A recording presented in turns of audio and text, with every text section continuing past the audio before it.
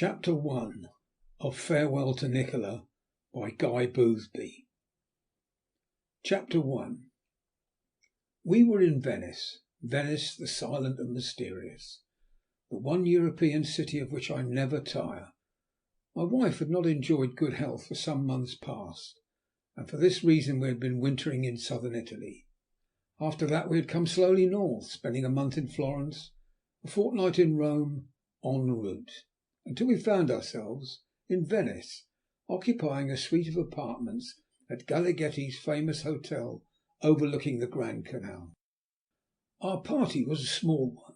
It consisted of my wife, her friend Gertrude Trevor, and myself, Richard Hatteras, once of the South Sea Islands, but now of the New Forest, Hampshire, England.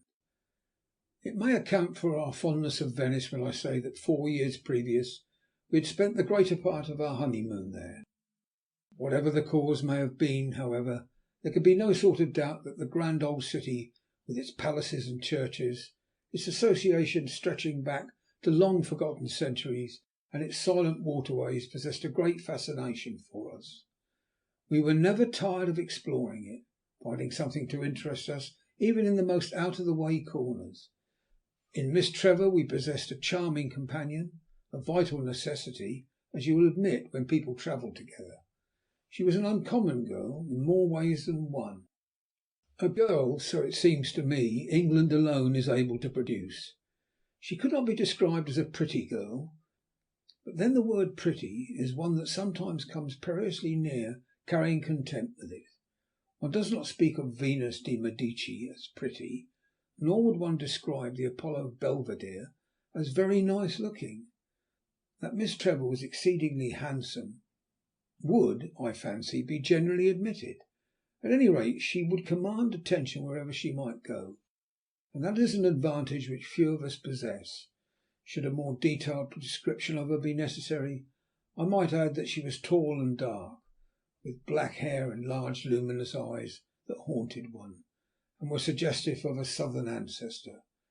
She was the daughter, and indeed the only child, of the well-known Dean of Bedminster, and this was the first time she had visited Italy, or that she had been abroad. The wonders of the art country were all new to her, and in consequence our wanderings were one long succession of delight. Every day added some new pleasure to her experiences, while each night saw a life desire gratified. In my humble opinion, to understand Italy properly, one should not presume to visit her until after the first blush of youth has departed, and then only when one has prepared oneself to properly appreciate her many beauties. Venice, above all others, is a city that must be taken seriously. To come at a proper spirit of the place, one must be in a reverent mood. Cheap jokes and cockney laughter as unsuited to the place, where Falieri yielded his life, as a downcast face would be in Nice at carnival time. On the afternoon of the particular day from which I date my story, we had been to the island of Murano to pay a visit to the famous glass factory of which it is the home. By the time we reached Venice once more it was nearly sunset. Having something like an hour to spare, we made our way, at my wife's suggestion, to the Florian Cafe on the Piazza St. Mark, in order to watch the people. As usual, the place was crowded, and at first glance it looked as if we would be unable to find sufficient vacant chairs. Fortune favoured us, however, and when we had seated ourselves, and I had ordered coffee, we gave ourselves up to the enjoyment of what is perhaps one of the most amusing scenes in Venice. To a thoughtful mind, the great square must at all times be an object of absorbing interest. I have seen it at every hour and under almost every aspect.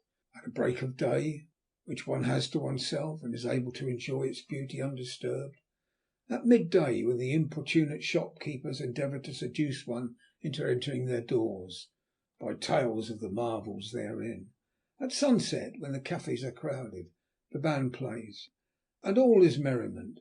And last but not least, at midnight, when the moon is sailing above St. Mark's, the square is full of strange shadows, and the only sound to be heard is the cry of a gull on the lagoon, or the sapremi of some belated gondolier. "This is the moment to which I have looked forward all my life," said Miss Trevor, as she sat back in her chair and watched the animated crowd before her. "Look at that pretty little boy with the pigeons flocking around him. What a picture he would make if only one had a camera." "If you care to have a photo of him, one can easily be obtained," I remarked. "Any one of these enterprising photographers would only be too pleased to take one for you for a few centissimi. I regret to say that many of our countrymen have a weakness for being taken in that way." "Fancy Septimus Brown of Tooting," my wife remarked, "a typical English paterfamilias, with a green veil, blue spectacles, and white umbrella, daring to ask the sun to record his image with the pigeons of St. Mark's clustering about his venerable head. Can't you picture the pride of that worthy gentleman's family when they produce the album on Sunday afternoons and show it to their friends? This is Pa, the eldest girl will probably remark, when he was travelling in Venice, as if Venice were a country in which one must be perpetually moving on. And that's how the pigeons came down to him to be fed. Isn't it splendid of him? Papa, who never ventured beyond Brighton Beach before, would be a person of importance from that moment." "You forget one circumstance, however," Miss Trevor replied, who enjoyed an argument, and for this reason contradicted my wife on principle.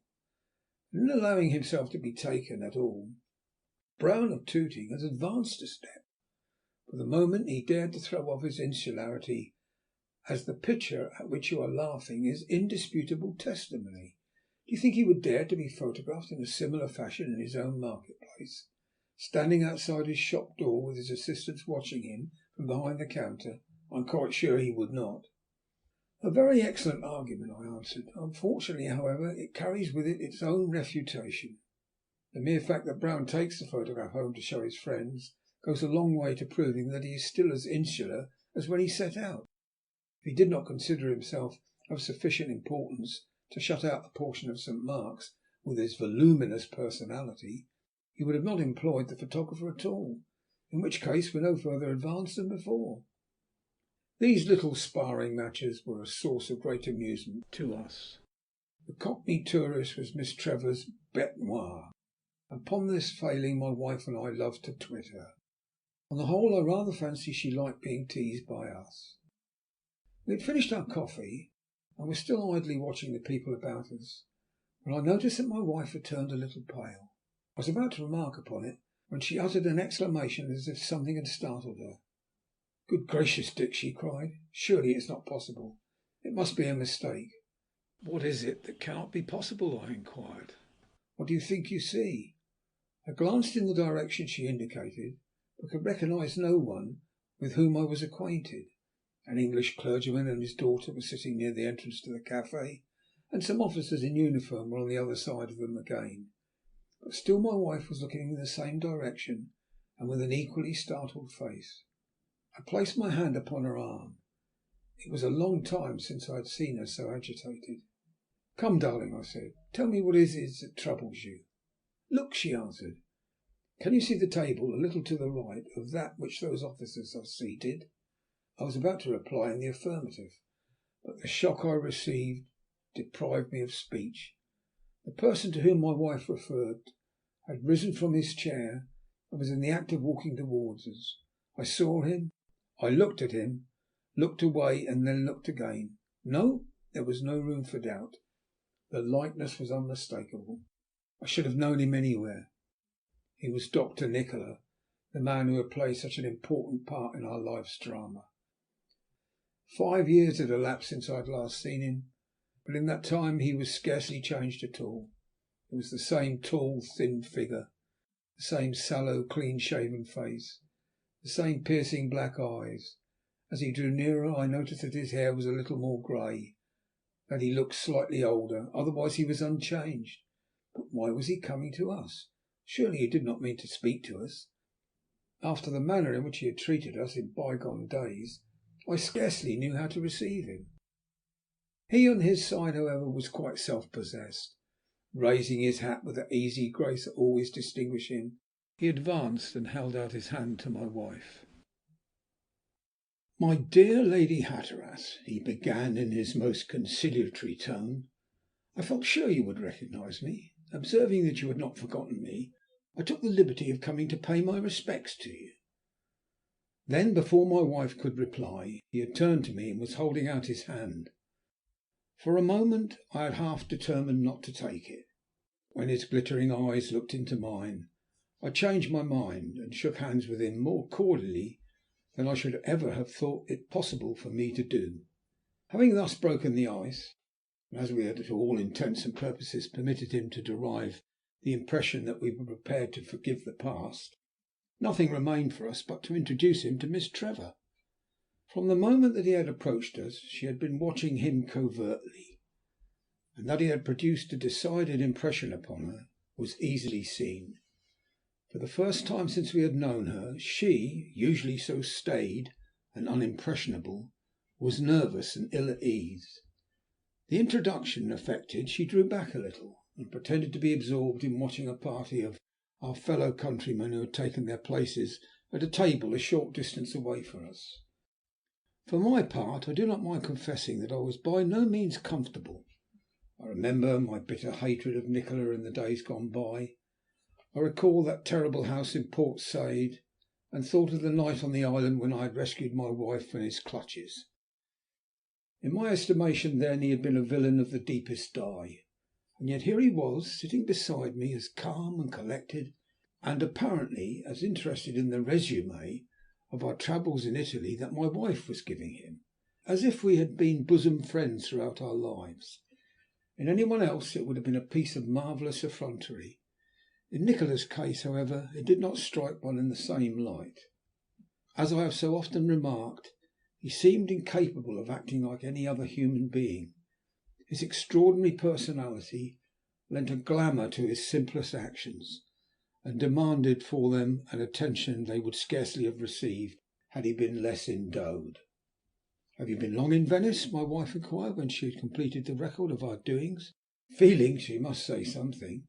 "I seldom remain anywhere for long," he answered, with one of his curious smiles. "I come and go like a will o' the wisp. I'm here to day and gone to morrow." It may have been an unfortunate remark, but I could not help uttering it.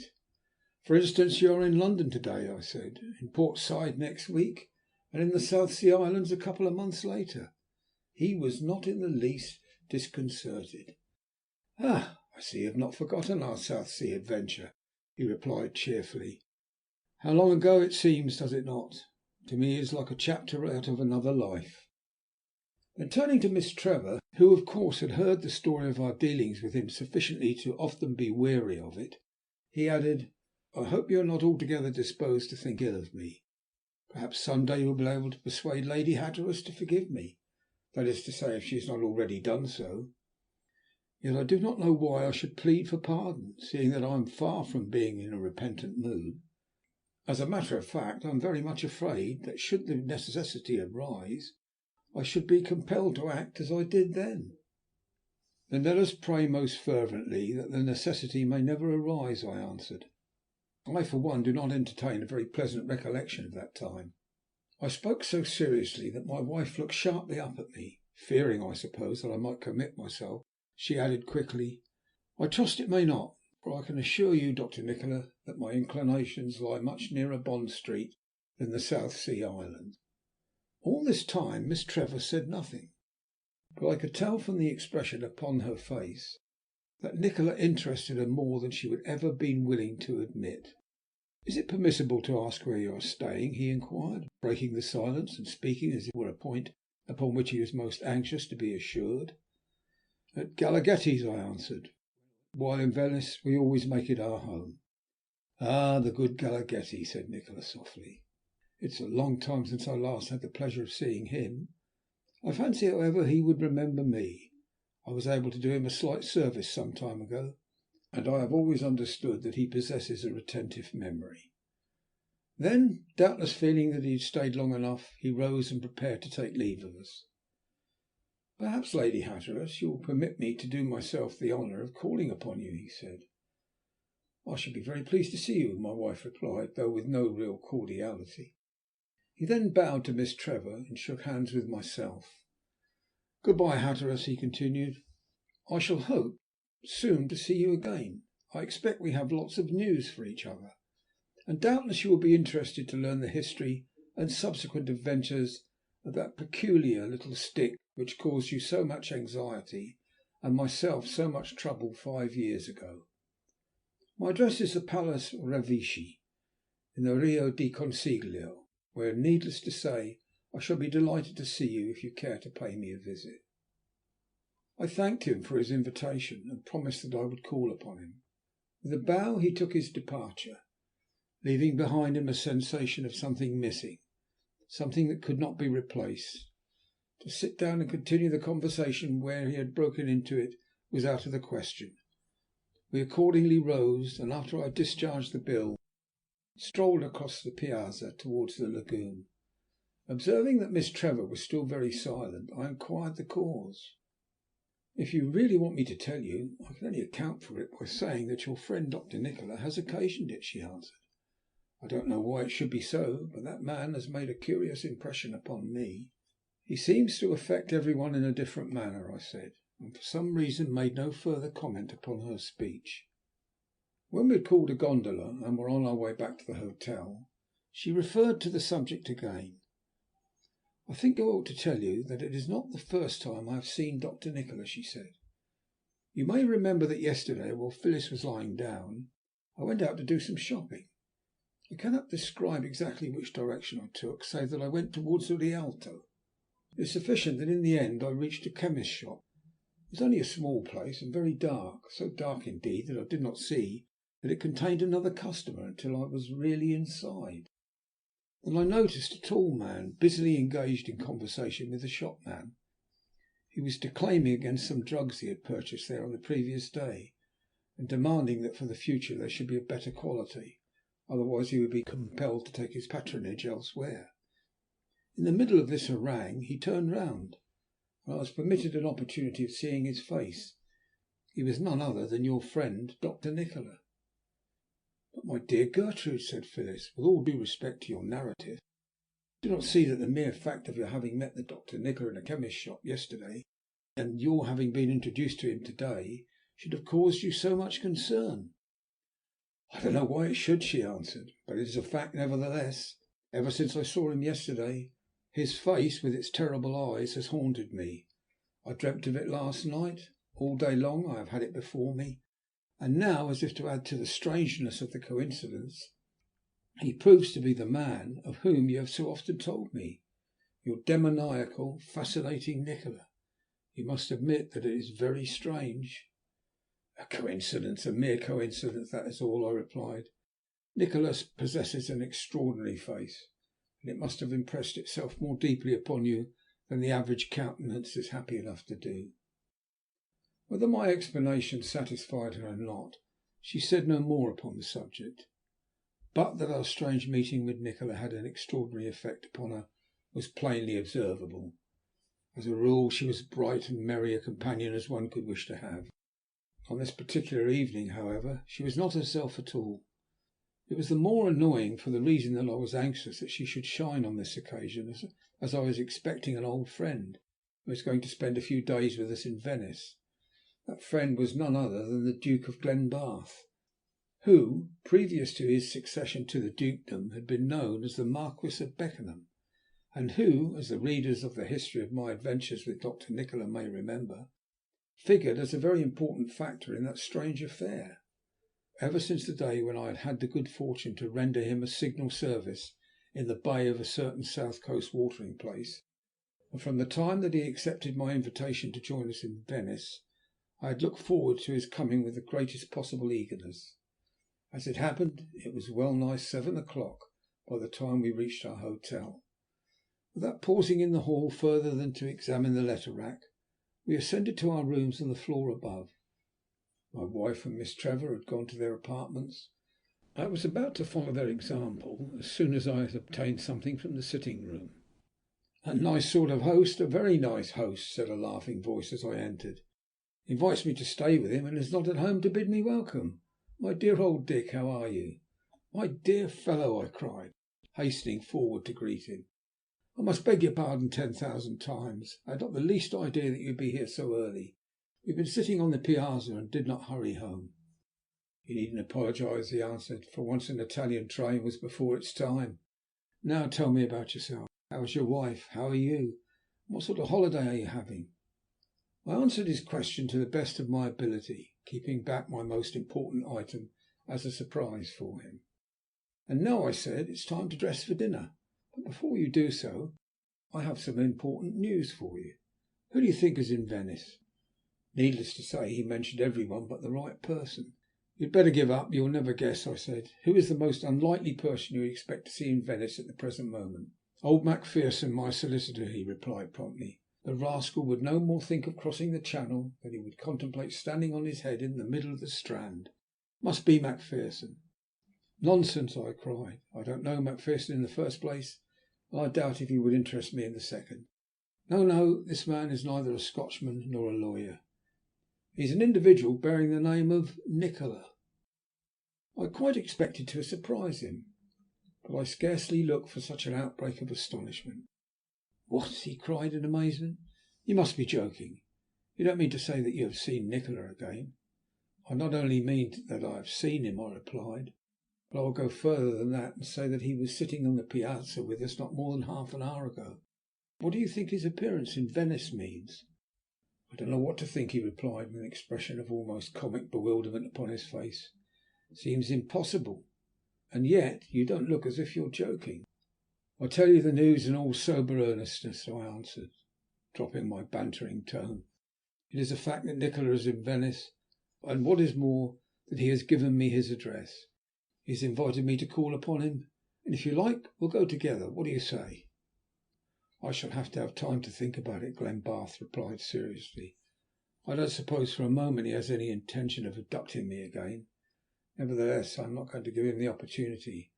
By Jove, how that fellow's face comes back to me! It haunts me." "Miss Trevor has been complaining of the same thing," I said. "Miss Trevor?" the Duke repeated. "And pray who may Miss Trevor be?" "A friend of my wife's," I answered. "She has been travelling with us for the last few months. I think you will like her. Now come along with me and I'll show you your room. I suppose your man has discovered it by this time?" "Stevens would find it if this hotel were constructed on the same principle as the maze at Hampton Court," he answered. "He has the virtue of persistence. When he wants to find a thing he secures the person who would be the most likely to tell him, and sticks to him until his desire has been gratified." It turned out as he had predicted, and three-quarters of an hour later our quartette sat down to dinner. My wife and Glenbarth, by virtue of an old friendship, agreed remarkably well, while Miss Trevor, now somewhat recovered from her Nikola indisposition, was more like her old self. It was a beautiful night, and after dinner it was proposed, seconded, and carried unanimously that we should charter a gondola and go for a row upon the canal. On our homeward voyage the gondolier, by some strange chance, turned into the Rio del Consiglio. "Perhaps you can tell me which is the Palace Revecce?" I said to the man. He pointed to a building we were in the act of approaching. "There it is, Senor," he said. "At one time it was a very great palace, but now—" Here he shrugged his shoulders to enable us to understand that its glory had departed from it. Not another word was said upon the subject, but I noticed that all our faces turned in the direction of the building. With the exception of one solitary window it was in total darkness. As I looked at the latter I wondered whether Nikola were in the room, and if so, what was he doing? Was he poring over some of his curious books, trying some new experiment in chemistry, or putting to test some theory such as I had found him at work upon in that curious house in Port Said? A few minutes later we had left the Rio del Consiglio behind us, had turned to the right, and were making our way back by another watery thoroughfare towards the Grand Canal. "Thanks to your proposition we have had a delightful evening," Miss Trevor said, as we paused to say good night at the foot of the staircase a quarter of an hour or so later. "I have enjoyed myself immensely." "You should not tell him that, dear," said my wife. "You know how conceited he is already. He will take all the credit and be unbearable for days afterwards." And turning to me she added, "You are going to smoke, I suppose?" "I had thought of doing so," I replied, and then I added with mock humility, "If you do not wish it, of course I will not do so. I was only going to keep Glenbarth company." They laughed and bade us good night, and when we had seen them depart in the direction of their rooms We lit our cigars and passed into the balcony outside. At this hour of the night the Grand Canal looked very still and beautiful, and we both felt the humour for its confidences.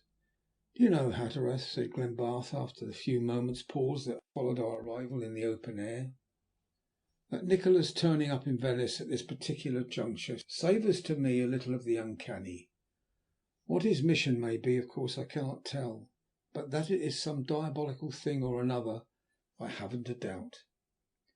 "One thing is quite certain," I answered. "He would hardly be here without an object, and after our dealings with him in the past I am prepared to admit that I don't trust him any more than you do." "And now that he has asked you to call upon him, what are you going to do?" I paused before I replied. The question involved greater responsibilities than were at first glance apparent. Knowing Nikola so well, I had not the least desire or intention to be drawn into any of the plots or machinations he was so fond of working against other people. I must confess, nevertheless, that I could not help feeling a large amount of curiosity as to the subsequent history of that little stick, to obtain which he had spent so much money and had risked so many lives. "Yes, I think I shall call upon him," I said reflectively, as if I had not quite made up my mind. "Surely to see him once more could do no harm. Good heavens, what an extraordinary fellow he is! Fancy you or I being afraid of any other man as we are afraid of him. For mind you, I know that you stand quite as much in awe of him as I do. Why, do you know when my eyes fell upon him this afternoon, I felt the return of the old dread of his presence used to cause in me 5 years ago. The effect he had upon Miss Trevor was also very singular when you come to think of it. By the way, Hatteras, talking of Miss Trevor, what an awfully nice girl she is. I don't know when I have ever met a nicer. Who is she?" "She is the daughter of the Dean of Bedminster," I answered. "Splendid old fellow." "I like his daughter," the Duke remarked. "Yes, I may say that I like her very much." I was glad to hear this, for I had my own little dreams that my wife, who, by the way, is a born matchmaker, had a long time ago come to a similar conclusion. "She is a very nice girl," I replied, "and what is more, she is as good as she is nice." Then I continued, "He will indeed be a lucky man who wins Gertrude Trevor for his wife. And now, since our cigars are finished, what do you say to bed? It's growing late. I expect you are tired after your journey." "I'm quite ready," he answered. "I shall sleep like a top. I only hope and pray that I shall not dream of Nikola." End of chapter 1.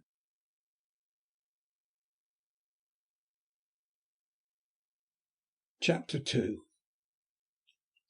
Whether it was our excursion upon the canal that was responsible for it, I cannot say. The fact, however, remains that the next morning every member of our party was late for breakfast. My wife and I were the first to put in an appearance. Glenbarth followed shortly after, and Miss Trevor was last of all. It struck me that the girl looked a little pale as she approached the window to bid me good morning, and as she prided herself upon her punctuality, I jestingly reproved her for the late rising. "I'm afraid your gondola excursion proved too much for you," I said in a bantering tone. "Or perhaps you dreamt of Dr. Nikola." I expected her to declare in her usual vehement fashion that she would not waste her time dreaming of any man, but to my combined astonishment and horror her eyes filled with tears until she was compelled to turn her head away in order to hide them from me. It was all so unexpected that I did not know what to think. As may be supposed, I had not the slightest intention of giving her pain, nor could I quite see how I managed to do so. It was plain, however, that my thoughtless speech had been the means of upsetting her, and I was heartily sorry for my indiscretion. Fortunately, my wife had not overheard what had passed between us. "Is he teasing you again, Gertrude?" she said, as she slipped her arm through her friend's. "Take my advice and have nothing to do with him. Treat him with contempt. Besides, the coffee is getting cold, and that is a very much more important matter. Let us sit down to breakfast." Nothing could have been more opportune. We took our places at the table, and by the time the servant had handed the first dishes, Miss Trevor had recovered herself sufficiently to be able to look me in the face, and to join in the conversation without the likelihood of a catastrophe. Still, there can be no doubt she was far from being in a happy frame of mind. I said as much to my wife afterwards when we were alone together. She told me she had a very bad night, the little woman replied. Our meeting with Dr Nicola yesterday on the piazza upset her for some reason or another. She said that she dreamt of nothing else. As you know, she is very highly strung, and when you think of the descriptions we have given her of him, it is scarcely to be wondered that she should attach an exaggerated importance to our unexpected meeting with him. That is the real explanation of the mystery. One thing, however, is quite certain. In her present state of mind, she must see no more of him than could be helped. It might upset her altogether. Oh, why did he come here to spoil our holiday? I cannot see that he has spoilt it, my dear, I returned, putting my arm round her waist and leading her to the window. The girl will very soon recover from her fit of depression, and afterwards will be as merry as a marriage bell. By the way, I don't know why I should think of it just now. Talking of marriage bells, reminds me that Glenbarth told me last night that he thought Gertrude one of the nicest girls he had ever met. I am delighted to hear it, my wife answered, and still more delighted to think that he had such a good sense. Do you know, I have set my heart upon that coming to something. No, you needn't shake your head. For very many reasons it would be a most desirable match.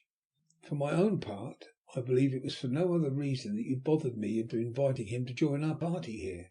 You are a matchmaker. I challenge you to refute the accusation. I shall not attempt to do so, she retorted with considerable hauteur. It is always a waste of time to argue with you. At any rate, you must agree with me that Gertrude would make an ideal duchess. So you have travelled as far as that, have you? I inquired. I must say that you jump to conclusions very quickly, because Glenbarth happens to have said in confidence to me, a confidence I am willing to admit I have shamefully abused, that he considers Gertrude Trevor a very charming girl. It does not follow that he has the very slightest intention of asking her to be his wife. Why should he? If he doesn't, he is not fit to sit in the House of Lords, she answered, as if that ought to clench the argument. Fancy a man posing as one of our hereditary legislators who doesn't know how to seize such a golden opportunity. As a good churchwoman, I pray for the nobility every Sunday morning, and if not knowing where to look for the best wife in the world may be taken as a weakness, and it undoubtedly is, then all I can say is that they require all the praying for they can get. But I should like to know how is he going to marry the best wife in the world, I asked. By asking her, she retorted. He doesn't surely suppose she's going to ask him. If he values his life, he'd better not do that, I said savagely. He will have to answer for it to me if he does. Ah, she answered, her lips curling. I thought as much. You are jealous of him. You don't want him to ask her, because you fancy that if he does, your reign will be over. Nice admission for a married man, I must say. I presume you mean because I refuse to allow him to flirt with my wife. I mean nothing of the kind, and you know it. How dare you say, Dick, that I flirt with the Duke? Because you have confessed it, I answered with a grin of triumph, for I had got her cornered at last. Did you not say only a moment ago that if he did not know where to find the best wife in the world, he was unfit to sit in the House of Lords? Did you not say that he ought to be ashamed of himself if he did not ask her to be his wife? Answer that, my lady.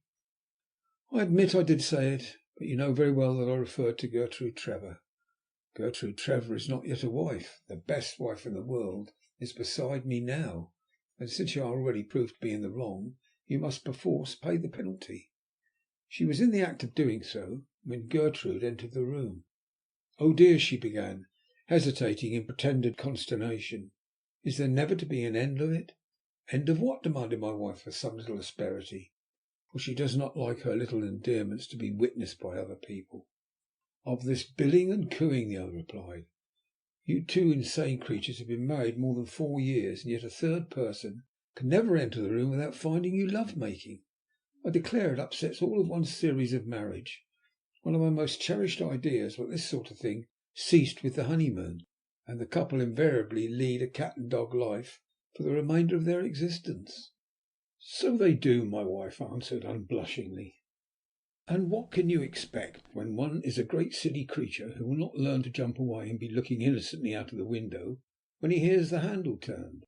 Never marry Gertrude. Mark my words, you will repent it if you do. Well, for ingratitude and cool impudence that surpasses everything, I said in astonishment.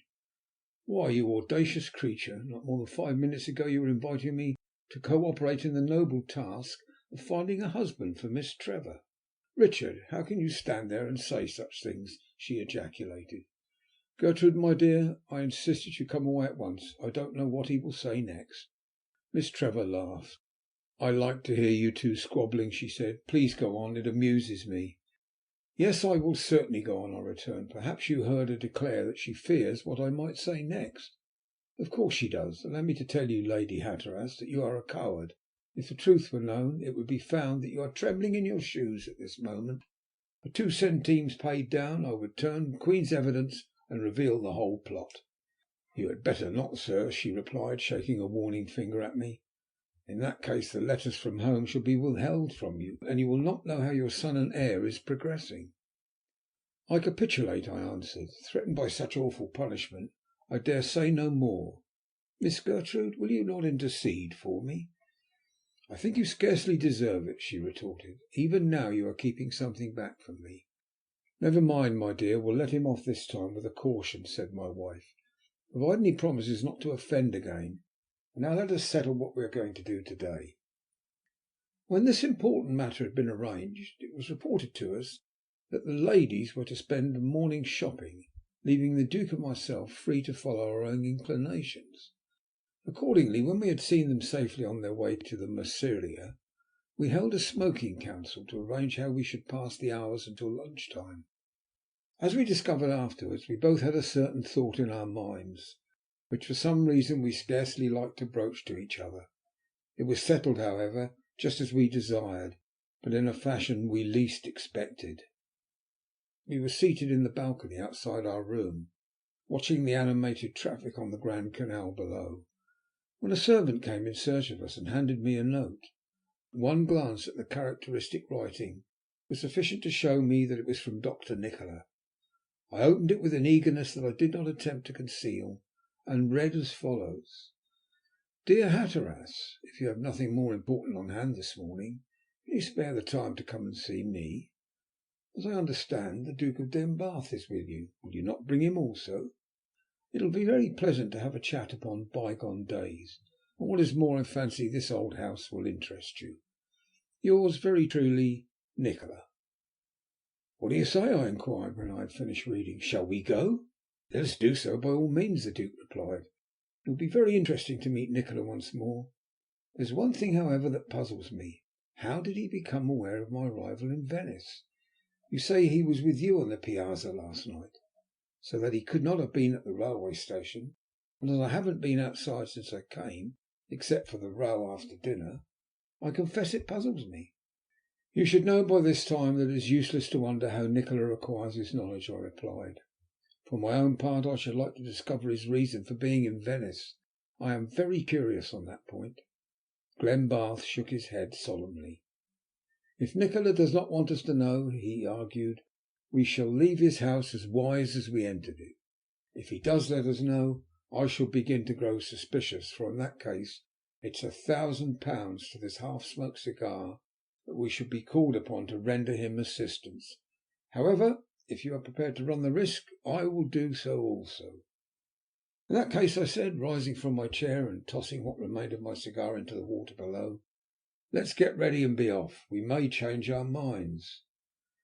10 minutes later we had chartered a gondola and were on our way to the Palace of Revecce. As a general rule, when one sets out to pay a morning call, one is not the victim of any particular nervousness. On this occasion, however, both Glenbarth and I, as we confessed to each other afterwards, were distinctly conscious of being in a condition which would be described by persons of mature years as an unpleasant state of expectancy, but by which schoolboys is denominated funk. The Duke, I noticed, fidgeted with his cigar, allowed it to go out, and then sat with it in his mouth unlighted. There was a far-away look on his handsome face that told me he was recalling some of the events connected with the time when he had been in Nikola's company.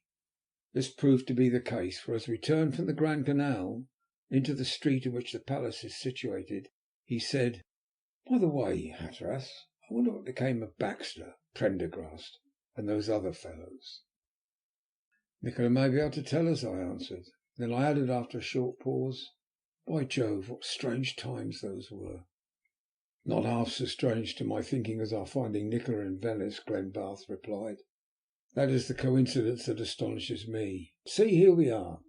As he spoke, the gondola drew up at the steps of the Palace Revecce, and we prepared to step ashore. As we did so, I noticed that the armorial bearings of the family still decorated the posts on either side of the door, but by the light of day the palace did not look nearly so imposing as it had done by moonlight the night before. One thing about it was certainly peculiar. When we ordered the gondolier to wait for us, he shook his head. Not for anything would he remain there longer than was necessary to set us down. I accordingly paid him off, and when we had descended the steps we entered the building. On pushing open the door we found ourselves standing in a handsome courtyard, in the centre of which was a well, its coping elegantly carved with a design of fruit and flowers.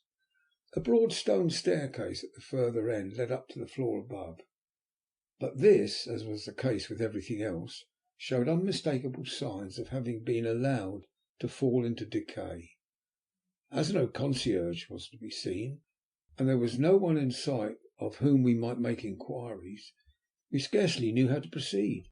Indeed, we were just wondering whether we should take our chance and explore the lower regions in search of Nikola, when he appeared at the head of the staircase and greeted us. "Good morning," he said. "Pray come up. I must apologise for not having been downstairs to receive you." By the time he had finished speaking he had reached us, and was shaking hands with Glenbarth with the heartiness of an old friend. "Let me offer you a hearty welcome to Venice," he said to Glenbarth, after he had shaken hands with myself. And looking at him once more, he added, "If you will permit me to say so, you have changed a great deal since we last saw each other." "And you scarcely at all," Glenbarth replied. "Ah, it is strange that I should not have done so," Nikola answered. "I thought a little sadly, for I think I may say without any fear of boasting that since we parted at Pipa Lannu I have passed through sufficient to change a dozen men. But we will not talk of that here. Let us come up to my room, which is the only place in this great house that is in the least degree comfortable." So saying, he led the way up the stairs, and then along a corridor which had once been beautifully frescoed, which was now sadly given over to damp and decay. At last reaching a room in the front of the building, he threw open the door and invited us to enter. And here I might digress for a moment to remark that of all the men I have ever met, Nikola possessed the faculty of being able to make himself comfortable wherever he might be, in the greatest degree. He would have been at home anywhere. As a matter of fact, this particular apartment was finished in a style that caused me considerable surprise. The room itself was large and lofty, while the walls were beautifully frescoed, the work of one Andrea Bunapelli, of whom I shall have more to say anon. The furniture was simple, but extremely good. A massive oak writing table stood beside one wall, another covered with books and papers was opposite it. Several easy chairs were placed here and there. Another table in the centre of the room supported various chemical paraphernalia, while books of all sorts and descriptions, in all languages and bindings, were to be discovered in every direction. "After what you have seen of the rest of the house, this strikes you as being more homelike, does it not?" Nikola inquired, as he noticed the look of astonishment upon our faces. "It's a queer old place, and the more I see of it the stranger it becomes. Some time ago, and quite by chance, I became acquainted with its history. I do not mean the political history of the respective families that have occupied it. You can find that in any guide book. I mean the real inner history of the house itself, embracing not a few of the deeds which have taken place inside its walls. I wonder if you would be interested if I were to tell you that in this very room, in the year 1511, one of the most repellent and cold-blooded murders of the Middle Ages took place. Perhaps now that you have the scene before you, you would like to hear the story." "You would? In that case, pray sit down. Let me offer you this chair, Duke," he continued. And as he spoke he wheeled forward a handsomely carved chair from beside his writing table. "Here, Hatteras, is one for you. I myself will take up my position here, so that I may be better able to retain your attention for my narrative." So saying, he stood between us on the strip of polished floor which showed between the two heavy oriental rugs. For some reasons, he began, I regret that the story I have to tell should run upon such familiar lines. I fancy, however, that the denouement will prove sufficiently original to merit your attention. The year 1509, the same which found the French victorious at Agnadello, and the Venetian Republic of the commencement of that decline from which it has never recovered, saw this house in its glory. The owner, the illustrious Francesco di Revicci, was a sailor, and had the honour of commanding one of the many fleets of the Republic. He was an ambitious man, good fighter, and as such twice defeated the fleet of the League of Camberi. It was after the last of these victories that he married the beautiful daughter of the Duke of Lavano, one of the most bitter enemies of the Council of Ten. The husband being rich, famous, and still young enough to be admired for his personal attractions, the bride one of the wealthiest as well as one of the most beautiful women in the Republic. It appeared as if all must be well with them for the remainder of their lives. A series of dazzling fêtes, to which all the noblest and most distinguished of the city were invited, celebrated their nuptials and their possession of this house. Yet with it all the woman was perhaps the most unhappy individual in the universe. Unknown to her husband and her father, she had long since given her love elsewhere. She was passionately attached to young Andrea Bunopelli, the man by whom the frescoes of this room were painted. Finding that fate demanded her renunciation of Bunopelli and her marriage to Revicci, she resolved to see no more of the man to whom she had given her heart. Love, however, proved stronger than her sense of duty, and while her husband, by the order of the Senate, had put to sea once more in order to drive back the French who were threatening the Adriatic, Bunopelli put into operation the scheme that was ultimately to prove their mutual undoing. Unfortunately for Revicci, he was not successful in his venture, and by news reached Venice that his fleet had been destroyed and that he himself had been taken prisoner. Now, said the astute Bunopelli, is the time to act. He accordingly took pens, paper, and his inkhorn, and in this very room concocted a letter which purported to bear the signature of the commander of the French forces into whose hands the Venetian admiral had fallen and then was. Its meaning was plain enough.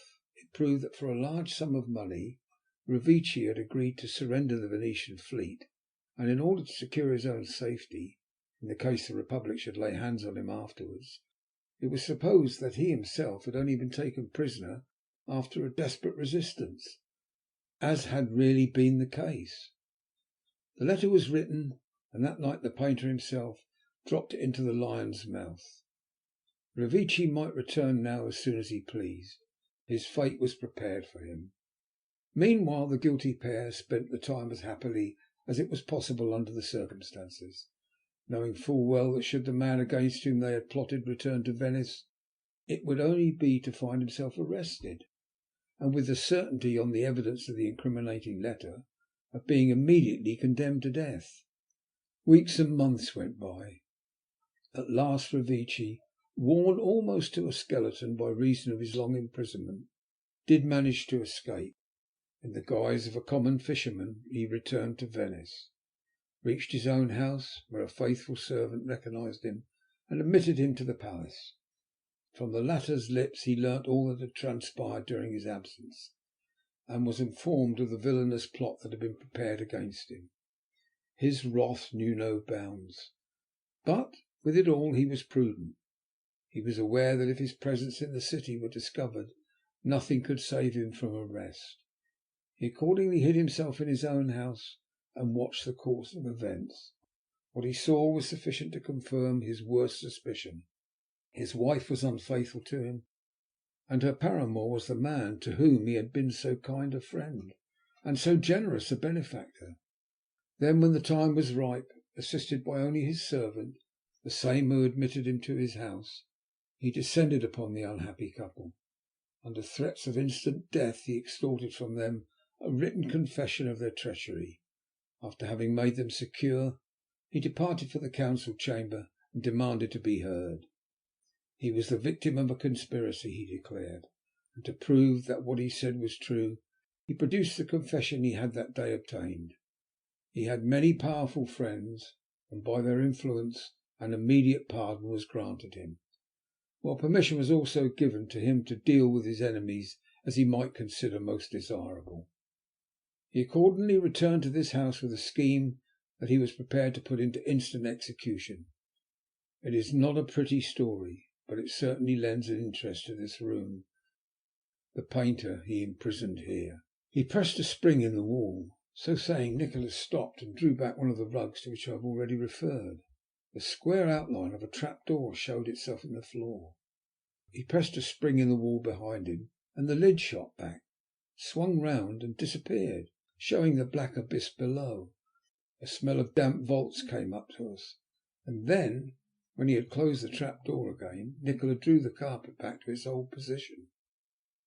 The wretched man died slowly of starvation in that hole, and the woman having in this room above was compelled to listen to his agony without being permitted the means of saving him.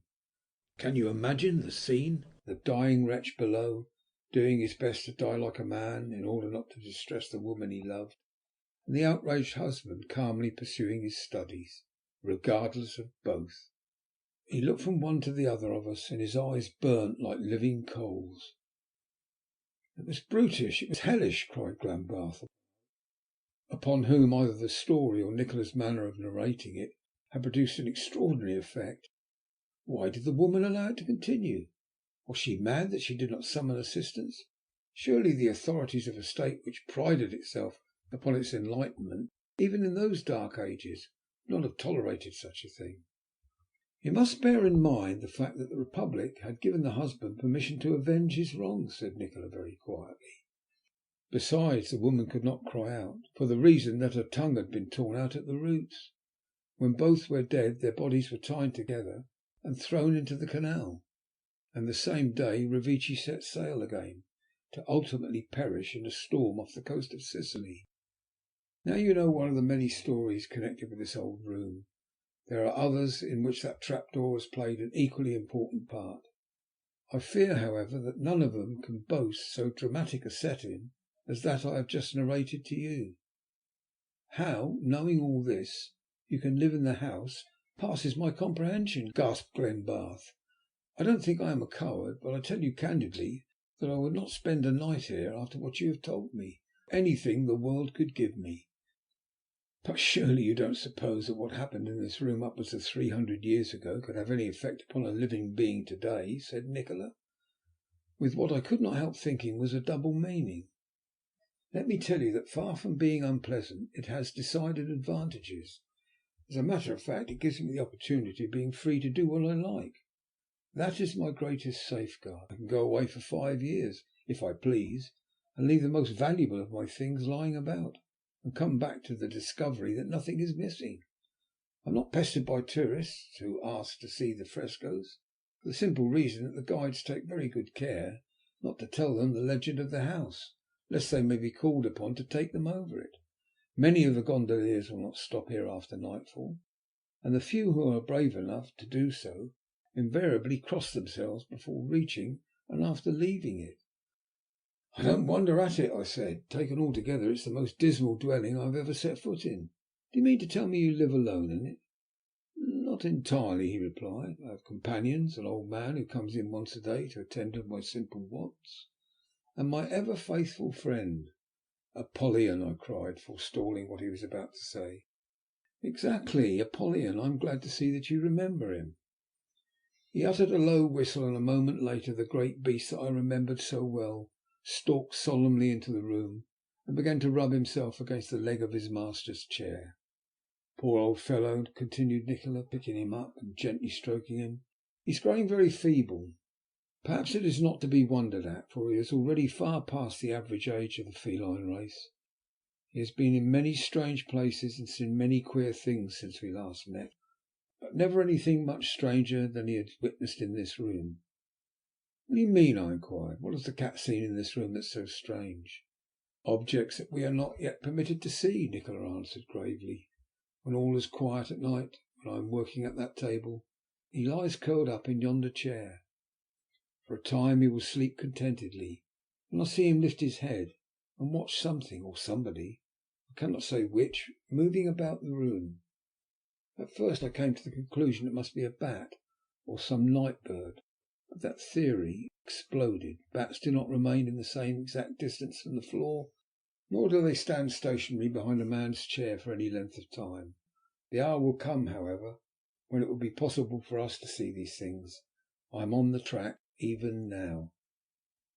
Had I not known Nikola, and if I had not remembered some very curious experiments he had performed for my special benefit 2 years before, I should have inclined to the belief that he was boasting.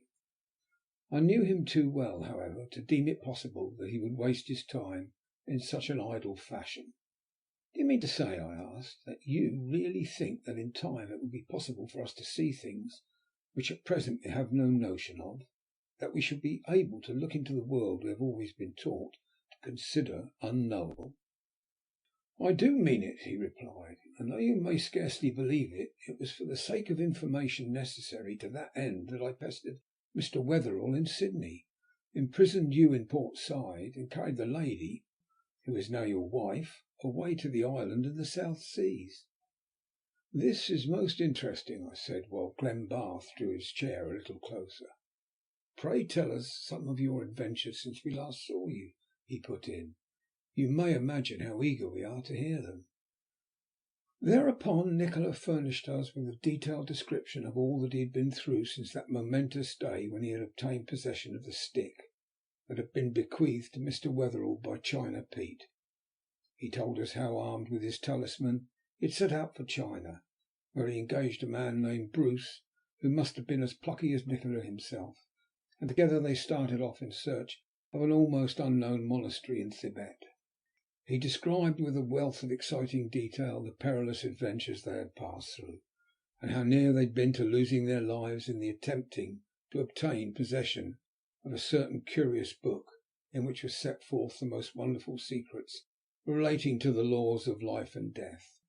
He told us of their hairbreadth escapes on the journey back to civilization, and showed how they were followed to England by a mysterious Chinaman, whose undoubted mission was to avenge the robbery and to obtain possession of the book. At this moment he paused, and I found an opportunity of asking him whether he had the book in his possession now. "Would you care to see it?" he inquired. "If so, I will show it to you." Our answering in the affirmative, he crossed to his writing table, unlocked a drawer, and took from it a small, curiously bound book, the pages of which were yellow with age, and the writing so faded that it was almost impossible to decipher it. "And now that you have plotted and planned, and suffered so much to obtain possession of this book, what use has it been to you?" I inquired, with almost a feeling of awe, for it seemed impossible that a man could have endured so much for so trifling a return. "In dabbling with such matters," Nikola returned, "one of the first lessons one learns is not to expect immediate results.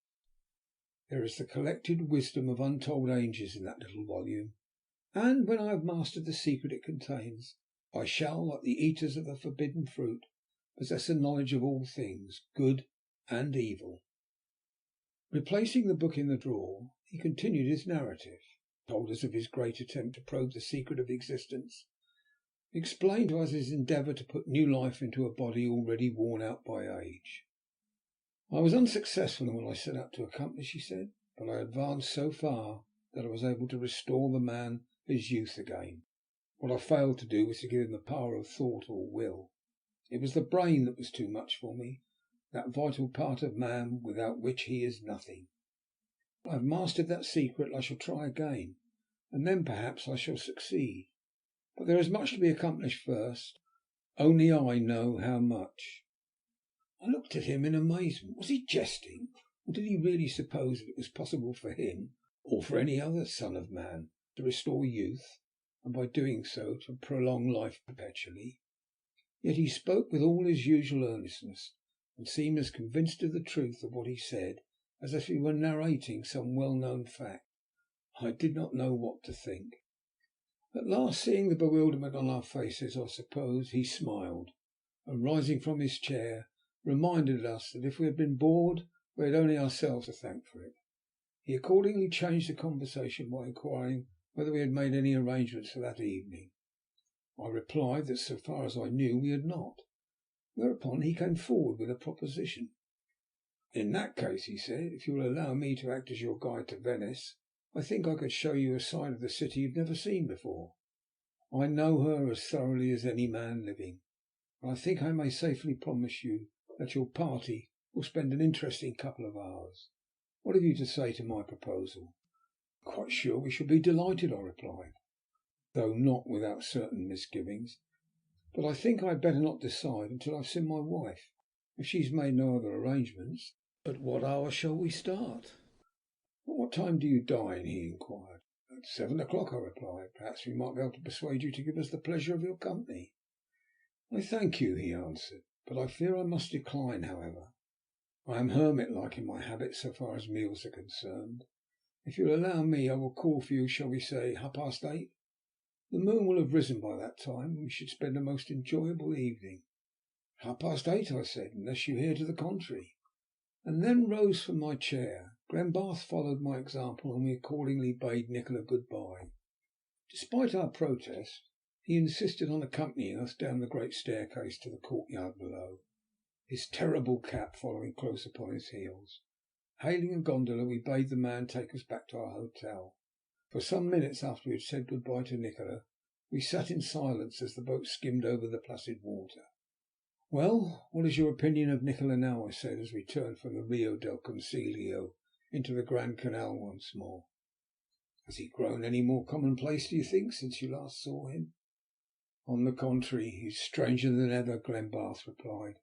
"I have never met any other man who resembled him in the slightest degree. What a ghastly story that was! His dramatic telling of it made it appear so real that towards the end of it I was almost convinced I could hear the groans of the poor wretch in the pit below, and see the woman wringing her hands and moaning in the room in which we were sitting. Why he should have told it to us is what I cannot understand.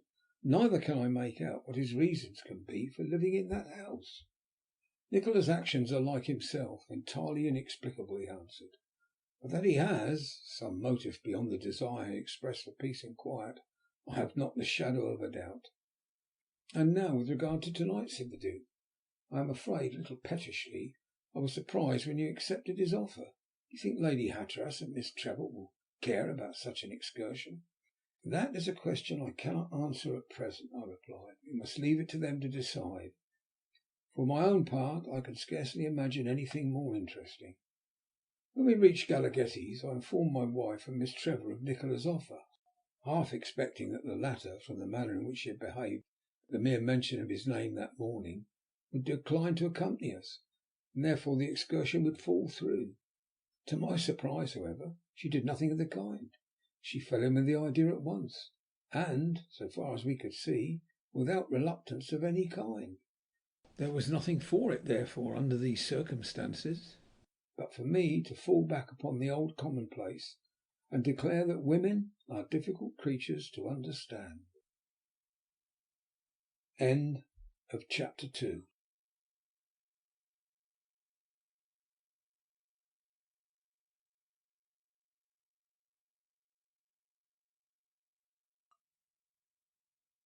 Chapter 3.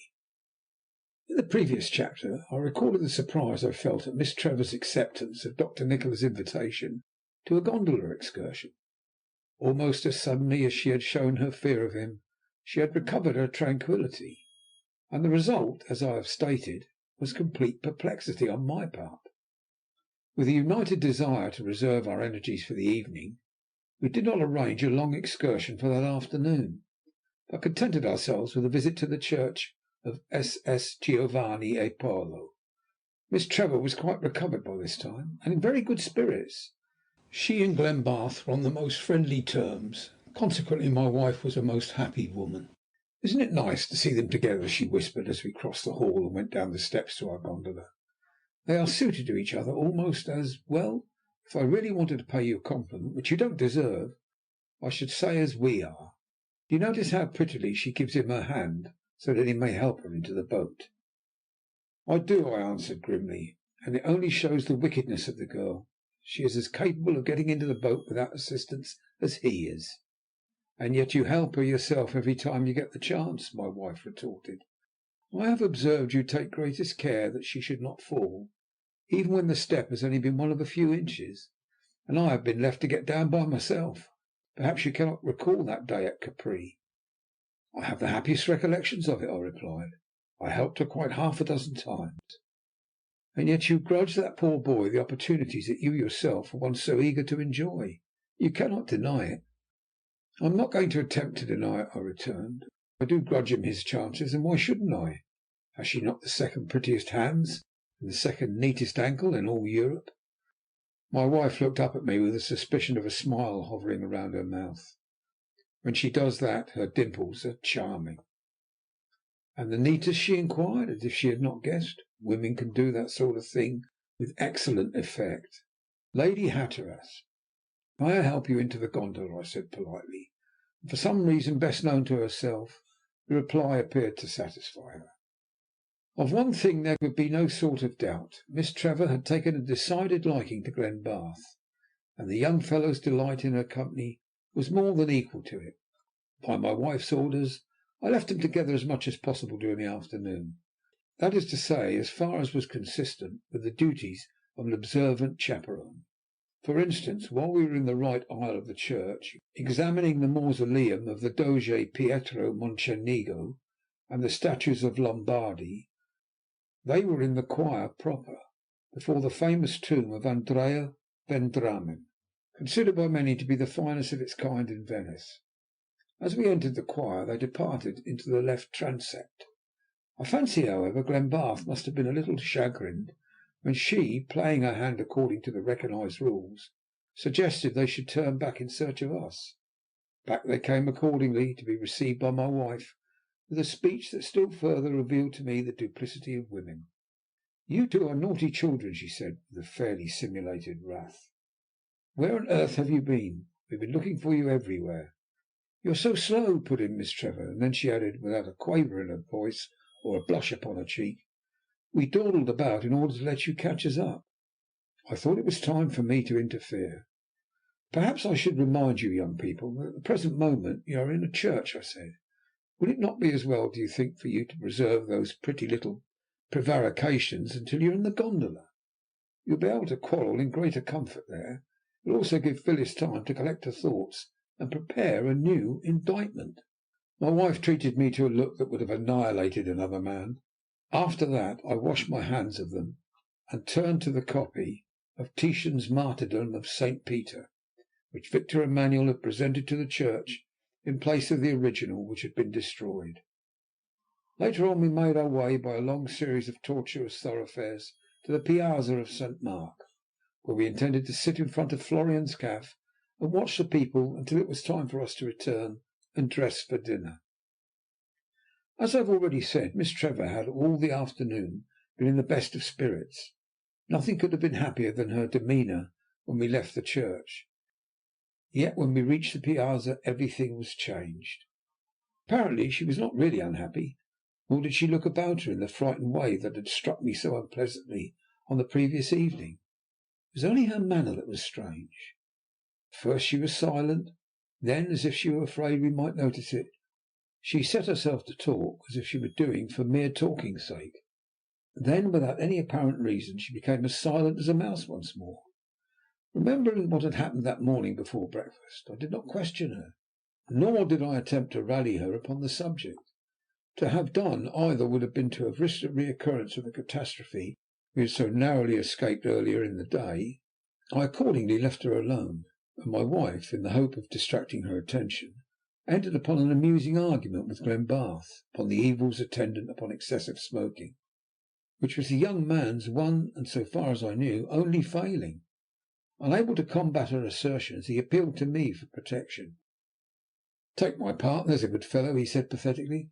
"I'm not strong enough to stand against Lady Hatteras alone."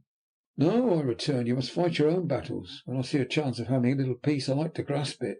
I'm going to take Miss Trevor to Mayer's shop on the other side of the piazza, in search of new photographs. We will leave you to quarrel in comfort here."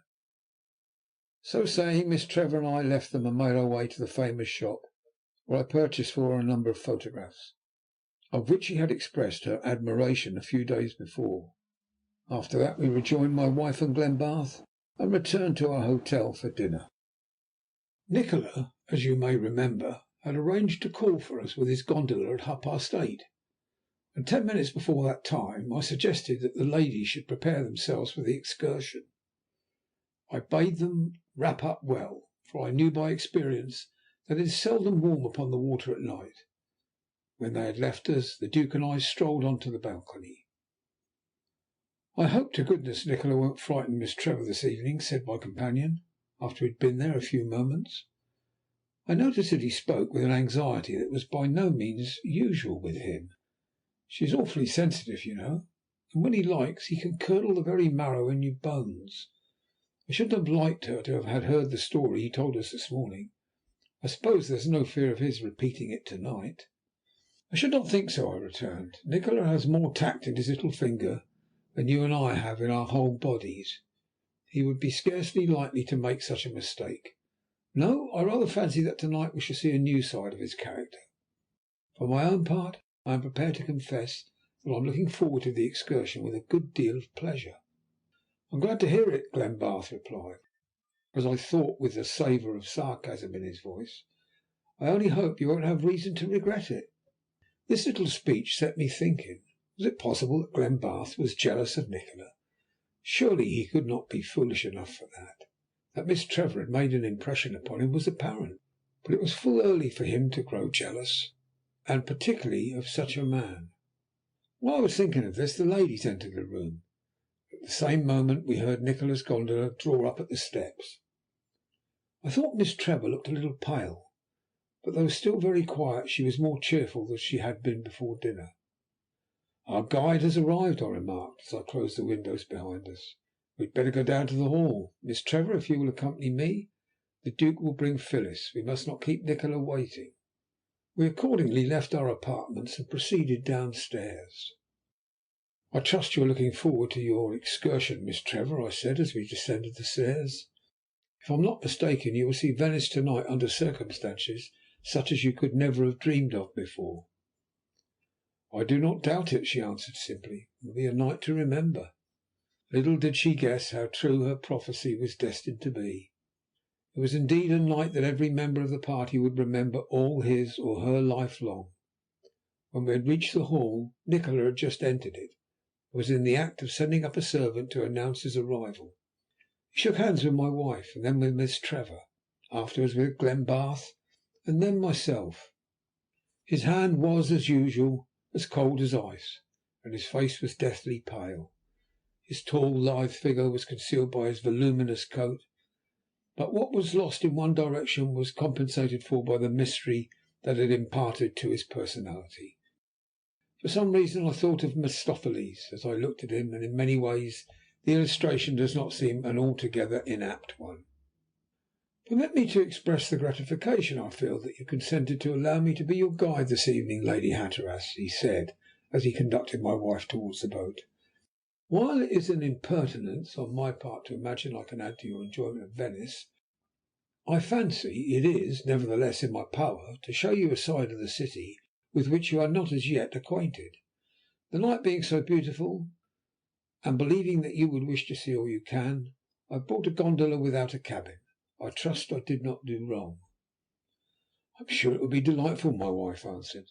"It would have been unendurable on such a beautiful evening to be cooped up in a close cabin. Besides, we should have seen nothing." By this time we were on the steps, at the foot of which the gondola in question, a large one of its class, was lying. As soon as we had boarded her, the gondolier bent to his oar. The boat shot out into the stream, and the excursion, which, as I have said, we were each of us to remember all our lives, had commenced. If I shut my eyes now, I can recall the whole scene. The still moonlit waters of the canal, the houses on one side of which were brilliantly illuminated by the moon, the other being entirely in the shadow. When we were in midstream, a boat decorated with lanterns passed us. It contained a merry party, whose progress was enlivened by the strains of the invariable Funiculi Funicular. The words of the tune ring in my memory even now. Years before we had grown heartily sick of the song. Now, however, it possessed a charm that was quite its own. "How pretty it is," remarked my wife and Miss Trevor almost simultaneously, and the former added, "I could never have believed that it possessed such a wealth of tenderness." "Might it not be the association that is responsible?" put in Nikola gravely. "You have probably heard that song at some time when you have been so happy that all the world has seemed the same. Hearing it to night has unconsciously recalled that association, and funiculi funicula, once so despised, immediately becomes a melody that touches your heartstrings, and so wins for itself a place in your regard that it can never altogether lose." We had crossed the canal by this time, the gondola with the singers proceeding towards the Rialto bridge. The echo of the music still lingered in our ears, and seemed the sweeter by the reason of the distance that separated us from it. Turning to the gondolier, who in the moonlight presented a picturesque figure in the stern of the boat, Nikola said something in Italian. The boat's head was immediately turned in the direction of a side street, and a moment later we entered it. It is not my intention, nor will it be possible for me, to attempt to furnish you with a definite description of the route we followed. In the daytime I flatter myself that I have knowledge of the Venice of the tourist. If you were to give me a pencil and paper, I believe I should be able to draw a rough outline of the city, and to place St. Mark's Cathedral, Galaghetti's Hotel, the Rialto Bridge, the Arsenal, and certainly the railway station, in something like their proper positions. But at night, when I have left the Grand Canal, the city becomes a sealed book to me. On this particular evening every street, when once we had left the fashionable quarter behind us, seemed alike. There was the same darkness, the same silence, and the same reflection of the lights in the water. Occasionally we happened upon places where business was still being transacted, and where the noise of voices smote the air with a vehemence that was like sacrilege. A few moments would then elapse, and we were plunged into a silence that was almost unearthly. All this time Nikola kept us continually interested. Here was a house with a history as old as Venice itself, there the home of a famous painter, yonder the birthplace of a poet or a soldier who had fought his way to fame by pen or sword. On one side of the street was the first dwelling of one who had been a plebeian and had died a doge, while on the other side was that of a man who had given his life to save his friend. Nor were Nikola's illustrations confined to the past alone. Men whose names were household words to us, and had preceded us, and had seen Venice as we were seeing it now, of each he could tell us something we had never heard before. It was the perfect mastery of his subject, like that of a man who plays upon an instrument of which he has made a lifelong study, that astonished us. He could rouse in our hearts such emotions as he pleased, could induce us to pity at one moment and to loathing at the next, could make us see the city with his eyes, and in a measure to love it with his own love. That Nikola did entertain a deep affection for it was as certain of his knowledge of its history. "I think I may say now," he said, when we had been absent from the hotel for upwards of an hour, "that I have furnished you with a superficial idea of the city. Let me attempt after this to show you something of its inner life. That it will repay you, I think you will admit when you have seen it." Once more he gave the gondolier an order. Without a word the man entered a narrow street on the right, and then turned to the left, after which to the right again. What were we going to see next? That it would be something interesting I had not the least doubt. Presently the gondolier made an indescribable movement with his oar, the first signal that he was about to stop. With two strokes he brought the boat alongside the steps, and Nikola, who was the first to spring out, assisted the ladies to alight. We were now in a portion of Venice with which I was entirely unacquainted. The houses were old and lofty, though sadly fallen into decay. Where shops existed, business was still being carried on, but the majority of the owners of the houses in the neighbourhood appeared to be early birds, for no lights were visible in their dwellings. Once or twice men approached us and stared instantly at the ladies of our party. One of these, more impertinent than his companions, placed his hand upon Miss Trevor's arm. In a second, without any apparent effort, Nikola laid him upon his back. "Do not be afraid, Miss Trevor," he said. "The fellow has only forgotten himself for a moment." So saying, he approached the man, who scrambled to his feet and addressed him in a low voice. "No, no, your Excellency," the rascal whined. "For the pity of the blessed saints, had I known it was you, I would not have dared." Nikola said something in a whisper to him. What it was I have not the least idea, but its effect was certainly excellent, for the man slunk away without another word. After this little incident we continued our walk without further opposition. We took several turnings, and at last found ourselves standing before a low doorway. That it was closely barred on the inside was evident from the sounds that followed, when, in response to Nikola's knocks, some one commenced to open it. Presently an old man looked out. First he seemed surprised to see us, but when his eyes fell upon Nikola all was changed. With a low bow he invited him in Russian to enter. Crossing the threshold we found ourselves in a church of the smallest possible description. By the dim light a priest could be seen officiating at the high altar, and there were possibly a dozen worshippers present. There was an air of secrecy about it all. The light, the voices, and the precautions taken to prevent a stranger entering, that appealed to my curiosity. As they turned to leave the building, the little man who admitted us crept up to Nikola's side and said something in a low voice to him. Nikola replied, and at the same time patted the man affectionately upon the shoulder. Then, with the same obsequious respect, the latter opened the door once more, and permitted us to pass out quickly, barring it behind us. "You have seen many churches during your stay in Venice, Lady Hatteras," Nikola remarked, as we made our way back towards the gondola. "I doubt very much, however, whether you have entered a stranger place of worship than that." "I know that I have not," my wife replied. "Pray, who were the people we saw there, and why was there so much secrecy observed?" "Because nearly all the poor souls you saw there are either suspect or wanted by the Russian government. They are fugitives from injustice, if I may so express it, and it is for that reason they are compelled to worship, as well as live, in hiding." "But who are they?" "Nihilists," Nikola answered. "A poor, hot-headed lot of people, who see their country drifting in a wrong direction, have taken it in their heads to try and remedy matters by drastic measures. Finding their efforts hopeless, their properties confiscated, and they themselves in danger of death or exile, which is worse, they have fled from Russia. Some of them, the richest, manage to get to England. Some come to Venice, but knowing that the Italian police will turn them out sans ceremonie if they discover them, they are compelled to remain in hiding until they are in a position to proceed elsewhere." "And you help them?" asked Miss Trevor in a strange voice, as if his answer were a foregone conclusion. "What makes you think that?" Nikola inquired. "Because the doorkeeper knew you, and you spoke so kindly to him." "The poor fellow has a son," Nikola replied, "a hot-headed young rascal who has got into trouble in Moscow. If he is caught, he will without doubt go to Siberia for the rest of his life, but he will not be caught."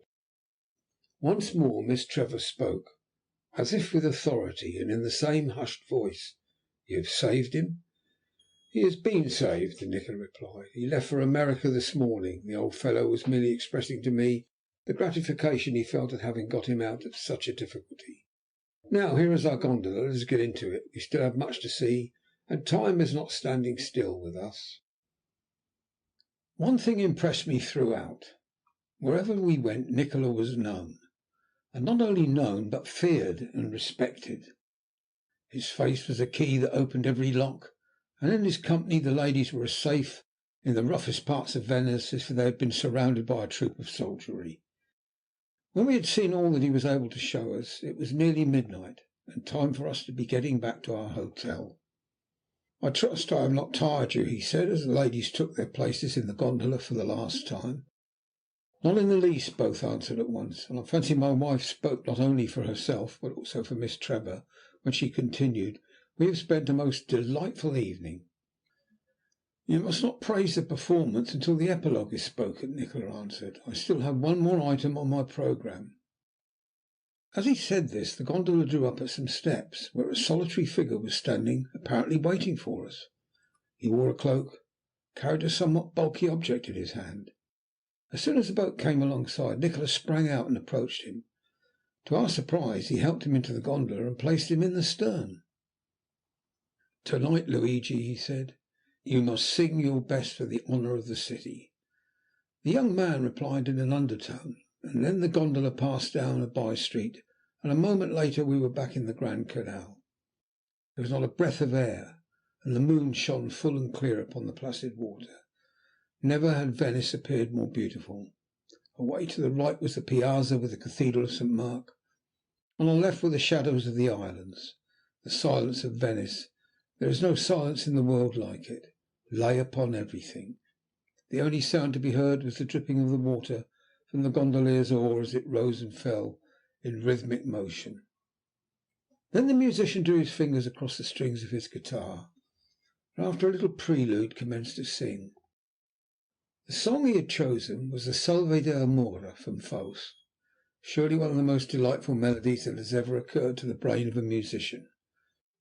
Before he had sung a dozen bars we were entranced. Though not a strong tenor, his voice was one of the most perfect I have ever heard. It was of the purest quality, so rich and sweet that the greatest connoisseur could not tire of it.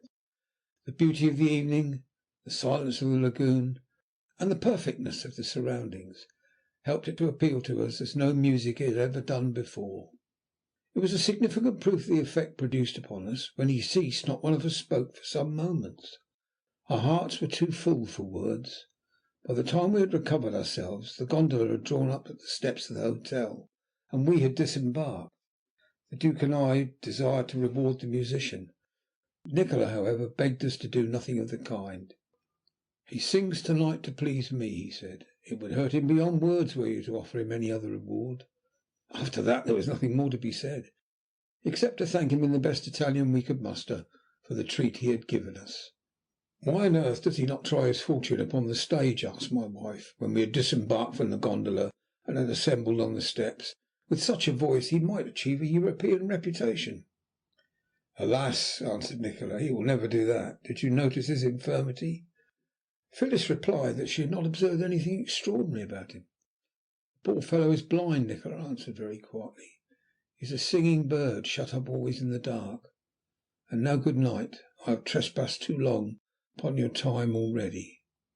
He bowed to the ladies, shook hands with the Duke and myself, and before we had time to thank him for the delightful evening he had given us, was in his gondola once more and out in mid-stream. We watched him until he had disappeared in the direction of the Rio del Consiglio. After we entered the hotel and made our way to our own sitting room. "I cannot say when I have enjoyed myself so much," said my wife, as we stood talking together before bidding each other good night. "Been delightful," said Glenbarth, whose little attack of jealousy seemed to have quite left him. "Have you enjoyed it, Hatteras?" I said something in reply. I cannot remember what, but I recollect that, as I did so, I glanced at Miss Trevor's face. It was still very pale, but her eyes shone with extraordinary brilliance. "I hope you have had a pleasant evening," I said to her a few moments later when we were alone together. "Yes, I think I can say that I have," she answered, with a far-away look upon her face. "The music was exquisite. The thought of it haunts me still." Then, having bade me good night, she went off with my wife, leaving me to attempt to understand why she had replied as she had done. "And what do you think of it, my friend?" I inquired of Glenbarth, when we had taken our cigars out into the balcony. "I am extremely glad we went," he returned quickly. "There can be no doubt that you were right when you said it would show us Nikola's character in a new light. Did you notice with what respect he was treated by everybody we met, and how anxious they were not to run the risk of offending him?" "Of course I noticed it, and you may be sure I drew my own conclusions from it," I replied. "And those conclusions were?" "That Nikola's character is even more inexplicable than before." After that we smoked in silence for some time. At last I rose and tossed what remained of my cigar over the rails into the dark waters below. "It's getting late," I said. "Don't you think we had better bid each other good night?" "Perhaps we had, and yet I don't feel a bit tired." "Are you quite sure that you have had a pleasant day?" "Quite sure," he said with a laugh. "The only thing I regret is having heard that wretched story this morning. Do you recall the gusto with which Nikola related it?" I replied in the affirmative, and asked him his reason for referring to it now. "Because I could not help thinking of it this evening, when his voice was so pleasant and his manner so kind. When I picture him going back to that house to night, to that dreadful room, to sleep alone in that great building, it fairly makes me shudder. Good night, old fellow. You have treated me royally to day. I could scarcely have had more sensations compressed into my waking hours if I'd been a king. End of chapter 3.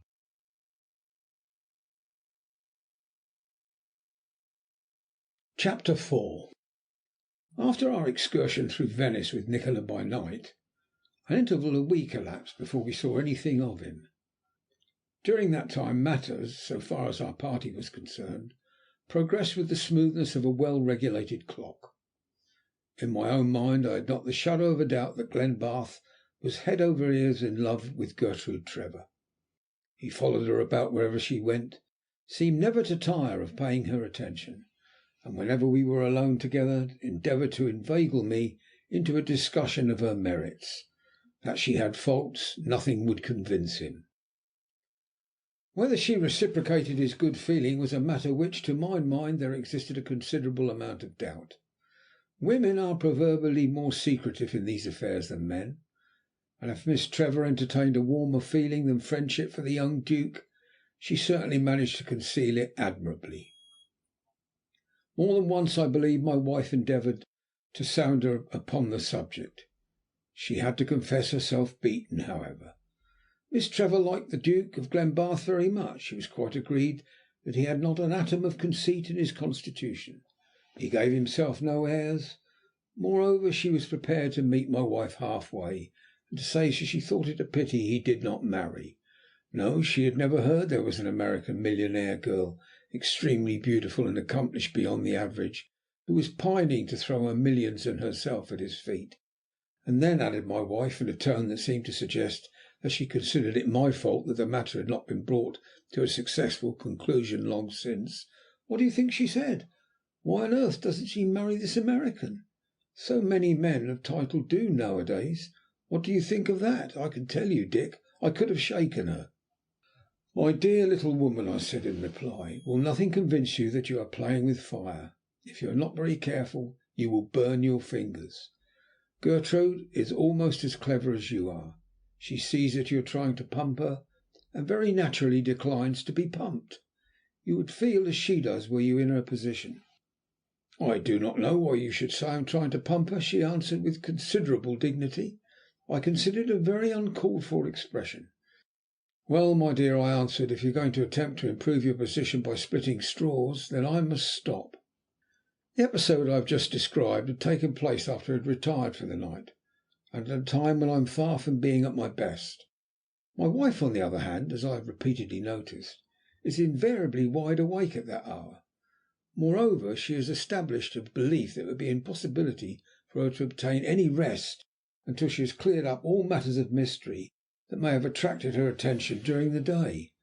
I generally fall asleep before she is halfway through, and for this reason I am told that I lack interest in what most nearly concerns our welfare. One would at least imagine that you could remain awake to discuss events of so much importance to us and to those about us, I have known her say. I have observed that you can talk about horses, hunting and shooting with your bachelor friends until 2 or 3 o'clock in the morning without falling asleep. But when your wife is anxious to ask your opinion about something that does not concern your amusements, then you must needs go to sleep. My dear, I replied, when all is said and done we are but human. You know as well as I do that if a man were to come to me when I had settled down for the night, and were to tell me that he knew where to lay his hand upon the finest horse in England, and where he could put me on to 10 coveys of partridges within a couple of 100 yards of my own door, that he could even tell me the winner of the Derby, I should answer him as I am now answering you. And your reply would be? I am afraid the pains I had been at to illustrate my own argument must have proved too much for me, for I was informed in the morning that I had talked a vast amount of nonsense about seeing Nikola concerning a new pigeon trap, and had then resigned myself to the arms of Morpheus. If there should be any husbands whose experience have run on similar lines, I should be glad to hear from them. But to return to my story. One evening, exactly a week after Glenbarth's arrival in Venice, I was dressing for dinner when a letter was brought to me. Much to my surprise, I found it was from Nikola, and in it he inquired whether it would be possible for me to spare the time to come and see him that evening. It appeared that he was anxious to discuss a certain important matter with me. I noticed, however, that he did not mention what the matter was. In a postscript he asked me, as a favour to himself, to come alone. Having read the letter, I stood for a few moments with it in my hand, wondering what I should do. I was not at all anxious to go out that evening. On the other hand, I had a strange craving to see Nikola once more.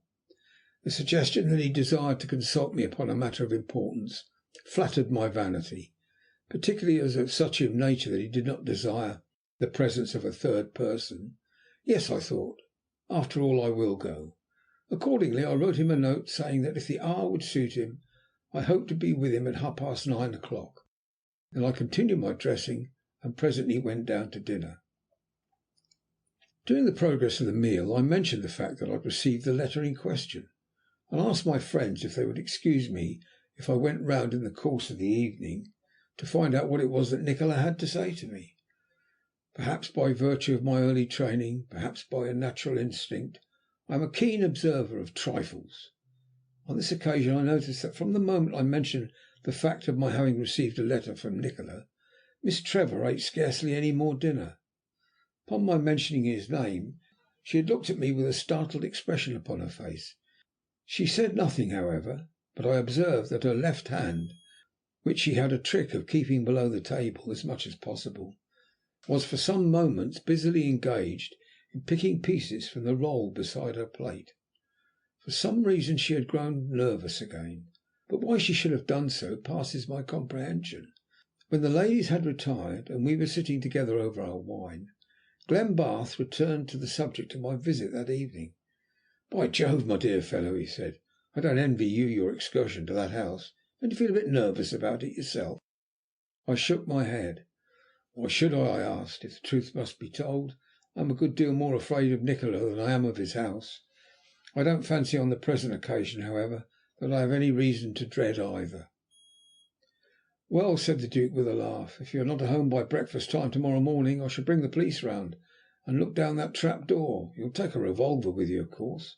"I shall do nothing of the kind," I replied, "quite able to take care of myself without having recourse to firearms." Nevertheless, when I went up to my room to change my coat prior to leaving the house, I took a small revolver from my dressing case and weighed it in my hand.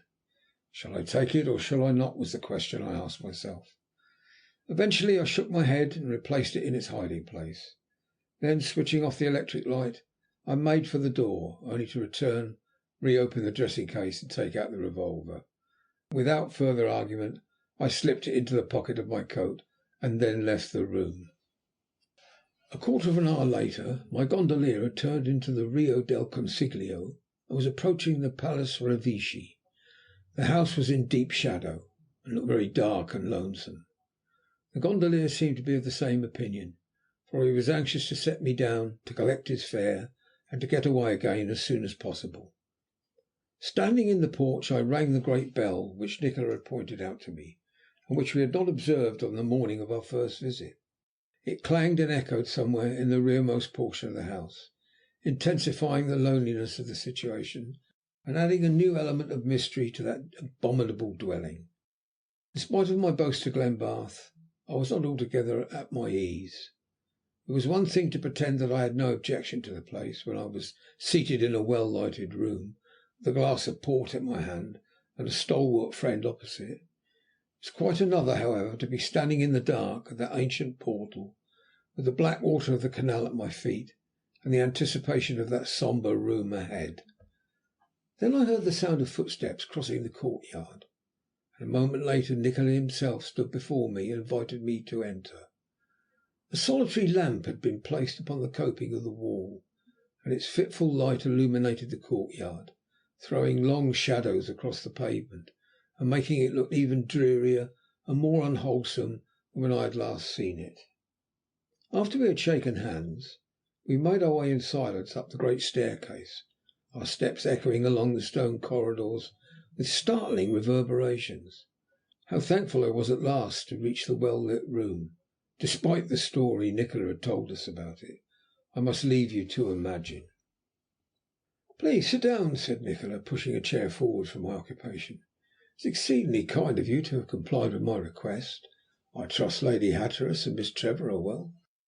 "Thank you, they are both well," I replied. "They both beg to be remembered to you." Nikola bowed his thanks, and then, when he had placed a box of excellent cigars at my elbow, prepared and lighted a cigarette for himself. All this time I was occupying myself wondering why he had asked me to come to him that evening, and what the upshot of the interview was to be. Knowing him as I did, I was aware that his actions were never motiveless. Everything he did was to be accounted for by some very good reason. After he had tendered his thanks to me for coming to see him, he was silent for some minutes, for so long indeed that I began to wonder whether he had forgotten my presence. In order to attract his attention, I commented upon the fact that we had not seen him for more than a week. "I have been away," he answered, with what was plainly an attempt to pull himself together. "Business of a most important nature called me to the south of Italy, to Naples in fact, and I only returned this morning." Once more he was silent. Then, leaning towards me, and speaking with even greater impressiveness than he had yet done, he continued, "Hatteras, I am going to ask you a question, and then, with your permission, should like to tell you a story." Not knowing what else to do, I simply bowed. I was more than ever convinced that Nikola was going to make use of me. "Have you ever wondered," he began, still looking at me straight in the face and speaking with great earnestness, "what it was first made me the man I am?" I replied to the effect that I had often wondered, but naturally had never been able to come to a satisfactory conclusion. "Some day you shall know the history of my life," he answered, "but not just yet. There is much to be done before then. And now I am going to give you the story I promised you. You will see why I have told it to you when I have finished." He rose from his chair and began to pace the room. I had never seen Nikola so agitated before. When he turned and faced me again, his eyes shone like diamonds. His whole body quivered with suppressed excitement. "Hatteras," he went on, when he had somewhat mastered his emotion, "I doubt very much if ever in this world's history there has been a man who has suffered more than I have done. As I said just now, the whole story I cannot tell you at present. Some day it will come in its proper place, and you will know everything. In the meantime—" He paused for a few moments, and then continued abruptly. "The story concerns a woman, a native of this city, the last of an impoverished but ancient family. She married a man many years her senior, whom she did not love. When they had been married just over 4 years, her husband died, leaving her with one child to fight the battles of the world alone. The boy was nearly 3 years old, sturdy, clever little urchin, who up to that time had never known the meaning of the word trouble. Then there came to Venice a man, a Spaniard, handsome as a serpent and as cruel.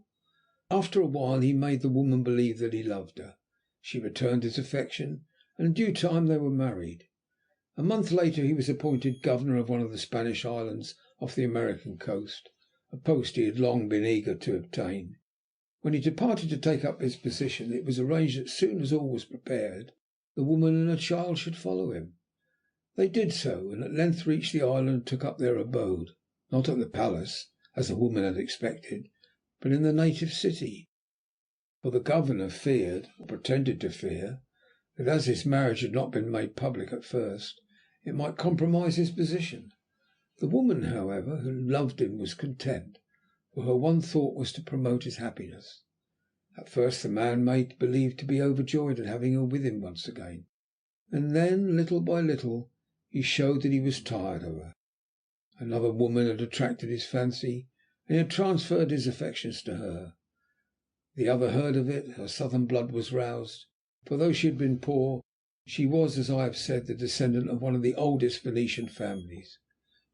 As his wife she endeavoured to defend herself, and then came the crushing blow, delivered with all the brutality of a savage nature. "You are not my wife," he said. "I already had a wife living when I married you." She left him without another word and went away to hide her shame. 6 months later the fever took her and she died. Thus the boy was left at 5 years old without a friend or protector in the world. Happily, however, a humble couple took compassion on him, and after a time determined to bring him up as their own.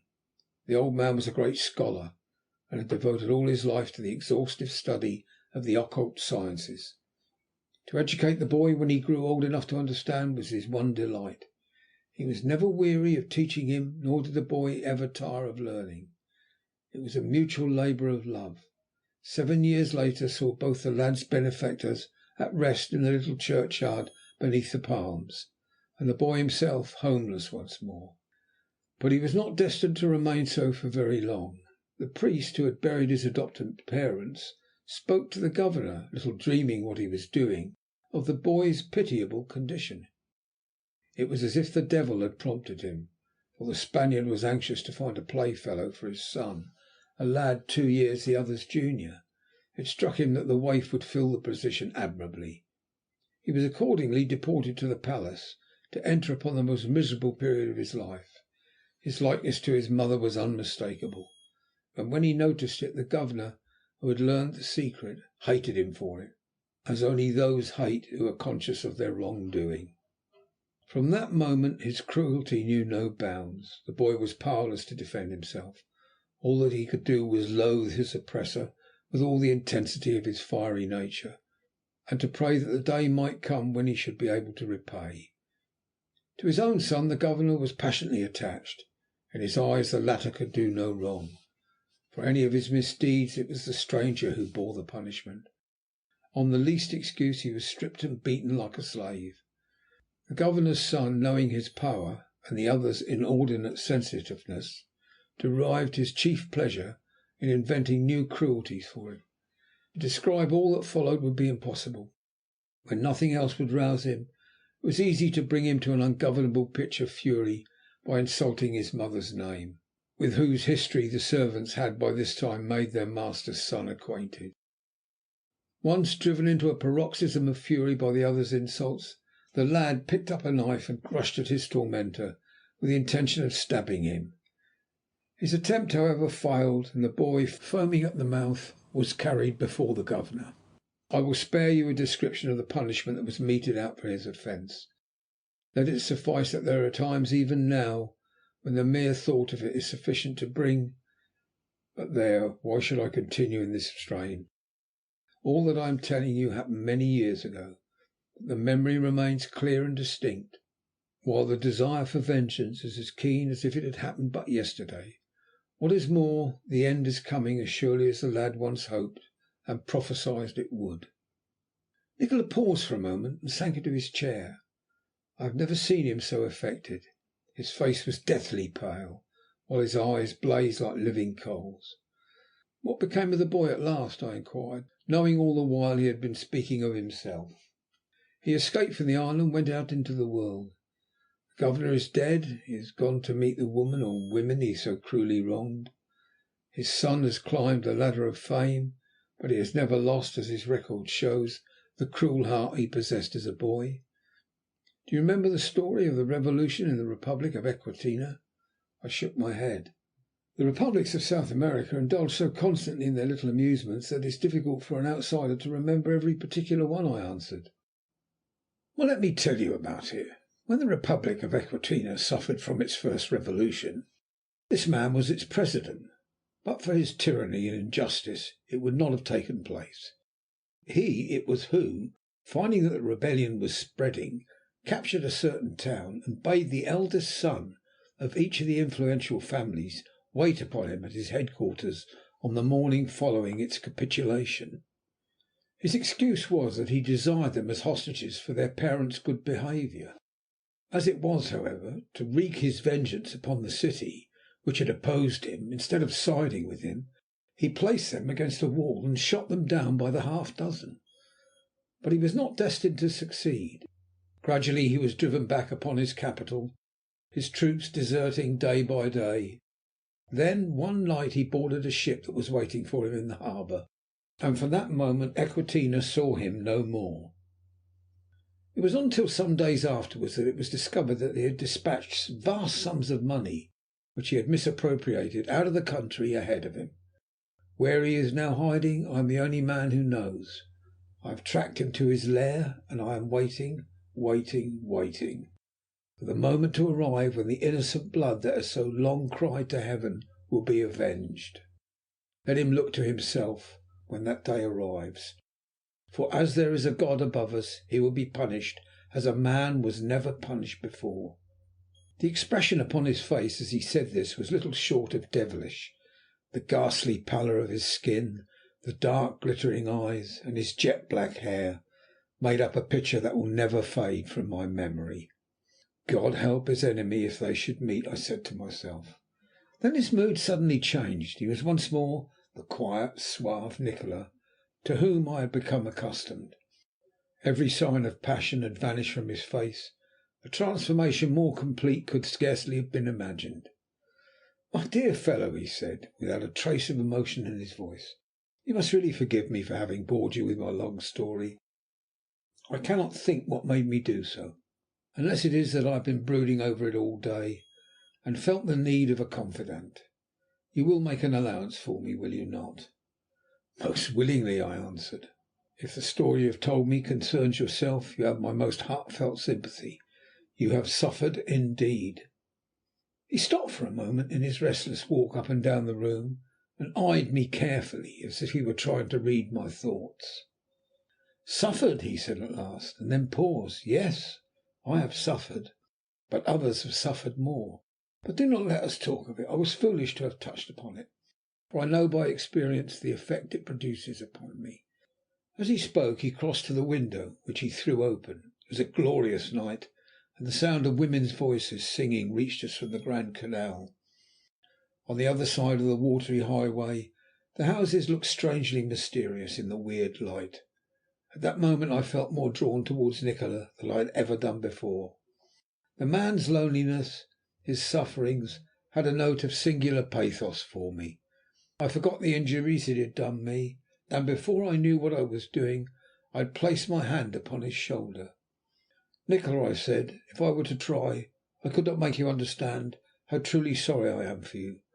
The life you lead is so unlike that of any other man. You see only the worst of human nature. Why not leave this terrible gloom, give up these experiments upon which you are always engaged, and live only in the pure air of the commonplace everyday world? Your very surroundings, this house for instance, are not like those of other men. Believe me, there are other things worth living for besides the science which binds you in its chains. If you could learn to love a good woman—" "My dear Hatteras," he put in, more softly than I had ever heard him speak, "woman's love is not for me.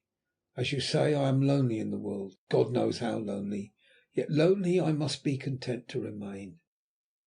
Then, leaning his hands upon the window sill, he looked out upon the silent night, and I heard him mutter to himself, "Yes, lonely to the end."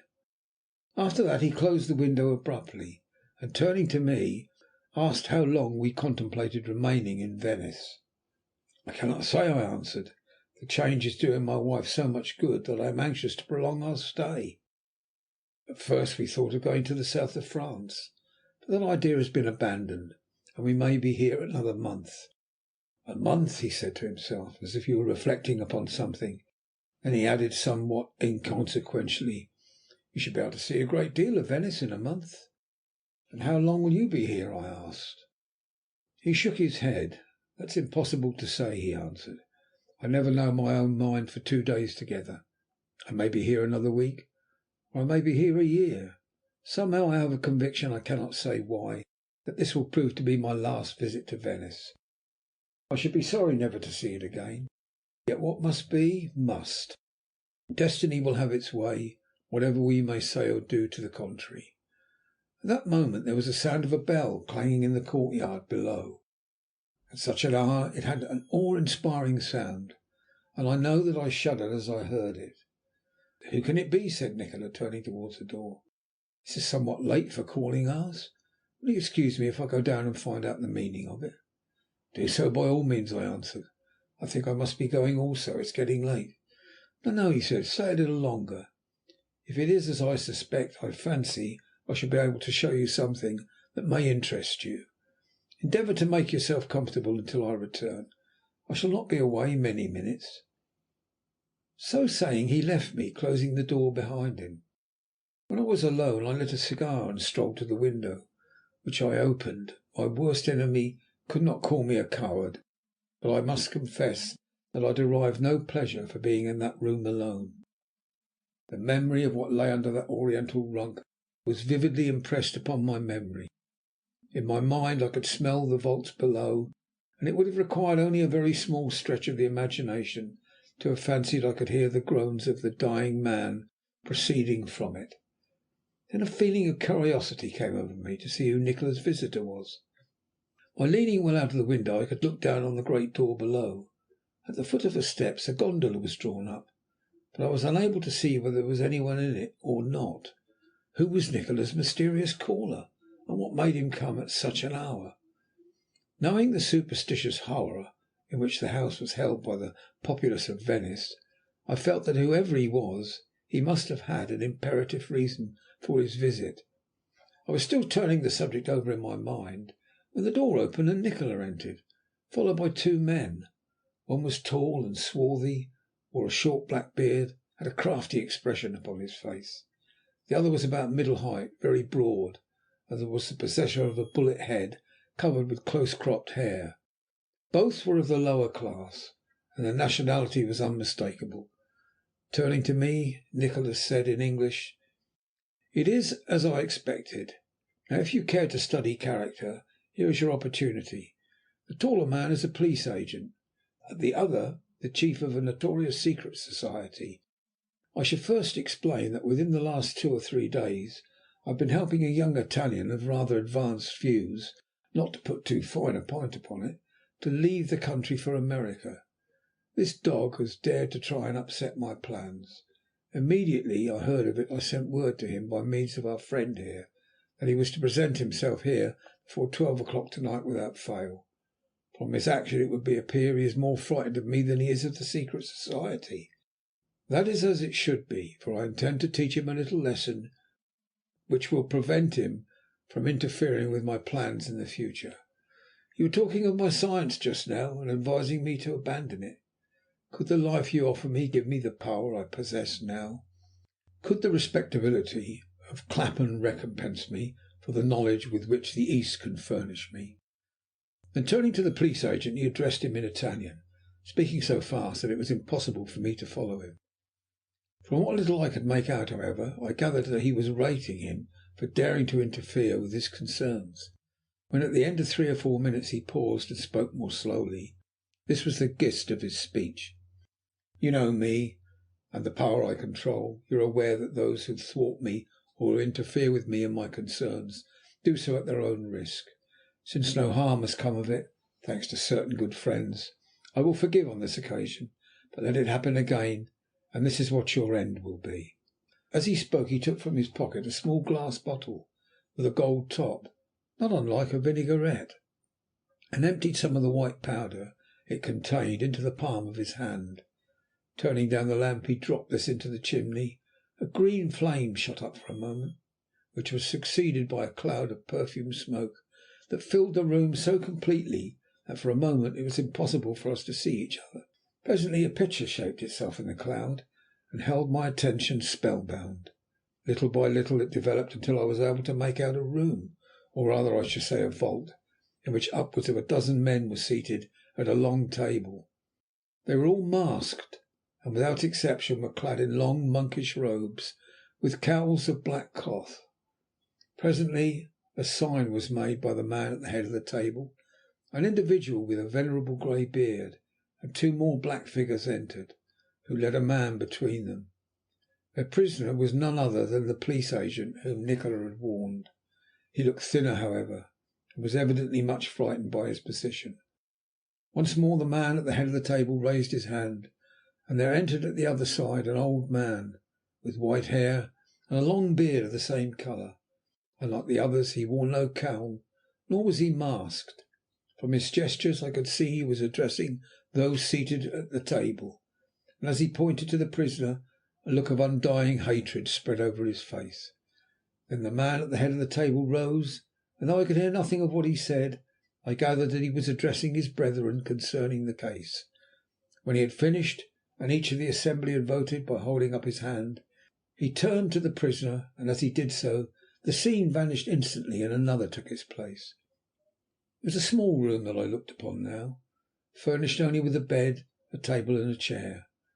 At the door was a man who had figured as a prisoner in the previous picture, but now sadly changed. He seemed to have shrunk to half his former size. His face was pinched by starvation. His eyes were sunken, but there was an even greater look of terror in them than had been there before. Opening the door of the room, he listened, and then shut and locked it again. It was as if he was afraid to go out, and yet knew that if he remained where he was, must perish of starvation. Gradually the room began to grow dark, and the terrified wretch paced up and down, listening at the door every now and then. Once more the picture vanished, as its companion had done, and a third took its place. This proved to be a narrow street signed by moonlight. On either side the houses towered upwards towards the sky, and since there was no one about, it was plain that the night was far advanced. Presently, creeping along in the shadow on the left-hand side, searching among the refuse and garbage of the street for food, came the man I had seen afraid to leave his attic. Times out of number he looked swiftly behind him, as if he thought it possible that he might be followed. He was but little more than halfway up the street, and was stooping to pick up something, when two dark figures emerged from a passage on the left and swiftly approached him. Before he had time to defend himself, they were upon him, and a moment later he was lying stretched out upon his back in the middle of the street, a dead man. The moon shone full down and clear upon his face, the memory of which makes me shudder even now. Then the picture faded away, and the room was light once more. Instinctively I looked at the police agent. His usually swarthy face was deathly pale, and from the great beads of perspiration that stood upon his forehead I gathered that he had seen the picture too. "Now," said Nikola, addressing him, "you have seen what is in store for you if you persist in pitting yourself against me. You recognise that the grey-haired man who appealed to the council against you. Then rest assured of this: so surely as you continue your present conduct, so surely will the doom I have just revealed to you overtake you. Now go and remember what I have said." Turning to the smaller man, Nikola placed his hand in a kindly fashion upon his shoulder.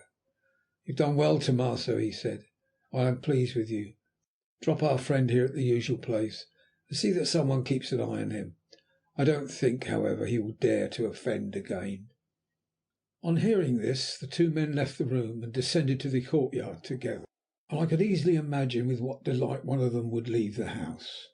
When they had gone, Nikola, who was standing at the window, turned to me, saying, "What do you think of my conjuring?" I knew not what answer to make that would satisfy him. The whole thing seemed so impossible that, had it not been for the pungent odour which still lingered in the room, I could have believed I had fallen asleep and dreamed it all. "You can give me no explanation, then?" said Nikola, with one of his inscrutable smiles. "And yet, having accumulated this power, this knowledge, call it what you will, you would still bid me to give up science. Come, my friend, you have seen something of what I can do. Would you be brave enough to try, with my help, to look into what is called the great unknown, and see what the future has in store for you? I fancy it could be done. Are you to be tempted to see your own end?" "No, no," I cried. "I will have nothing to do with such an unholy thing. Good heavens, man, from that moment on life would be unendurable." "You think so, do you?" he said slowly, keeping his eye fixed on me. "And yet I have tried it myself." "My God, Nikola!" I answered in amazement, for I knew him well enough to feel sure that he was not talking idly. "You don't mean to tell me that you know what your own end is going to be?" "Exactly," he answered. "I've seen it all, and it is not pleasant. But I think I may say without vanity that it will be an end worthy of myself." "But now that you know it, can you not avert it?" "Nothing can be averted," he answered solemnly. "As I said before these men entered, what must be, must. What does Schiller say? Noch niemand entfloh dem verhängten Geschick. And you were brave enough to look. Does it require so much bravery, do you think? Believe me, there are things which require more."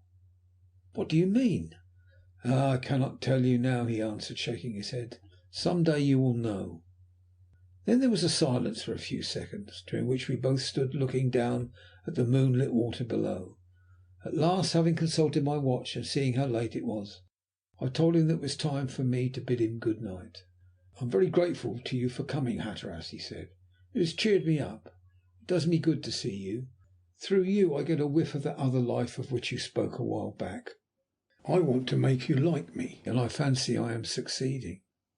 Then we left the room together and went down the stairs to the courtyard below. Side by side we stood upon the steps waiting for a gondola to put in an appearance. It was some time before one came in sight, but when it did so I hailed it and then shook Nikola by the hand and bade him good night. "Good night," he answered. "Pray remember me kindly to Lady Hatteras and to Miss Trevor." The little pause before Miss Trevor's name caused me to look at him in some surprise. He noticed it and spoke at once. "You may think it strange of me to say so," he said, "but I cannot help feeling interested in that young lady. Impossible though it may seem, I have a well-founded conviction that in some way her star is destined to cross mine, and before very long. I have only seen her twice in my life in the flesh, but many years ago her presence on the earth was revealed to me, and I was warned that some day we should meet. What that meeting will mean to me is impossible to say, but in its own good time fate will doubtless tell me. And now once more, good night." "Good night," I answered mechanically, for I was too much surprised by his words to think what I was saying. Then I entered the gondola and bade the man take me back to my hotel. "Surely Nikola has taken leave of his senses," I said to myself as I was rowed along. Gertrude Trevor was the very last person in the world that I should have expected Nikola to make such a statement about. At this point, however, I remembered how curiously she had been affected by their first meeting, and my mind began to be troubled concerning her. "Let us hope and pray that Nikola doesn't take it into his head to imagine himself in love with her," I continued to myself. "If he were to do so, I scarcely know what the consequences would be." Then, with a touch of the absurd, I wondered what her father, the eminently respected Dean, would say to having Nikola for a son-in-law. By the time I had reached this point in my reverie, the gondola had drawn up at the steps of the hotel. My wife and Miss Trevor had gone to bed, but Glenbarth was sitting up for me. "Well, you've paid him a long visit in all conscience," he said a little reproachfully. Then he added with what was intended to be a touch of sarcasm, "I hope you have spent a pleasant evening." "I'm not quite so certain about that," I replied. "Indeed, then what have you discovered?" "One thing of importance," I answered, "that Nikola grows more and more inscrutable every day."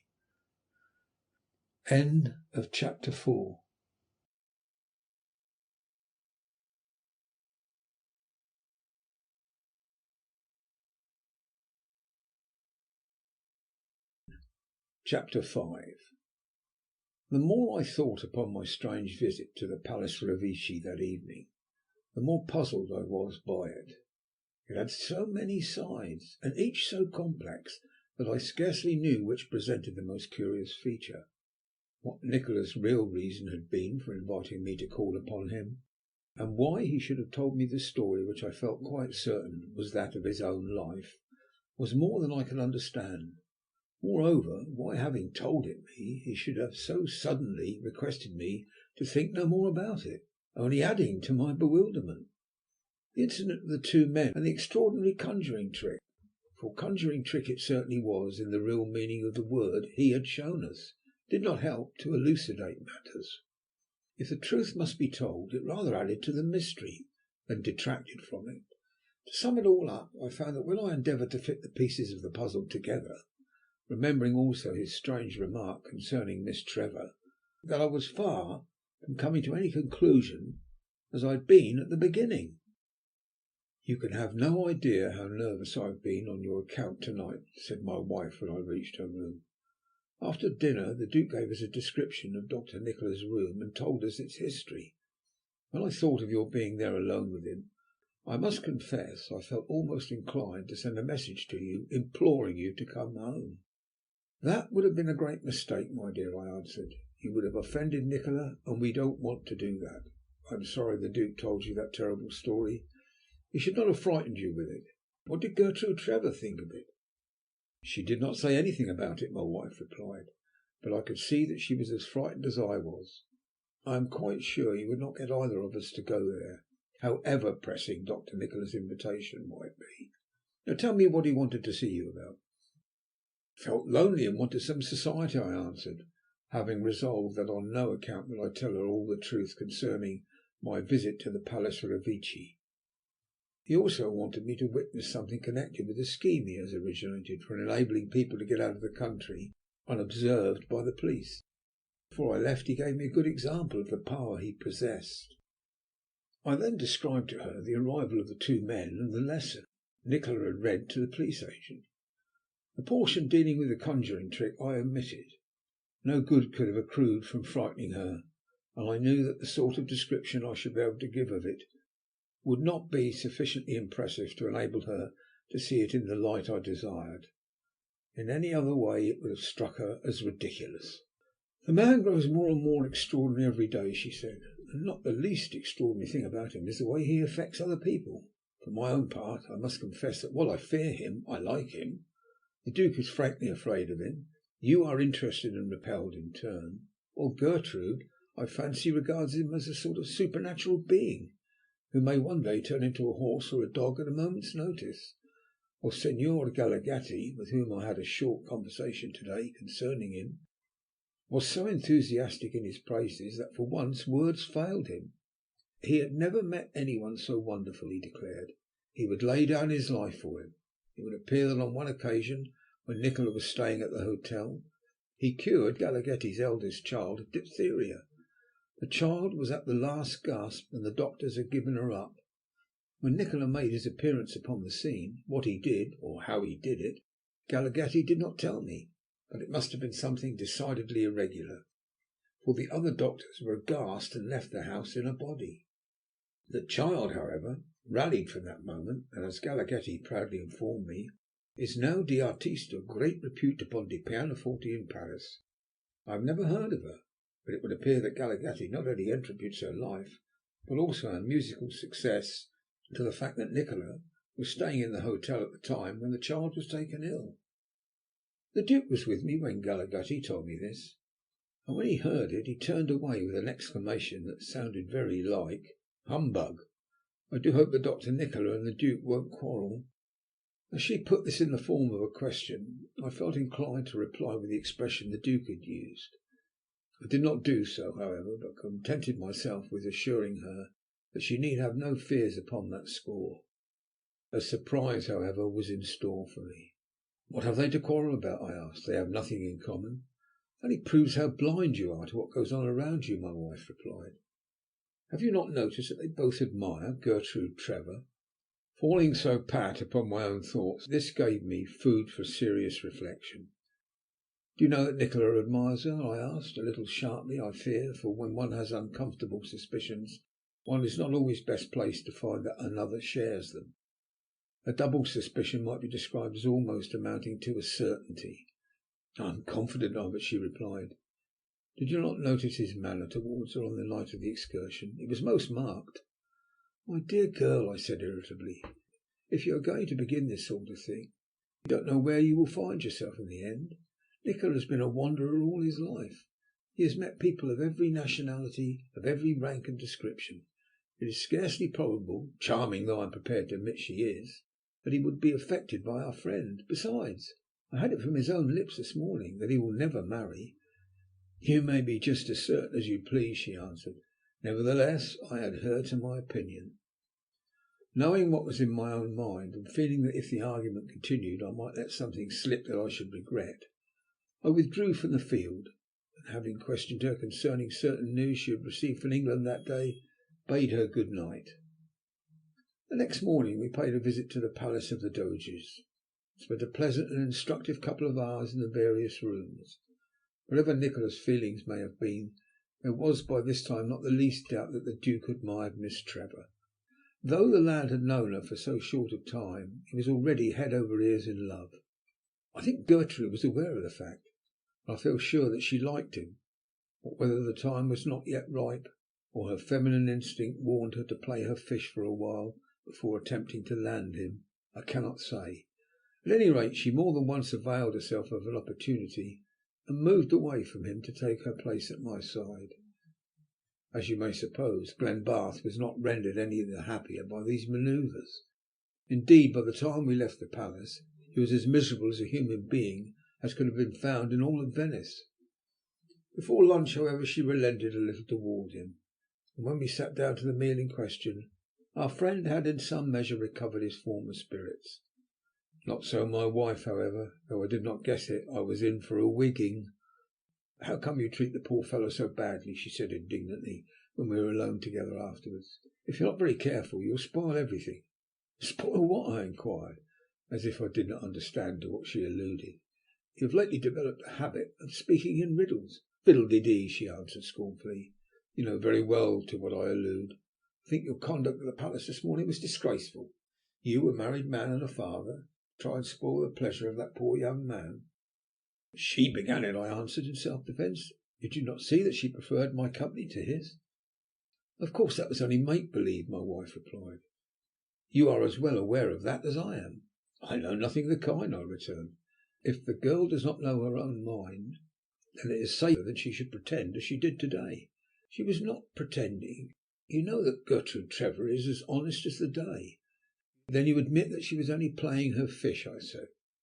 "If you are going to be vulgar I shall leave you," she retorted. "I don't know what you mean by playing her fish. Gertrude only came to you because she did not want to allow her liking for the Duke to appear too conspicuous." "It's the same thing in the end," I answered. "Believe me, it is. You describe it as not making her conduct appear too conspicuous, while I call it playing her fish. I have the best possible recollection of a young lady who used to play quoits with me on the deck of the Orotava a good many years ago. One day we were approaching Naples at the time. She played game after game with the doctor and snubbed me unmercifully." "You know very well I didn't mean it," she answered with a stamp of her foot. "You know I had to act as I did."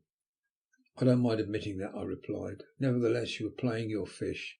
That night after dinner you forgave me, and—" She slipped her arm through mine and gave it a hug. I could afford to be generous. Those were the dear old days, were they not? For one, I am not going to quarrel about them. Now let's go and find the others. We discovered them in the balcony, listening to some musicians on a gondola below. Miss Trevor plainly hailed our coming with delight. The Duke, however, was by no means so well pleased. He did his best, however, to conceal his chagrin. Going to the edge of the balcony, I looked down at the boat. The musicians were 4 in number, 2 men and 2 girls. And at the moment of our putting in an appearance, one of them was singing the Ave Maria from the Cavalleria Rusticana in a manner that I had seldom heard it sung before. She was a handsome girl, and knew the value of her good looks. Beside her stood a man with a guitar, and I gave a start as I looked at him.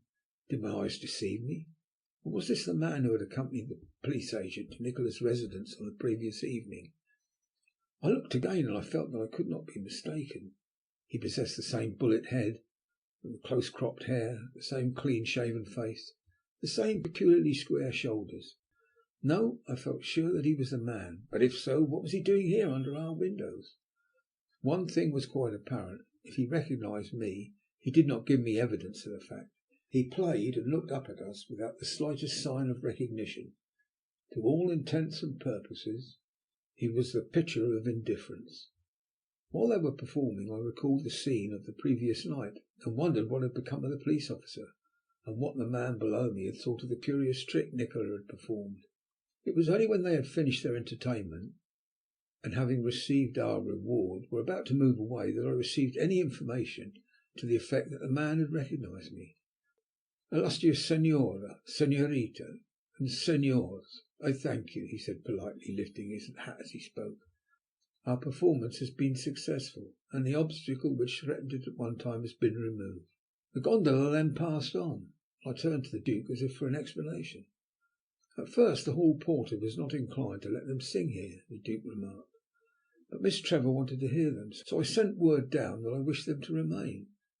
In spite of the explanation, I understood to what the man had referred, but for the life of me could not arrive at his reason for visiting our hotel that day.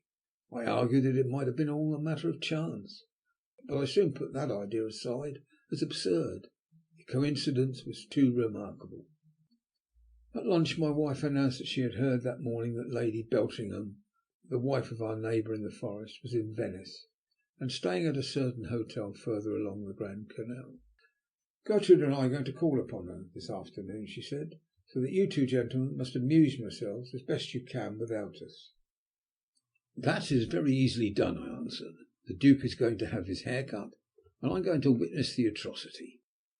You may expect to see him return not unlike that man with the guitar in the boat this morning."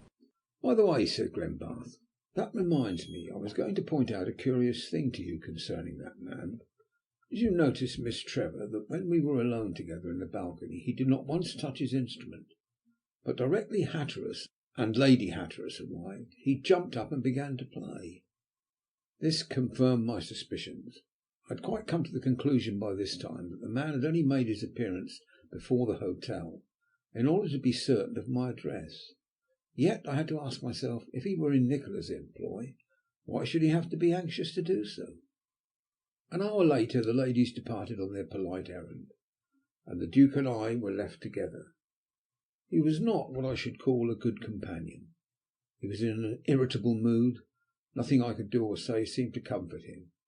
I knew very well what was the matter, and when we had exhausted English politics, and the rise and fall of Venice, Ruskin, and the advantages of foreign travel, I mentioned incidentally the name of Miss Trevor. The frown vanished from his face, and he answered like a coherent mortal. "Look here, Hatteras," he said, with a fine burst of confidence, "you and I have been friends for a good many years, and I think we know each other about as well as two men can do." "That is so," I answered, wondering what he was driving at. "We've been through some strange adventures together, and should certainly know each other. I hope that you are not going to propose that we should depart on some harum-scarum expedition like that you wanted me to join you in last year, to the Pamirs, was it not? If so, I can tell you once and for all that my lady won't hear of it." "Confound the Pamirs," he replied angrily. "Is it likely that I should think of going there just now? You misunderstand my meaning entirely. What I want is a sympathetic friend who can enter into my troubles and, if possible, help me out of them." For the life of me I could not forbear from teasing him for a little longer. "My dear old fellow," I said, "you know that I will do anything I possibly can to help you. Take my advice and get rid of the man at once. As I told you in my letter to you before you left England, it is only misplaced kindness to keep him on. You know very well that he has been unfaithful to you for some years past. Then why allow him to continue in his wrongdoing? The smash will come sooner or later." "What do you mean?" he asked. "Well, I suppose your trouble is connected with the agent you were telling me of yesterday, the man who, it was discovered, had been cooking the accounts, selling your game, pocketing the proceeds, and generally feathering his own nest at your expense." An ominous frown gathered upon my friend's forehead. "Upon my word," he said, "I really believe you're taking leave of your senses. Do you think I'm bothering myself at such a time about that wretched Mitchell? Let him sell every beast upon the farms, every head of game. In point of fact, let him swindle me as he likes, and I wouldn't give a second thought to him." "I'm very sorry," I answered penitently, rolling the leaf of my cigar. "Then it was the yacht you were thinking about? You have what I consider a very good offer for it. Let her go. You're rich enough to be able to build another, and the work will amuse you. You want employment of some sort." "I'm not thinking of the yacht either," he growled. "You know that as well as I do." "How should I know it?" I answered. "I'm not able to tell you what is in your mind. I do not happen to be like Nikola." "You are singularly obtuse today," he asserted, throwing what remains of his cigar in the canal and taking another from his case. "Look here," I said, "you're pitching into me because I can't appreciate your position. Now how am I likely to be able to do so, considering that you've told me nothing about it? Before we left London you informed me that the place you had purchased in Warwickshire was going to prove your chief worry in life. I said sell it again. Then you found that your agent in Yorkshire was not what he might be. I advised you to get rid of him. You would not do so because of his family. Then you confessed in a most lugubrious fashion that your yacht was practically becoming unseaworthy by reason of her age. I suggested that you should sell her to Deeside, who likes her, or part with her for a junk. You vowed you would not do so because she was a favourite. Now you are unhappy, and I naturally suppose that it must be one of these things which is causing you uneasiness." You scout the idea. What, therefore, am I to believe? Upon my word, my friend, if I did not remember that you have always declared your abhorrence of the sex, I should begin to think you must be in love." He looked at me out of the corner of his eye. I pretended not to notice it, however, and still rolled a leaf of my cigar. "Would it be such a very mad thing if I did fall in love?" he asked at last. "My father did so before me, and I believe my grandfather did also. You yourself committed the same indiscretion. And have you seen the miserable result?" "I have observed one of the happiest couples in the world," he replied. "But joking apart, Hatteras, I want to talk the matter over with you seriously. I don't mind telling you at once that as between friend and friend that I want to marry Miss Trevor." I endeavoured to look surprised, but I fear the attempt was a failure. "May I remind you," I said, "you have only known her barely a week. I don't want to discourage you, but is not your affection of rather quick growth?" "It is, but it does not mean that I am not the less sincere. I tell you candidly, Dick, I have never seen such a girl in my life. She would make any man happy." "Very likely, but would any man make her happy?" His face fell and he shifted uneasily in his chair. "Confound you," he said. "You put everything in a new light. Why should I not be able to make her happy? There are lots of women who would give their lives to be a duchess." "I admit that," I answered. "I don't fancy, however, your rank will make much difference with Miss Trevor. When a woman is a lady and in love, she doesn't mind very much whether the object of her affections is a duke or a chimney sweep. Don't make the mistake of believing that a dukedom counts for everything where the heart is concerned. We outsiders should have no chance at all if that were the case." "But Hatteras," he said, "I didn't mean that. I'm not such a cad as to imagine that Miss Trevor would marry me simply because I happen to have a handle to my name. I want to put the matter plainly before you. I told you that I love her. Do you think there's any chance of her taking a liking to me?" "Now that you have told me what is in your mind," I answered, "I can safely state my opinion. Mind you, I know nothing about the young lady's ideas. But if I were a young woman and an exceedingly presentable young man, you may thank me for the compliment afterwards, were to lay his heart at my feet, especially when that heart is served up on strawberry leaves and £5 notes, I fancy I should be inclined to think twice before I discouraged his advances. Whether Miss Trevor will do so, however, is quite another matter." "Then you are not able to give me any encouragement?" "I will wish you Godspeed upon your enterprise," I said. "If that is any satisfaction to you, I cannot do more." As I said it, I held up my hand, which he took and shook. "God bless you, old man," he said. "You don't know what all this means to me. I've suffered agonies these last 2 days. I believe I should go mad if it continued. Yesterday she was kindness itself. To day she will scarcely speak to me. I believe Lady Hatteras takes my side." I was not to be caught napping. "You must remember that Lady Hatteras herself is an impressionable young woman," I answered. "She likes you and believes in you, and because she does, she thinks her friend ought to do so also. Now look here, your Grace." "You needn't put on any sign of that kind," he answered reproachfully. "I believe I am talking to the Duke of Glenbarth," I returned. "You are talking to your old friend, the man who went round the world with you, if that's what you mean," he answered. "What does he have to say?" "I want you to plainly understand that Miss Trevor is my guest. I want you also to realize, however difficult it may be, that you have only known her a very short time. She is a particularly nice girl, as you yourself have admitted. It would be scarcely fair, therefore, if I were to permit you to give her the impression that you were in love with her until you have really made up your mind. Think it well over. Take another week, shall we say a fortnight? A month would be better still." He groaned in despair. "You might as well say a year while you are about it.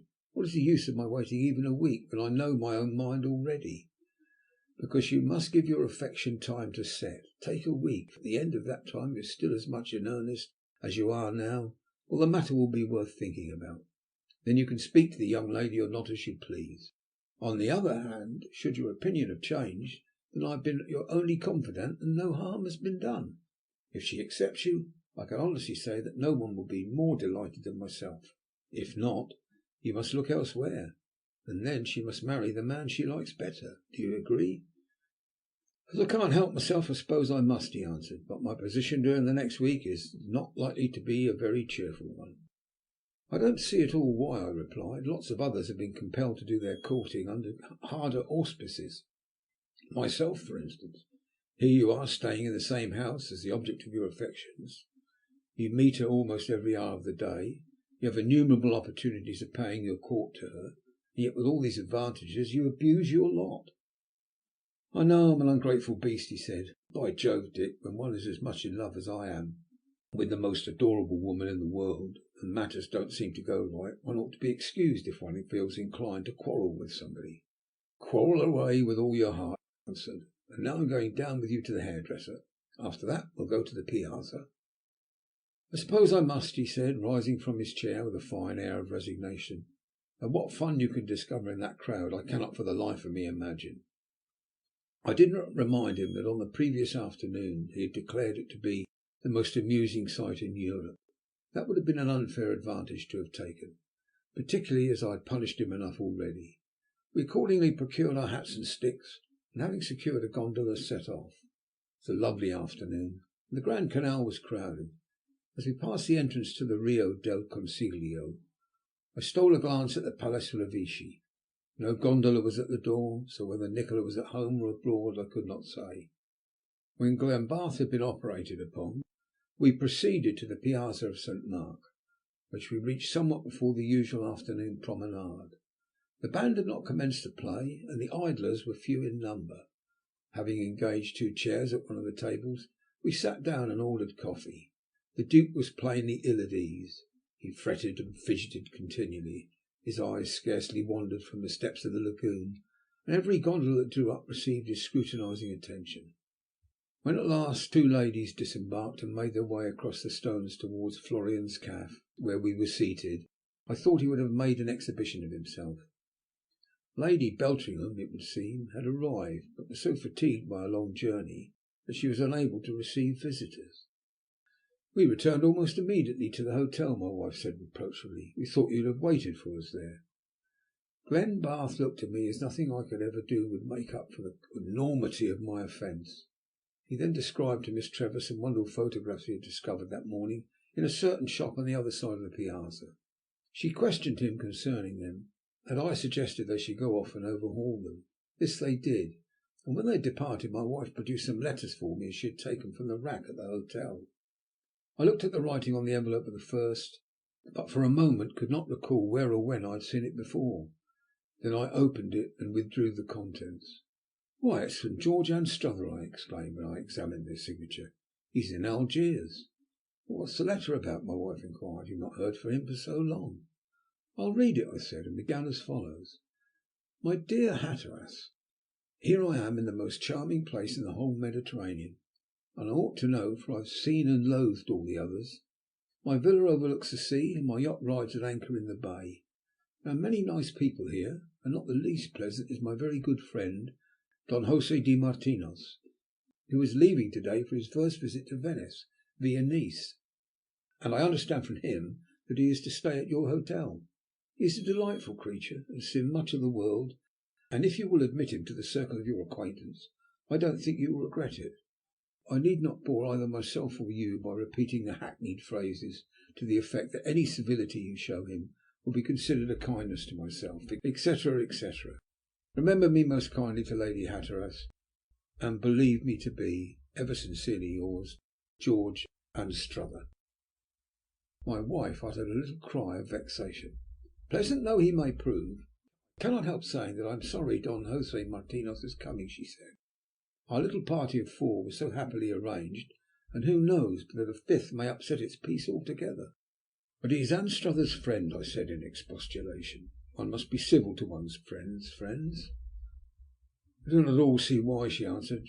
"Because we like Mr. Anstruther, it does not follow that we shall like his friend." At that moment the young couple were to be observed crossing the piazza in our direction. Glenbarth carried a parcel under his arm. "I don't think there's much doubt about that affair," said my wife, as she regarded them approvingly.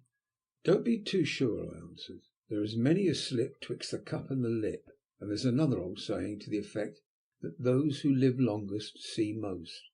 One is sometimes oracular, even in jest." End of chapter 5.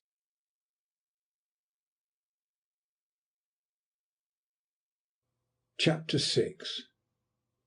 On the following day, having sent my servant to inquire, I was informed that the Don José de Martinos had arrived at the hotel, and had engaged rooms on the floor above our own. Accordingly, after luncheon, I ascended to the rooms in question, and asked whether he would receive me. I had scarcely waited more than a minute before he made his appearance. He paused on the threshold to give an order to his man, and while he did so, I was permitted an opportunity of taking stock of him. He was a tall, muscular man of between 35 and 40 years of age. His appearance did not betray so much of his Spanish origin as I had expected. Indeed, it would have been difficult to have given him a nationality. I noticed that his beard, which he wore closely clipped, was not innocent of the touch of time. His face was a powerful one, but at first glance I was not altogether prepossessed in its favour.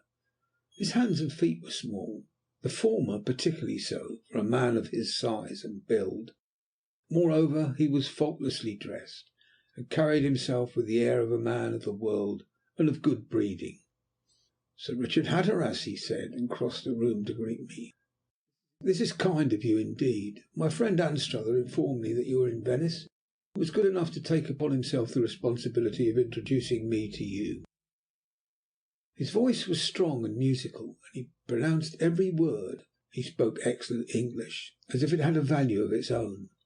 I inquired after Anstruther's health, which for some time past had been precarious, and it was with satisfaction that I learnt of the improvement that had taken place in it. "You would scarcely know him now," said Martinos. "He looks quite strong again. But permit me to offer you a cigar. We Spaniards say that we cannot talk unless we smoke. You English say that you cannot smoke if you talk." And as he said this he handed me a box of cigars. "I fancy you will like them," he said. "The tobacco was grown upon my own estate in Cuba. For that reason I can guarantee their purity." The weed I selected was excellent. In fact, one of the best cigars I had ever smoked. While he was lighting his, I stole another glance at him. Decidedly he was a handsome man, but here was the stumbling block. I cannot say what about him that I did not altogether like. It was not a crafty face, far from it. The eyes were well placed, and the mouth, from what one could see of it under his black moustache, was well moulded, with white, even teeth. The nose was even slightly aquiline, and the chin large, firm, and square. Nevertheless, there was something about it that did not suit my fancy. Once I told myself it was a cruel face, yet the singularly winning smile that followed a remark of mine a moment later went some way towards disabusing my mind upon that point. "Lady Hatteras, I understood from Senor Anstruther, is with you," he said, after we had talked of other things. "She is downstairs at this moment," I answered. "We are a party of 4. Miss Trevor, the daughter of the Dean of Bedminster, the Duke of Glenbarth, my wife, and myself. I hope you will permit me the pleasure of introducing you to them at an early date." "I shall be most happy," he replied. "I am particularly fond of Venice, but when all is said and done one must have companions to enjoy it thoroughly." I had been given to understand that this was his first visit to the Queen of the Adriatic, but I did not comment upon the fact. One was inclined to believe that Adam would have enjoyed the Garden of Eden if it had not been for Eve, I remarked with a smile. "Poor Adam," he answered. "I have always thought him a much abused man. Unlike ourselves, he was without experience. He had a companion forced upon him who worked his ruin, and the loss on the transaction was not only physical but financial." "How long do you contemplate remaining in Venice?" I asked, after the little pause that followed his last speech. "I scarcely know," he answered. "My movements are most erratic. I am the most unfortunate of God's creatures. I wander the face of the earth. I have no relations and few friends. I roam about as the fancy takes me, remain in a place as long as it pleases me, and then, like the Arab in the poem, silently take up my tent and move on as soon as the city I happen to be in at the time has lost its charm. I possess a pied-à-terre of 4 rooms in Cairo. I have lived amongst the Kabyles in the desert, and with the Armenians in the mountains. To sum it up, I have the instincts of the wandering Jew, and fortunately the means of gratifying them." What it was I cannot say, but there was something in his speech that grated upon my feelings. Whether what he had said was true or not, I am not in a position to affirm, but the impression I received that he was talking for effect, and every one will know what that means. "As you are such a globe-trotter," I said, "perhaps there is scarcely a portion of the world that you have not visited." "I have perhaps had more than my share of travelling," he answered. "I think I can safely say that, with the exception of South America, I have visited every portion of the known globe." "You have never been in South America, then?" I asked in some surprise. "Never," he replied, and immediately changed the conversation by inquiring whether I had met certain of Anstruther's friends who were supposed to be on their way to Venice. A few minutes later, after having given him an invitation to dinner the next evening, I bade him good bye and left him. On my return my wife was eager to question me concerning him, but as things stood I did not feel capable of giving her a detailed reply. There are some acquaintances who one feels will prove friends from the outset. There are others who fill one from the first with a vague distrust. Not that I altogether distrusted Martinos. I had not seen enough of him to do that. At the same time, however, I could not conscientiously say, as I have already observed, that I was altogether prepossessed in his favour. The following morning he accepted my invitation for that evening, and punctually at 7:30 he made his appearance in the drawing-room. I introduced him to my wife and also to Miss Trevor when she joined us. "My husband tells me that you are a great traveller," said Phyllis after they had seated themselves. "He says you know the world as we know London." "Your husband does me too much honour," he answered modestly. "From what I have heard of you, you must know the world almost as well as I do. My friend Anstruther has told me a romantic story about you, something connected with the South Sea Island, and a mysterious personage named—" He paused for a moment as if to remember the name. "Nikola," I said. "You do not happen to have met him, I suppose?" "To my knowledge, never," he answered. "It is a strange surname." At that moment Glenbarth entered the room, and I introduced the two men to each other. For some reason of my own I was quite prepared to find that the Duke would not take a fancy to our new acquaintance. Nor was I destined to be disappointed. Before dinner was half over I could see that he had a great difficulty in being civil to the stranger. Had Martinos not been our guest, I doubt very much whether he would have been able to control himself. And yet the Spaniard laid himself out in every way to please. His attentions were paid chiefly to my wife. I do not believe that he addressed Miss Trevor more than a dozen times throughout the meal. Notwithstanding this fact, Glenbarth regarded him with evident animosity, insomuch that Miss Trevor more than once looked at him with an expression of positive alarm upon her face. She had not seen him in this humour before, and though she may have had her suspicions as to the reason of it, it was plain that she was far from approving of his line of action. When the ladies withdrew and the wine was being circulated, I endeavoured to draw the two men into a greater harmony with each other. The attempt, however, was unsuccessful. More than once Glenbarth said things which bordered on rudeness, till I began to feel angry with him. On one occasion, happening to look up suddenly from the cigar which I was cutting, I detected a look upon the Spaniard's face that startled me. It, however, showed me one thing, and that was the fact that, despite his genial behaviour, Martinos had not been blind to the young man's treatment of himself, and also, should a time ever arrive when he would have a chance of doing Glenbarth a mischief, he would not be forgetful of the debt he owed him. Matters were not much better when we adjourned to the drawing-room. Glenbarth, according to custom, seated himself beside Miss Trevor, and studiously ignored the Spaniard. I was more than sorry for this, and I could say it was the behaviour of a schoolboy, not that of a man of the world, and the worst part of it was that it was doing Glenbarth no sort of good in the eyes of the person with whom he wished to stand best. The truth was, the poor lad was far from being himself. He was suffering from an acute attack of a disease which has not yet received the proper attention of science, the disease of first love. So overwhelmed was he by his passion that he could not bear any stranger even to look upon the object of his adoration. Later in the evening matters reached their climax when my wife asked the Don to sing. "I feel sure that you do sing," she said in an artless way which women often affect. "I sometimes try to amuse my friends," said he, and begging us to excuse him, he retired to his own rooms, to presently return with a large Spanish guitar. Having taken a seat near the window, and when he had swept his fingers over the strings in a few preliminary chords, he commenced to sing. He was the possessor of a rich baritone, which he used with excellent effect. My wife was delighted and asked him to sing again. Miss Trevor also expressed her delight and seconded my wife's proposal. This was altogether too much for Glenbarth. Muttering something about a severe headache, he hurriedly left the room. My wife and I exchanged glances, but Martinos and Miss Trevor did not appear to notice his absence. This time he sang a Spanish fishing song, but I did not pay much attention to it. A little later the Don, having thanked us for our hospitality, took his departure, and when Miss Trevor said good night to us and had retired to her own room, my wife and I were left alone together. "What could have made the Duke behave like that?" she said. "He's madly in love, my dear, and also madly jealous," I answered. "I hope and trust, however, that he's not going to repeat this performance." "If he does, it will imperil any chance of his winning Gertrude's love," she replied. "He will also place us in a decidedly awkward position." "Let this be a lesson to you, my dear, never to play with fire again," I replied. "You bring two inflammable people together, and wonder that there should be an explosion."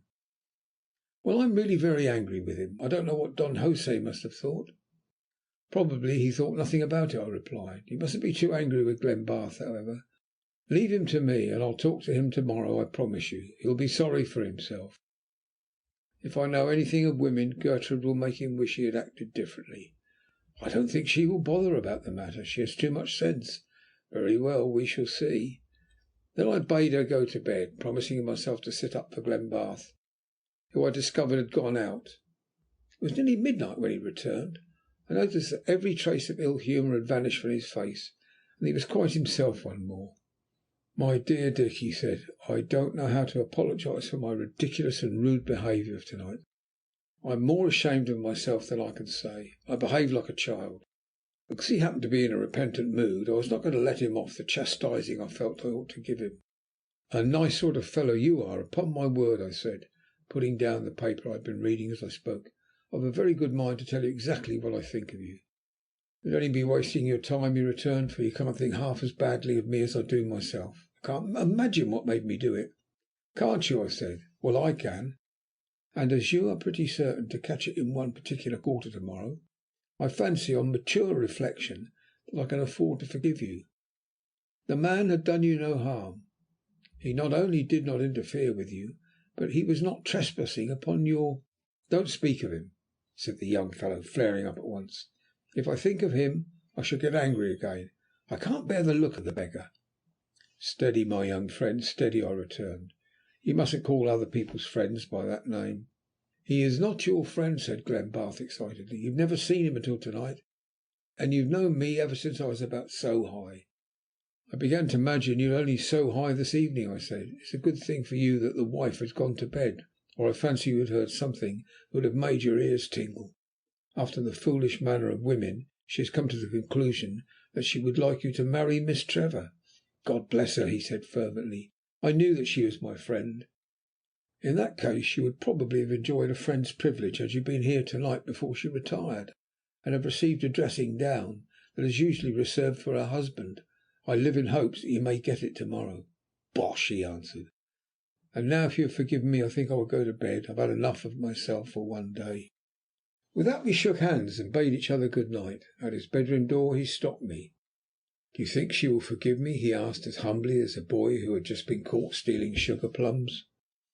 "My wife," I answered, "yes, I think it very probable that she will."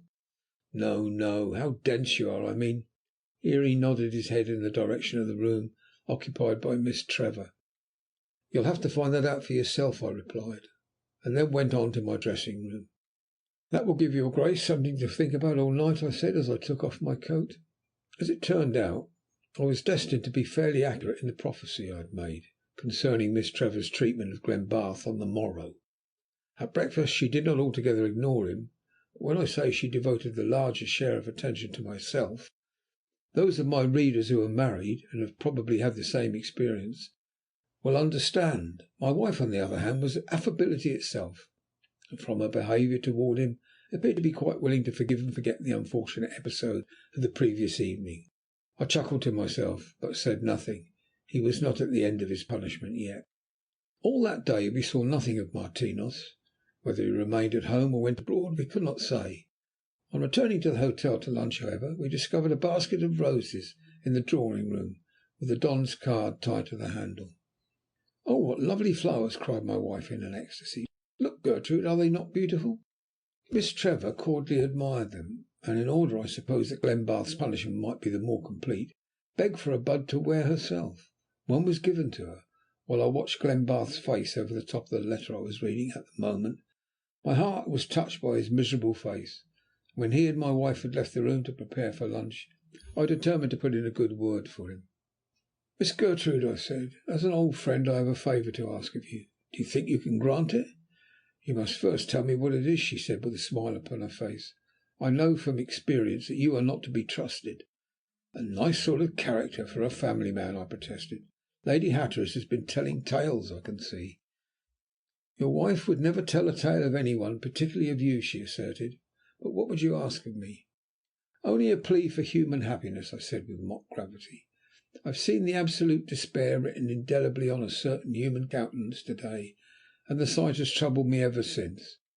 Are you aware that there is a poor young man in this hotel whose face opens like a daisy to the sun when you smile upon him, and closes in the darkness of your neglect?" "How absurd you are!" "Why am I absurd?" "Because you talk in this fashion. Will you smile upon him again? He has suffered a great deal these last 2 days." "Really, you are too ridiculous. I don't know what you mean." "That is not the truth, Miss Trevor, and you know it." "But what have I done wrong?" "The business with the rose just now, for instance, was cruel, to say the least of it." "Really, Sir Richard, you do say such foolish things. If I want a rose to wear, surely I may have one. But I must not stay talking to you. It's 5:20 past 1. I must go and get ready for lunch." I held open the door for her, and as she passed I said, "You will do what I ask, just to please me?" "I don't know what you mean, but I will think it over," she replied, and then departed to her room. She must have done as she promised, for the rose was absent from her dress when she sat down to lunch. Glenbarth noticed it, and from that moment his drooping spirits revived. That afternoon my wife and I went down to meet the P&O mail boat, in order to discover some friends who were on their way to Egypt. As neither the Duke of Glenbarth nor Miss Trevor were acquainted with them, they were excused from attendance. When we joined them, it was plain that all traces of trouble had been removed, and in consequence the Duke was basking in the seventh heaven of happiness. Had I asked the young man at that moment for half his estates, I believe he would have willingly given them to me. He would have done so even more willingly had he known that it was to my agency that he owed the wondrous change in his affairs. For some reason of her own, Miss Trevor was also in the best of spirits. My wife was happy because her turtle doves were happy, and I beamed upon them all with the complacency of the god out of the machine. All this time I had been wondering as to the reason why we had not heard or seen anything of Nikola. Why I should have expected to do so I cannot say, but after the events of 3 evenings ago I had entertained a vague hope that I should have seen him, or that he would have communicated with me in some form or another. We were to see him, however, before very long. We had arranged to visit the Academy on our return from the mail boat, where my wife was anxious to renew her acquaintance with the Titians. For my own part, I am prepared to admit that my knowledge of the pictures is not sufficiently cultivated to enable me to derive any pleasure from the constant perusal of these masters. Phyllis and Miss Trevor, however, managed to discover a source of considerable satisfaction in them. When we left the gallery we made our way, according to custom, in the direction of the Piazza of St. Mark. We had not advanced very far upon our walk, however, before I chanced to turn round to discover, striding after us, no less a person than our new acquaintance, Don José Martinos. He bowed to the ladies, shook hands with myself, and nodded to the Duke. "If you are proceeding in the direction of Piazza, will you permit me to accompany you?" he asked, and that permission having been given by my wife, we continued our walk. What Glenbarth thought of it I do not know, but as he had just Miss Trevor to himself, I do not see that he had anything to complain of. On reaching Florian's café we took our customary seats, the Don placing himself next to my wife, and laying himself out to be agreeable. Once he addressed Glenbarth, and I was astonished to see the conciliatory manner that the other adopted towards him. "Now that he sees he has nothing to fear, perhaps he will not be so jealous," I said to myself. and indeed it appeared as if this were likely to be the case.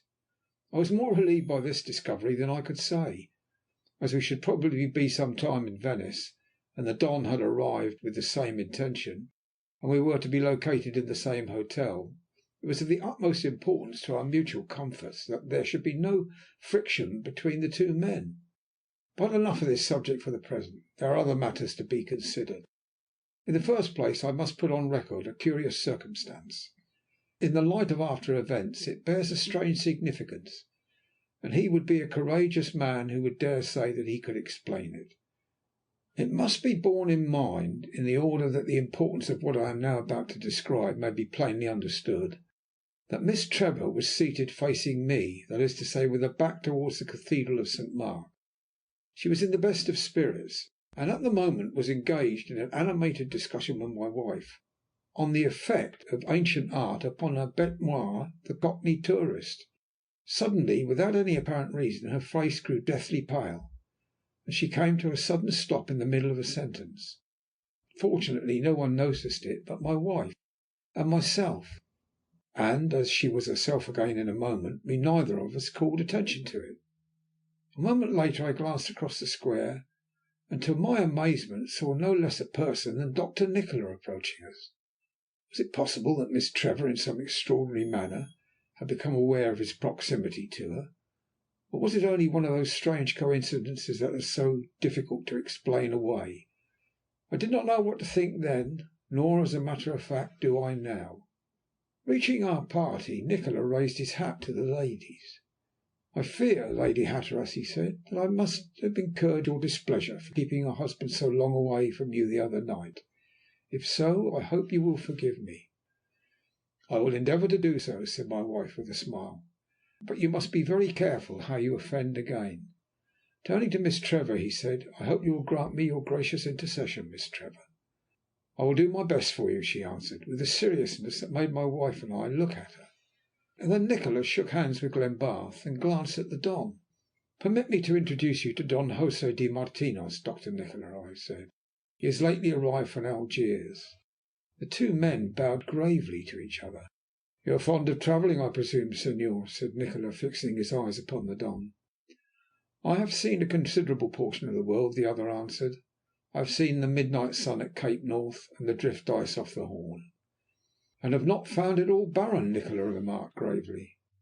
From that moment the conversation flowed smoothly. Miss Trevor had quite recovered herself. I could see that the Don was intensely interested in Nikola, and indeed on this particular occasion the latter exerted himself to the utmost to please. I will admit, however, that something not unlike a shudder passed over me as I contrasted his present affability with his manner when he had threatened the unfortunate police agent a few nights before. Now he was a suave, pleasant-mannered man of the world. Then he figured almost as an avenging angel. Now he discussed modern literature, and then I had heard him threaten a human being with the direst penalties that it was possible for a man to inflict. When it was time for us to return to the hotel, Nikola rose and bade us good bye. "I hope you will permit me the pleasure of seeing more of you while you are in Venice," said Nikola, addressing the Don.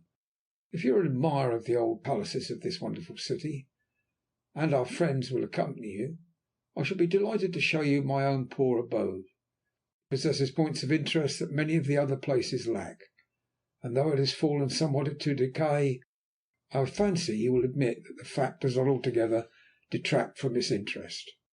"I shall hasten to avail myself of the opportunity you are kind enough to offer me," the other replied, after which they bowed ceremoniously to each other and parted.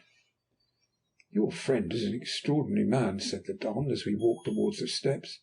"I have never met a more interesting person. Does he altogether reside in Venice?" "Oh dear no," I replied.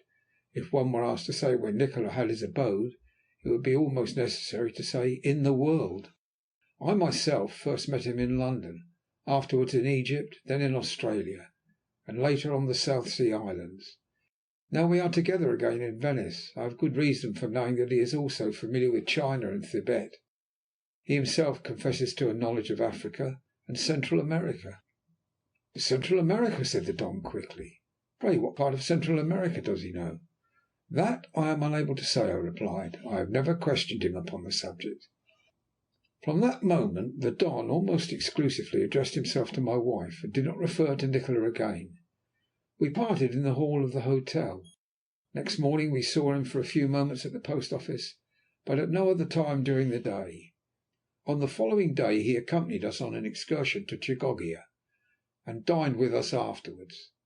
Though I knew that Glenbarth still disliked him, his hostility was so veiled as to be scarcely noticeable. Towards the end of the evening a note was brought to me. One glance at the handwriting upon the envelope was sufficient to show me that it was from Nikola. It ran as follows: "My dear Hatteras, remembering your friend Don Martinos' desire to see my poor palace, I have written to ask him if he will dine with me to morrow evening at 8 o'clock. If I can persuade you and the Duke of Glenbarth to give me the pleasure of your society, I need scarcely say that you will be adding to my delight. Sincerely yours, Nikola." "You have not, of course, received your letter yet," I said, addressing the Don. "What do you say to the invitation?" "I shall accept only too willingly," he answered without delay, "provided, of course, you will go too." "Have you any objection to raise, Duke?" I asked, addressing Glenbarth. I could see that he was not very anxious to go, but under the circumstances he could not very well refuse. "I shall be very happy," he answered, and for once in his life he deliberately said what he knew to be untrue.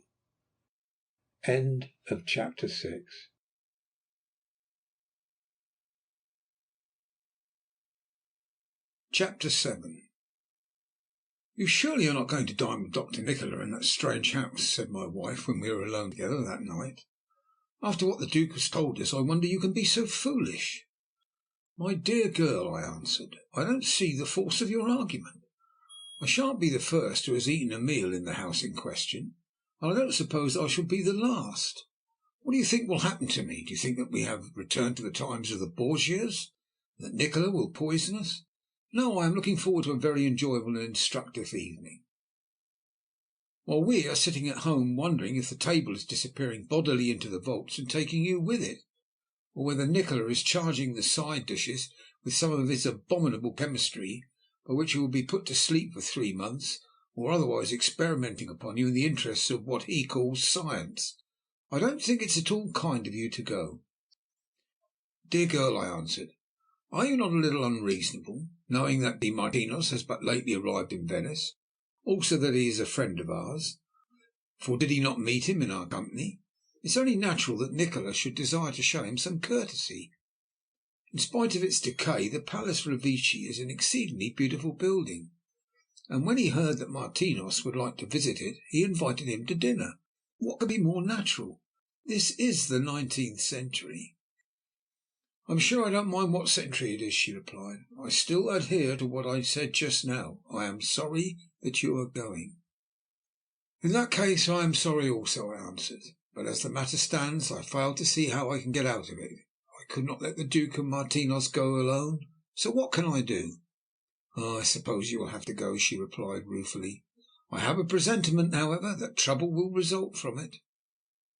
With that the subject was dropped, and it was not until the following morning, when I was smoking with Glenbarth after breakfast, that it cropped up again. "Look here, Dick," said my companion then, "what about this dinner at Nikola's house to night? You seemed to be very keen on going last night. Are you still of the same mind this morning?" "Why not?" I answered. "My wife does not like the notion, but I am looking forward to seeing Nikola play the host. The last time I dined with him, you must remember, was in Port Said, and then the banquet could hardly be described as a pleasant one. What is more, I am anxious to see what effect Nikola and his house will produce upon our friend the Don." "I wish you'd get rid of him altogether," my companion replied. "I dislike the fellow more and more every time I see him." "Why should you? He does you no harm." "It's not that," said Glenbarth. "My dislike to him is instinctive, just as one shudders when one looks into the face of a snake, or when one is repelled by a toad or a rat. In spite of his present apparent respectability, I should not be at all surprised to hear that at some period of his career he had committed murders innumerable." "Nonsense, nonsense," I replied. "You must not imagine such things as that. You were jealous when you first saw him because you thought he was going to come between you and Miss Trevor." You have never been able to overcome the feeling, and this continued dislike is the result. You must fight against it. Doubtless when you have seen more of him you will like him better." "I shall never like him better than I do now," he answered with conviction. "As they say in the plays, my gorge rises at him. If you saw him in the light I do, you would not let Lady Hatteras—" "My dear fellow," I began, rising from my chair and interrupting him, "this is theatrical and very ridiculous, and I assume the right of an old friend to tell you so. If you prefer not to go to-night, I'll make some excuse for you. But don't, for goodness' sake, go and make things unpleasant for us all while you're there." "I have no desire to do so," he replied stiffly. "What is more, I am not going to let you go alone. Write your letter and accept for us both. Bother Nikola and Martinos as well. I wish they were both on the other side of the world." I thereupon wrote a note to Nikola, accepting on Glenvarth's behalf and my own his invitation to dinner for that evening. Then I dismissed the matter from my mind for the time being. An hour or so later my wife came to see me with a serious face. "I'm afraid, Dick, that there is something the matter with Gertrude," she said. "She has gone to her room to lie down, complaining of a very bad headache and a numbness in all her limbs. I have done what I can for her, but if she does not get better by lunchtime, I think I shall send for a doctor." As by lunchtime she was no better, the services of an English doctor were called in. His report to my wife was certainly a puzzling one. He declared he could discover nothing the matter with the girl, nor anything to account for the mysterious symptoms. "Is she usually of an excitable disposition?" he inquired, when we discussed the matter together in the drawing-room. "Not in the least," I replied. "I should say she is what might be called a very evenly dispositioned woman." He asked one or two other questions, and then took leave of us, promising to call again the next day. "I cannot understand it at all," said my wife when he had gone. "Gertrude seemed so well last night. Now she lies upon her bed and complains of this continued pain in her head and a numbness in all her limbs. Her hands and feet are as cold as ice, and her face is as white as a sheet of notepaper." During the afternoon Miss Trevor determined to get up, only to be compelled to return to bed again. Her headache had left her, but the strange numbness still remained. She seemed incapable, so my wife informed me, of using her limbs. The effect upon the Duke may be better imagined than described. His face was the picture of desolation, and his anxiety was all the greater inasmuch as he was precluded from giving vent to it in speech. I am afraid that at this period of his life the young gentleman's temper was by no means as placid as we were accustomed to consider it. He was given to flaring up without the slightest warning, and to looking upon himself and his own little world in a light that was very far removed from cheerful. Realizing that we could do no good at home, I took him out in the afternoon, and was given to understand that I was quite without heart, because when we had been an hour abroad I refused to return to the hotel. "I wonder if there is anything that Miss Trevor would like," he said, as we crossed the piazza of St. Mark. "It could be sent up to her, you know, in your name." "You might send her some flowers," I answered. "You could then send them from yourself." "By Jove, that's the very thing. You do have some good ideas sometimes." "Thank you," I said quietly. "Approbation from Sir Hubert Stanley is praise indeed." "Bother your silly quotations," he retorted.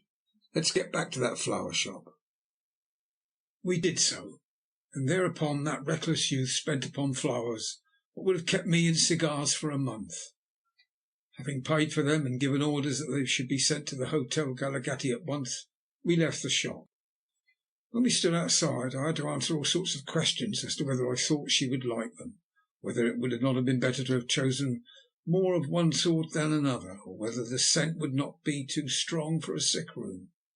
After that he felt doubtful whether the shopkeeper would send them in time, and felt half inclined to return in order to impress this fact upon the man.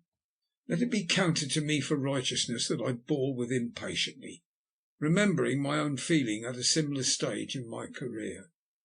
When we reached the hotel on our return, we discovered that the patient was somewhat better. She had had a short sleep, and it had refreshed her.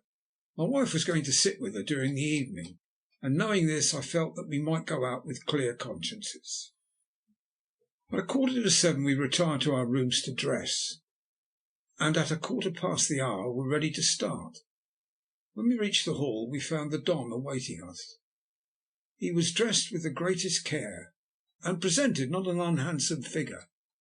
He shook hands cordially with me, and bowed to Glenbarth, who had made no sign of offering him his hand.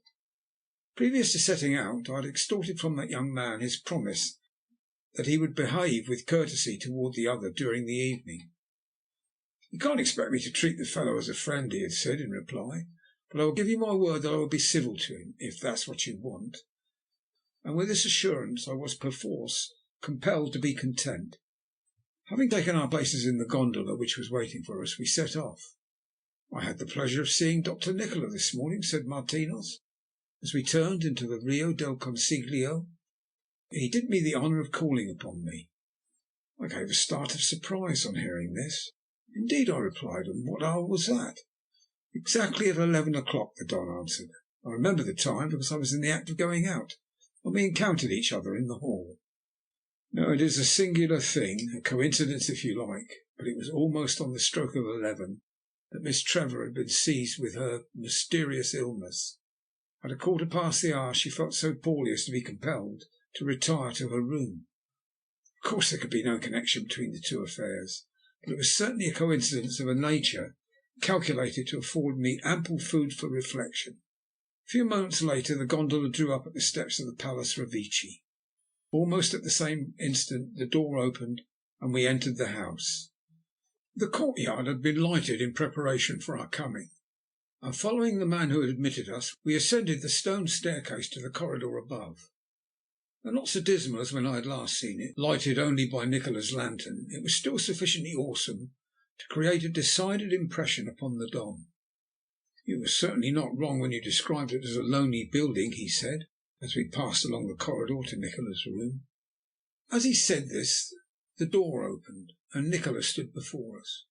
He shook hands with the Duke first, afterwards with the Don, and then with myself. "Let me offer you a hearty welcome," he began. "Pray enter." We followed him into the room I have already described, and the door was closed behind us. It was in this apartment that I expected we should dine, but I discovered that this was not to be the case. The tables were still littered with papers, books, scientific apparatus, just as when I had last seen it.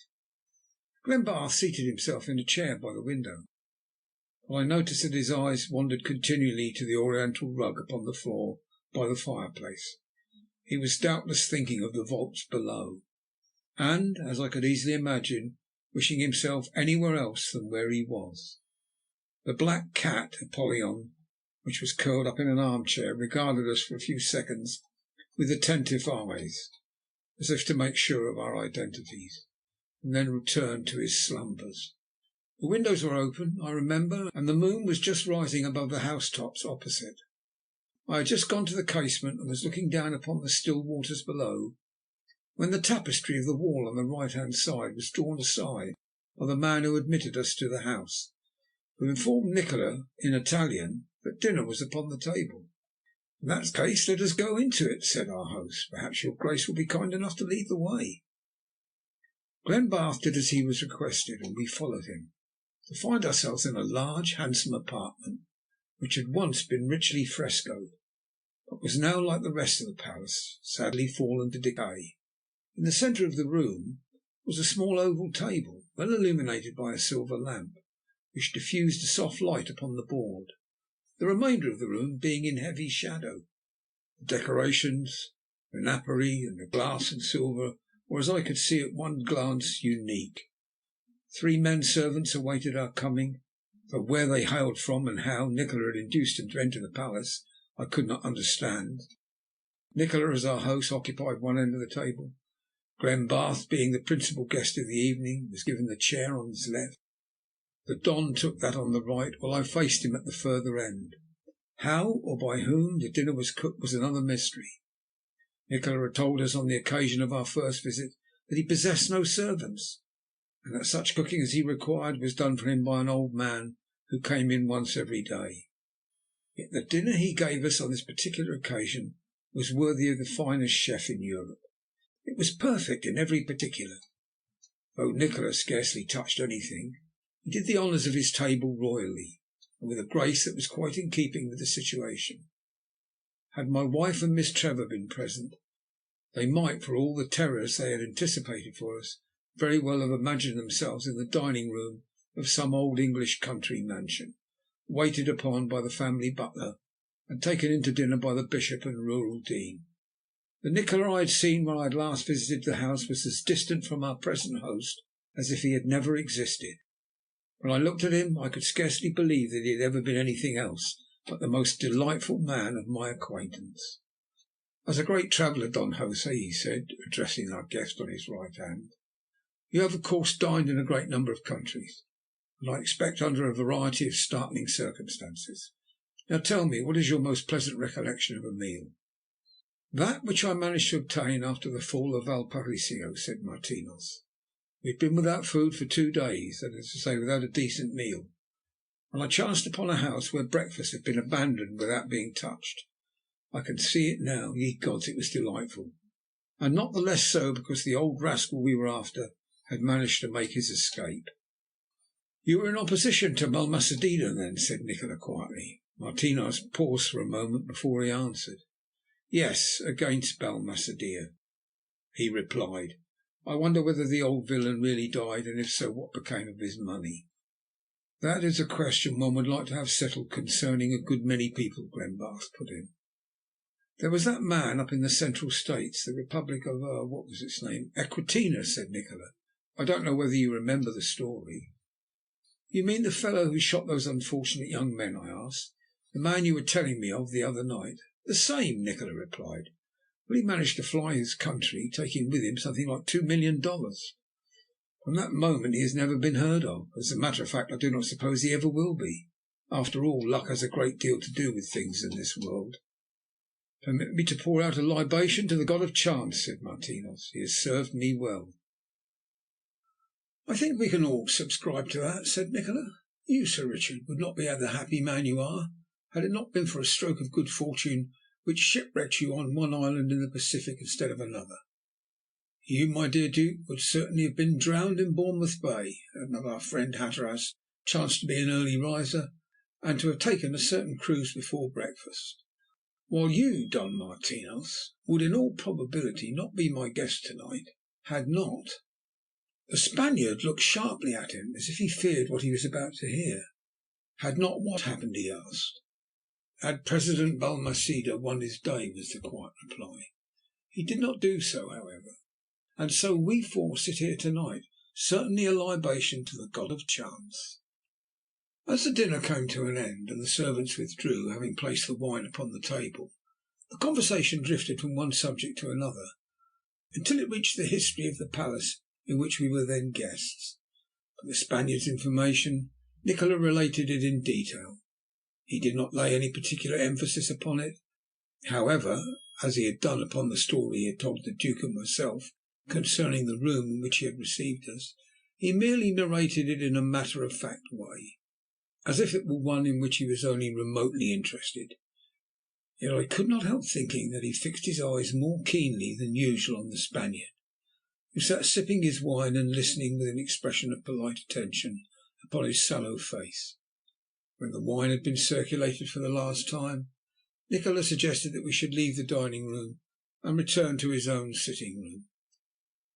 "I do not feel at home in this room," he said by way of explanation. "For that reason I never use it. I usually partake of such food as I need in the next, and allow the rest of the house to fall undisturbed into that decay which you see about you." With that we rose from the table and returned to the room in which he had received us. A box of cigars was produced and handed round. Nikola made coffee with his own hands at a table in the corner, and then I awaited the further developments that I knew would come. Presently Nikola began to speak of the history of Venice.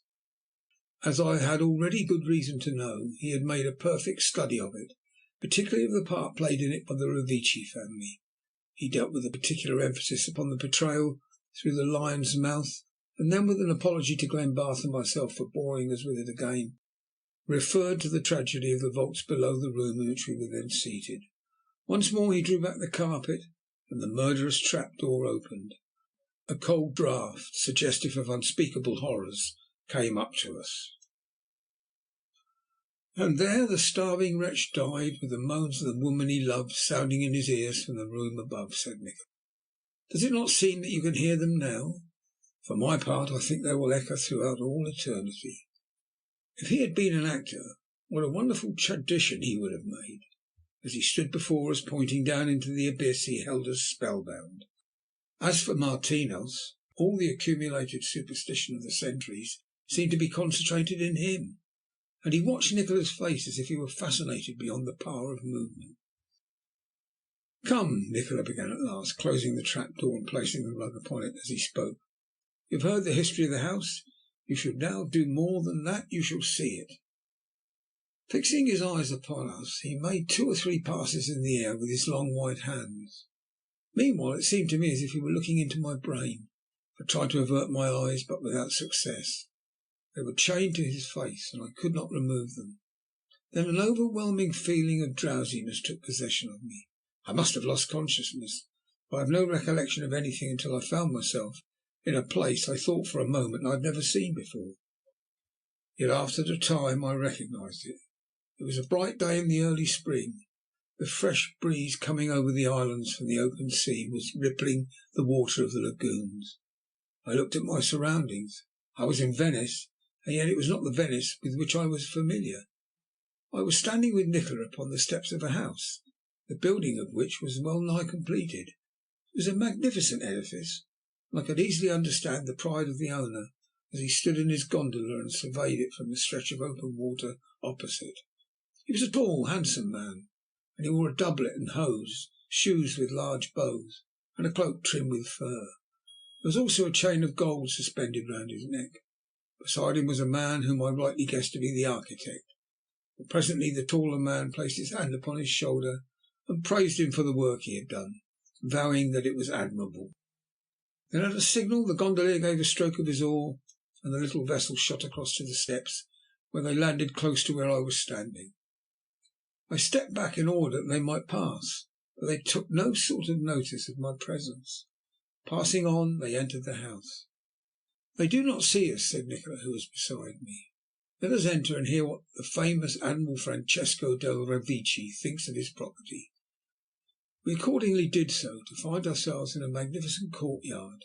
In the centre of this courtyard was a well, upon which a carver in stone was putting the finishing touches to a design of leaves and fruit. From here led a staircase, and this we ascended. In the different rooms artists were to be observed at work upon the walls, depicting sea fights, episodes in the history of the Republic, and of the famous master of the house.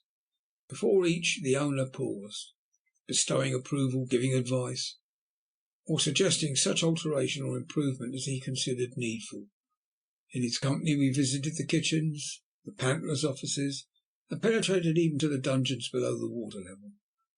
Then we once more ascended into the courtyard and stood at the great doors while the owner took his departure in his barge, pleased beyond measure with his new abode. And then the scene changed. Once more I stood before the house with Nikola. It was night, but it was not dark, for great cressets flared on either side of the door, and 100 torches helped to illuminate the scene. All the great world of Venice was making its way to the Palace Revecce that night. The first of the series of gorgeous fêtes given to celebrate the nuptials of Francesco di Revecce, the most famous sailor of the Republic, who had twice defeated the French fleet, and who had that day married the daughter of the Duke of Lavano, was in progress. The bridegroom was still comparatively young. He was also rich and powerful. The bride was one of the greatest heiresses of Venice, besides being one of its fairest daughters. Their new home was as beautiful as money and the taste of the period could make it. Small wonder was it, therefore, that the world hastened to pay court to them. "Let us once more enter and look about us," said Nikola. "One moment," I answered, drawing him back a step as he was in the act of coming into collision with a beautiful girl, who had just disembarked from a gondola upon the arm of a grey-haired man. "You need have no fear," he replied. "You forget that we are spirits in a spirit world, and that they are not conscious of our presence." And indeed this appeared to be the case. No one recognized us.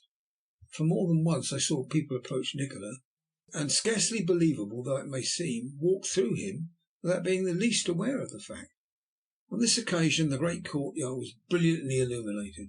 Scores of beautiful figures were ascending the stairs continually, while strains of music sounded from the rooms above.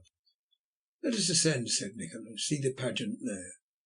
It was indeed a sumptuous entertainment, and when we entered the great reception rooms no fairer scene could have been witnessed in Venice. I looked upon the bridegroom and his bride, and recognised the former as being the man I had seen praising the architect on the skill he had displayed in the building of the palace. He was more bravely attired now, however, than on that occasion, and did the honours of his house with the ease and assurance of one accustomed to uphold the dignity of his name and position in the world. His bride was a beautiful girl, with a pale, sweet face, and eyes that had haunted one long after they had looked at them. She was doing her best to appear happy before her guests, but in my own heart I knew that such was not the case. Knowing what was before her, I realized something of the misery that was weighing so heavily upon her heart. Surrounding her were the proudest citizens of the proudest republic of all time. There was not one who did not do her honour, and among the women who were her guests that night, how many were there who also envied her good fortune? Then the scene once more changed. This time the room was that with which I was best acquainted, the same in which Nikola had taken up his abode. The frescoes upon the walls and ceilings were barely dry, and Revecce was at sea again, opposing his old enemy the French, who once more threatened an attack upon the city. It was towards evening, and the red glow of the sunset shone upon a woman's face as she stood beside a table at which a man was writing. I at once recognised her as Revecce's bride. The man himself was young and handsome, and when he looked up at the woman and smiled, the love light shone in her eyes as it had not done when she had looked upon Revecce. There was no need for Nikola to tell me that he was Andrea Bunopelli, the artist to whose skill the room owed its paintings. "Art thou sure 'twill be safe, love?" asked the woman in a low voice as she placed her hand upon his shoulder. "Remember, 'tis death to bring a false accusation against a citizen of the Republic, and 'twill be worse when it is against the great Revecce." "I have borne that in mind," the man answered. "But there is naught to fear, dear love. The writing will not be suspected, and I will drop it in the lion's mouth myself." And then her only answer was to bend over and kiss him. He scattered the sand upon the letter he had written, and when it was dry folded it up and placed it in his bosom. Then he kissed the woman once more and prepared to leave the room. The whole scene was so real that I could have sworn that he saw me as I stood watching him. "Do not linger," she said in farewell. "I shall know no peace till you return." Drawing aside the curtain he disappeared, and then once more the scene changed. A cold wind blew across the lagoon, and there was a suspicion of coming thunder in the air. A haggard, ragged tatterdemalion was standing on the steps of a small door of the palace. Presently it was opened to him by an ancient servant, who asked his business and would have driven him away. And when he had whispered something to him, however, the other realized that it was his master, whom he thought to be a prisoner in the hands of the French. Then, amazed beyond measure, the man admitted him. Having before me the discovery he was about to make, I looked at him with pity, and when he stumbled and almost fell, I hastened forward to pick him up, but only clasped air. At last, when his servant had told him everything, he followed him to a distant portion of the palace, where he was destined to remain hidden for some days, taking advantage of the many secret passages the palace contained, and by doing so confirming his suspicions. His wife was unfaithful to him, and the man who had wrought his dishonour was the man to whom he had been so kind and generous, a benefactor. I seemed to crouch by his side time after time in the narrow passage behind the arras, watching through a secret opening the love-making going on within. I could see the figure beside me quiver with rage and hate, until I thought he would burst in upon them, and then the old servant would lead him away, his finger upon his lips. How many times I stood with him there I cannot say. It is sufficient that at last he could bear the pain no longer, and throwing open the secret door, entered the room and confronted the man and woman. As I write, I can recall the trembling figures of the guilty pair, and the woman's shriek rings in my ears even now. I can see Bunopelli rising from the table at which he had been seated, with the death look in his face. Within an hour the confession of the crime they had perpetrated against Revicci had been written and signed, and they were separated and made secure until the time for punishment should arrive. Then, for the first time since he had arrived in Venice, he ordered his barge and set off for the council chamber to look his accusers in the face and to demand the right to punish those who had betrayed him. When he returned, his face was grim and set. There was a look in his eyes that had not been there before. He ascended to the room in which there was a trapdoor in the floor, and presently the wretched couple were brought before him. In vain Bunopelli pleaded for mercy for the woman. There was no mercy to be obtained there. I would have pleaded for them too, but I was powerless to make myself heard. I saw the great beads of perspiration that stood upon the man's brow, the look of agonizing entreaty in the woman's face, and the relentless decision on her husband's countenance. Nothing could save them now. The man was torn, crying to the last for mercy for her. On the woman's side the trapdoor gave a click, and he disappeared. Then they laid hands upon the woman, and I saw them force open her mouth. But I cannot set down the rest. My tongue clove to the roof of my mouth, and though I rushed forward in the hope of preventing their horrible task, my efforts were as useless as before. Then, with a pitiless smile still upon the husband's face, the moans ascending from the vault below, and the woman with the scene changed. When I saw it again, a stream of bright sunshine was flooding the room. It was still the same apartment, yet in a sense not the same. Frescoes were faded upon the walls. There was a vast difference in the shape and make of the furniture, and in certain other things, but it was nevertheless the room in which Francesco de Revicci had taken his terrible revenge. A tall and beautiful woman, some 30 years of age, was standing beside the window, holding a letter in her hand. She had finished the perusal of it, and was lingering with it in her hand, looking lovely upon the signature. At last she raised it to her lips and kissed it passionately.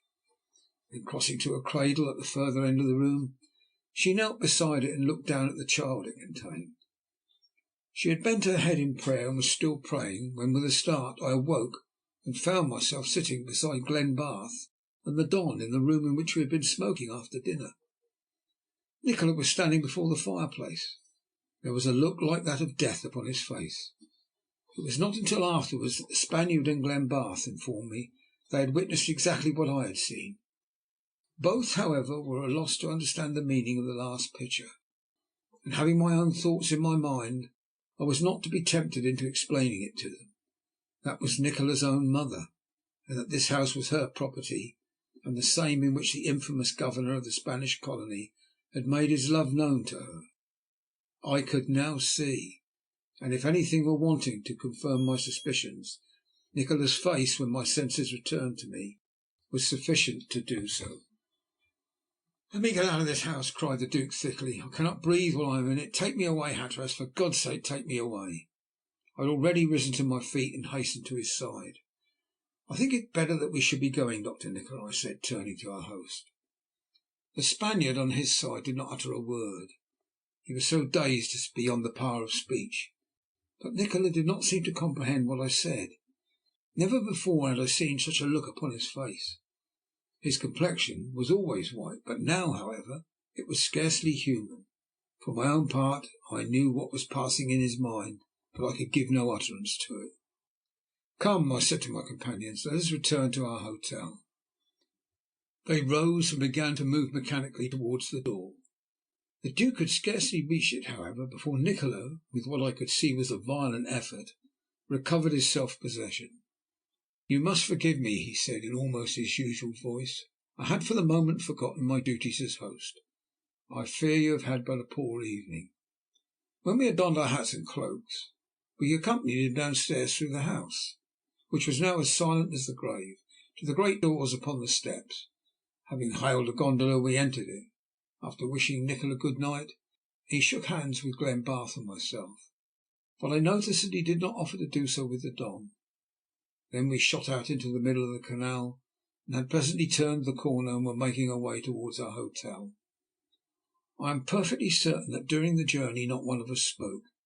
The events of the evening had proved too much for us, and conversation was impossible. We bade Martinos good night in the hall, and then the Duke and I ascended to our own apartments. Spirits had been placed upon the table, and I noticed that the Duke helped himself to almost twice his usual quantity. He looked as if he needed it. "My God, Dick," he said, "did you see what happened in that room? Did you see that woman kneeling with a—" Put down his glass hurriedly and walked to the window.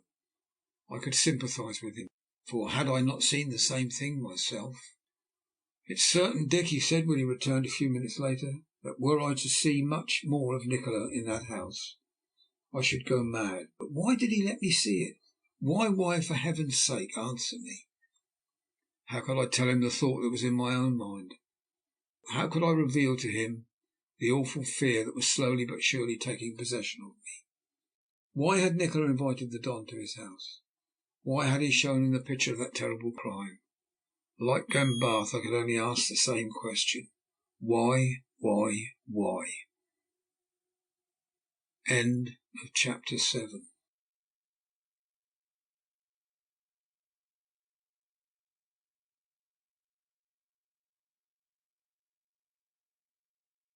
Chapter 8.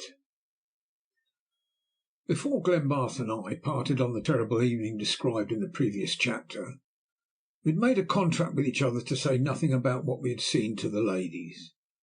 For this reason, when my wife endeavoured to interrogate me concerning our entertainment, I furnished her with an elaborate description of the dinner itself, spoke of the marvellous cooking, and I hope gave her a fairly accurate account of the menu, or rather so much of it as I could remember.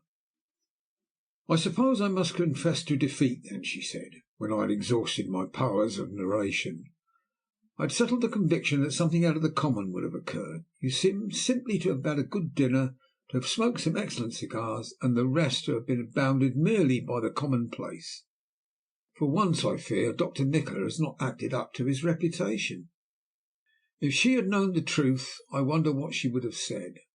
Long after she had bade me good night, I lay awake ruminating on the different events of the evening.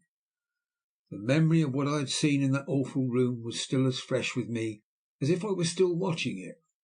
And yet I asked myself, why should I worry so much about it? Nikola had willed that his audience should see certain things. We had done so.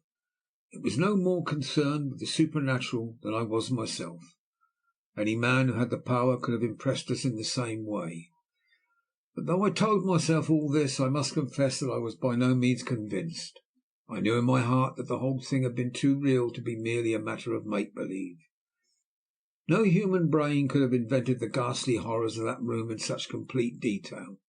Even to think of it now is to bring the scene almost too vividly before me.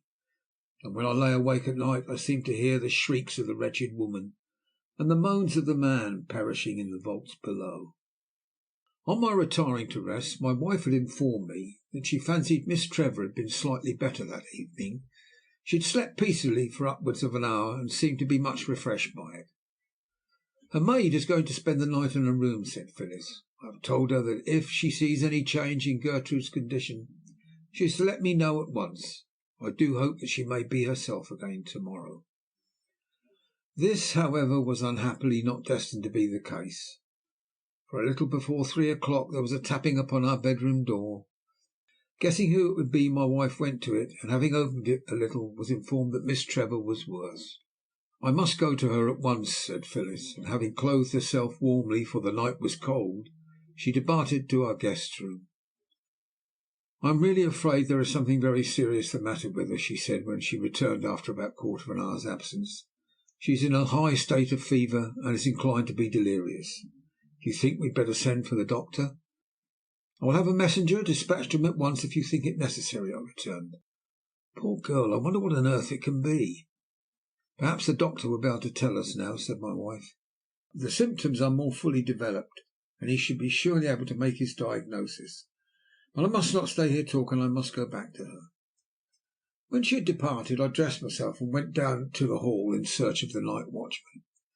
He undertook to find a messenger to go and fetch the doctor, and when I had seen him dispatched on his errand, I returned to the drawing room and switched on the electric light. and tried to interest myself in the book until the medico should arrive. I was not very successful, however, for interesting though I was given to understand the book was, I found my thoughts continually leaving it and returning to the house in the Rio del Consiglio.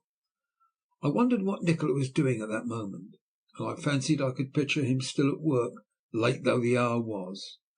At last, tiring of the book, and wanting something else to occupy my thoughts, I went to the window and drew back the shutters. It was a beautiful morning, and the myriad stars overhead were reflected in the black waters of the canal like lamps of a large town. Not a sound was to be heard. It might have been a city of the dead, so still was it. As I stood looking across the water, I thought of the city's past history, of her ancient grandeur, of her wondrous art, and of the great men who had been her children.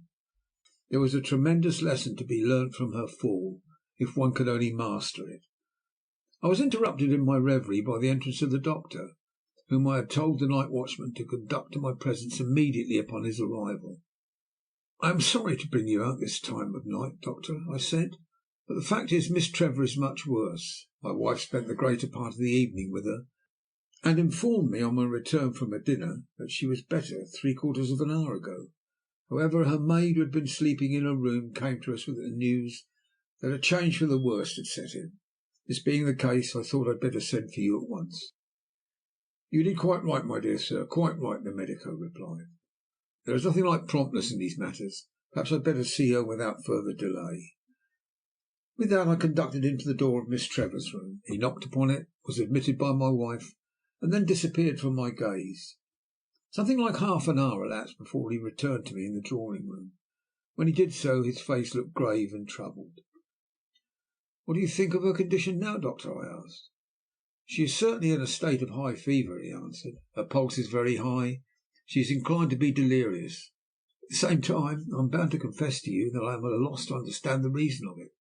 The case puzzled me considerably yesterday, but I am even more puzzled by it now. There are various symptoms that I can neither account for nor explain. One thing, however, is quite certain. The young lady must have a trained nurse, and with your permission I shall see that one comes in after breakfast. Lady Hatteras is not strong enough for the task." "I am quite with you there," I answered, "and I am vastly obliged to you for putting your foot down. At the same time, will you tell me whether you deem it necessary for me to summon her father from England?" "So far as I can see at present, I do not think there is any immediate need," he replied. "Should I see any reason for so doing, I would at once tell you. I have given a prescription to Lady Hatteras, and furnished her with the name of a reliable chemist. I shall return between 9 and 10 o'clock, and shall hope to have better news for you then." "I sincerely trust you may," I said, "and as you may suppose, her illness has been a great shock to us." I then escorted him downstairs, and afterwards returned to my bedroom. The news which he had given me of Miss Trevor's condition was most distressing, and made me feel more anxious than I cared to admit. At 7 o'clock I saw my wife for a few minutes, but, as before, she had no good news to give me. "She is quite delirious now," she said, "and talks continually of some great trouble which she fears is going to befall her. Implores me to help her to escape from it, but will not say definitely what it is. It goes to my heart to hear her, and to know that I cannot comfort her." "You must be careful what you are doing," I replied. "The doctor has promised to bring a trained nurse with him after breakfast, who will relieve you of the responsibility. And it is in a way encouraging to know that so far he does not think there is any necessity for such an extreme step. In the meantime, however, I think I will write to the Dean and tell him how matters stand. It will prepare him, but I am afraid it will give the poor old gentleman a sad fright." "It could not give him a greater fright than it has done us," said Phyllis. "I do not know why I should do so, but I cannot help thinking that I am to blame in some way." "What nonsense, my dear girl," I replied. "I am sure you have nothing whatsoever to reproach yourself with." "Far from it. You must not worry yourself about it, or we shall be having you upon our hands before long. You must remember that you are yourself far from strong." "I am quite myself again now," she answered. "It is only on account of your anxiety that I treat myself as an invalid." Then she added, "I wonder what the Duke will say when he hears the news." "He was very nearly off his head yesterday," I answered. "He will be neither to hold or to bind to day." She was silent for a few moments. Then she said thoughtfully, "Do you know, Dick, it may seem strange to you, but I do not mind saying that I attribute all this trouble to Nikola." "Good gracious!" I cried, in well simulated amazement. "Why on earth to Nikola?" "Because, as was the case 5 years ago, it has been all trouble since we met him. You remember how he affected Gertrude at the onset. She was far from being herself on the night of our tour through the city, and now in her delirium she talks continually of this dreadful house, and from what she says and the way she behaves, I cannot help feeling inclined to believe that she imagines herself to be seeing some of the dreadful events which have occurred or are occurring in it." "God help her," I said to myself, and then I continued aloud to my wife, "Doubtless Nikola's extraordinary personality has affected her in some measure, as it does other people, but you are surely not going to jump to the conclusion that because she has spoken to him he is necessarily responsible for her illness. That would be the wildest flight of fancy." "And yet, do you know," she continued, "I have made a curious discovery." "What is that?" I asked, not without some asperity, for having so much on my mind I was not in the humour for fresh discoveries. She paused for a moment before she replied. Doubtless she expected that I would receive it with scepticism, if not with laughter, and Phyllis, ever since I have known her, has a distinct fear of ridicule. "You may laugh at me if you please," she said, "yet the coincidence is too extraordinary to be left unnoticed. Did you happen to be aware, Dick, that Dr. Nikola called at this hotel at exactly 11 o'clock?"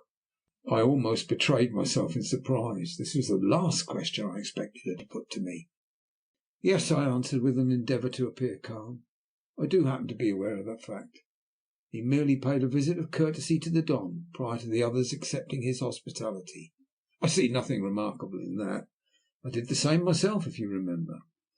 "Of course I know that," she replied, "but there is more to come. Are you aware that it was at the very moment of his arrival in the house Gertrude was taken ill? What do you think of that?" She put this question to me with an air of triumph, as if it were one that no argument on my part could refute. At any rate, I did not attempt the task. "I think nothing of it," I replied.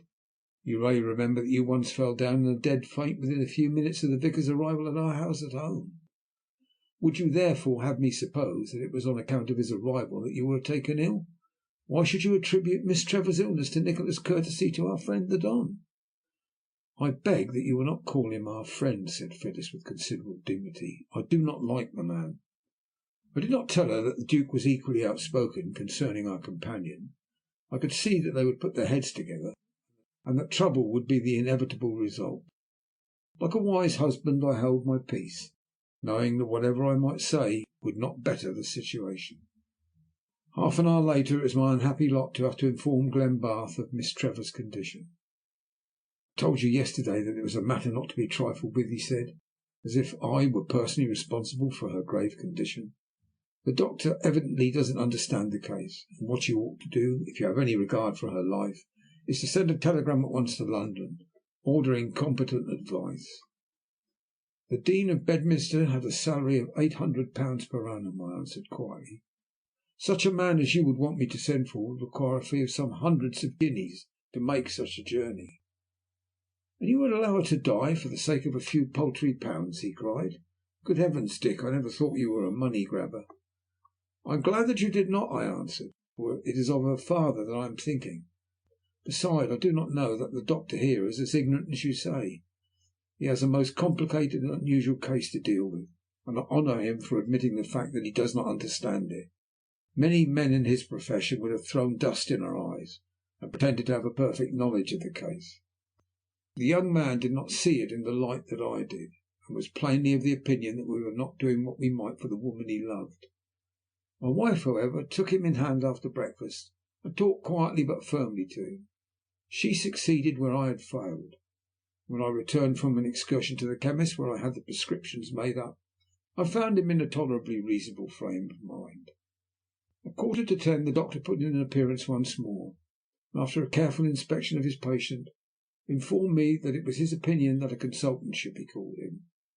This was done, and to our dismay the result came no nearer elucidating the mystery than before. The case was such a one as had never entered into the experience of either man. To all intents and purposes there was nothing that would in any way account for the patient's condition. The fever had left her, and she complained of no pain, while her mind, save for the occasional relapses, was clear enough. They were certain it was not a case of paralysis, yet she was incapable of moving, or of doing anything to help herself. The duration of her illness was not sufficient to justify her extreme weakness, nor to account for the presence of certain other symptoms. There was nothing for it, therefore, but for us to possess our souls in patience and to wait the turn of events. When the doctors had departed, I went in search of Glenbarth, and gave him their report. The poor fellow was far from being consoled by it. He had hoped to receive good news, and their inability to give a satisfactory decision only confirmed his belief in their incompetency. Had I permitted him to do so, he would have telegraphed at once for the best medical advice in Europe, and would have expended half his own princely revenues in an attempt to make her herself once more. It was difficult to convince him that he had not the right to heap liabilities on the old gentleman's shoulders, which, in honour bound, he would feel he must repay. I will not bore my readers with the abusive arguments against society and social etiquette with which he favoured me in reply to my speech. The poor fellow was beside himself with anxiety, and it was difficult to make him understand that because he had not placed a narrow band of gold upon a certain pretty finger, he was debarred from saving the life of the owner of that self-same finger. Towards nightfall it was certain that Miss Trevor's condition was gradually going from bad to worse. With the closing of the day the delirium had returned, and the fever had also come with it. We spent a wretchedly anxious night, and in the morning, at the conclusion of his first visit, the doctor informed me that in his opinion it would be advisable that I should telegraph to the young lady's father. This was an extreme step, and needless to say it caused me great alarm. It was all so sudden that it was scarcely possible to realize the extent of the calamity. Only 2 days before, Miss Trevor had been as well as any of us, and certainly in stronger health than my wife. Now she was lying, if not at death's door, at least no great distance from that grim portal. Immediately this sad intelligence was made known to me, I hastened to the telegraph office and dispatched a message to the Dean, asking him to come with us at all possible speed.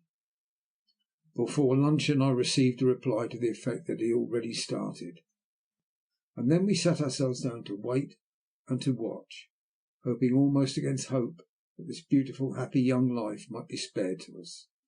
All this time we had seen nothing of the Don or of Nikola.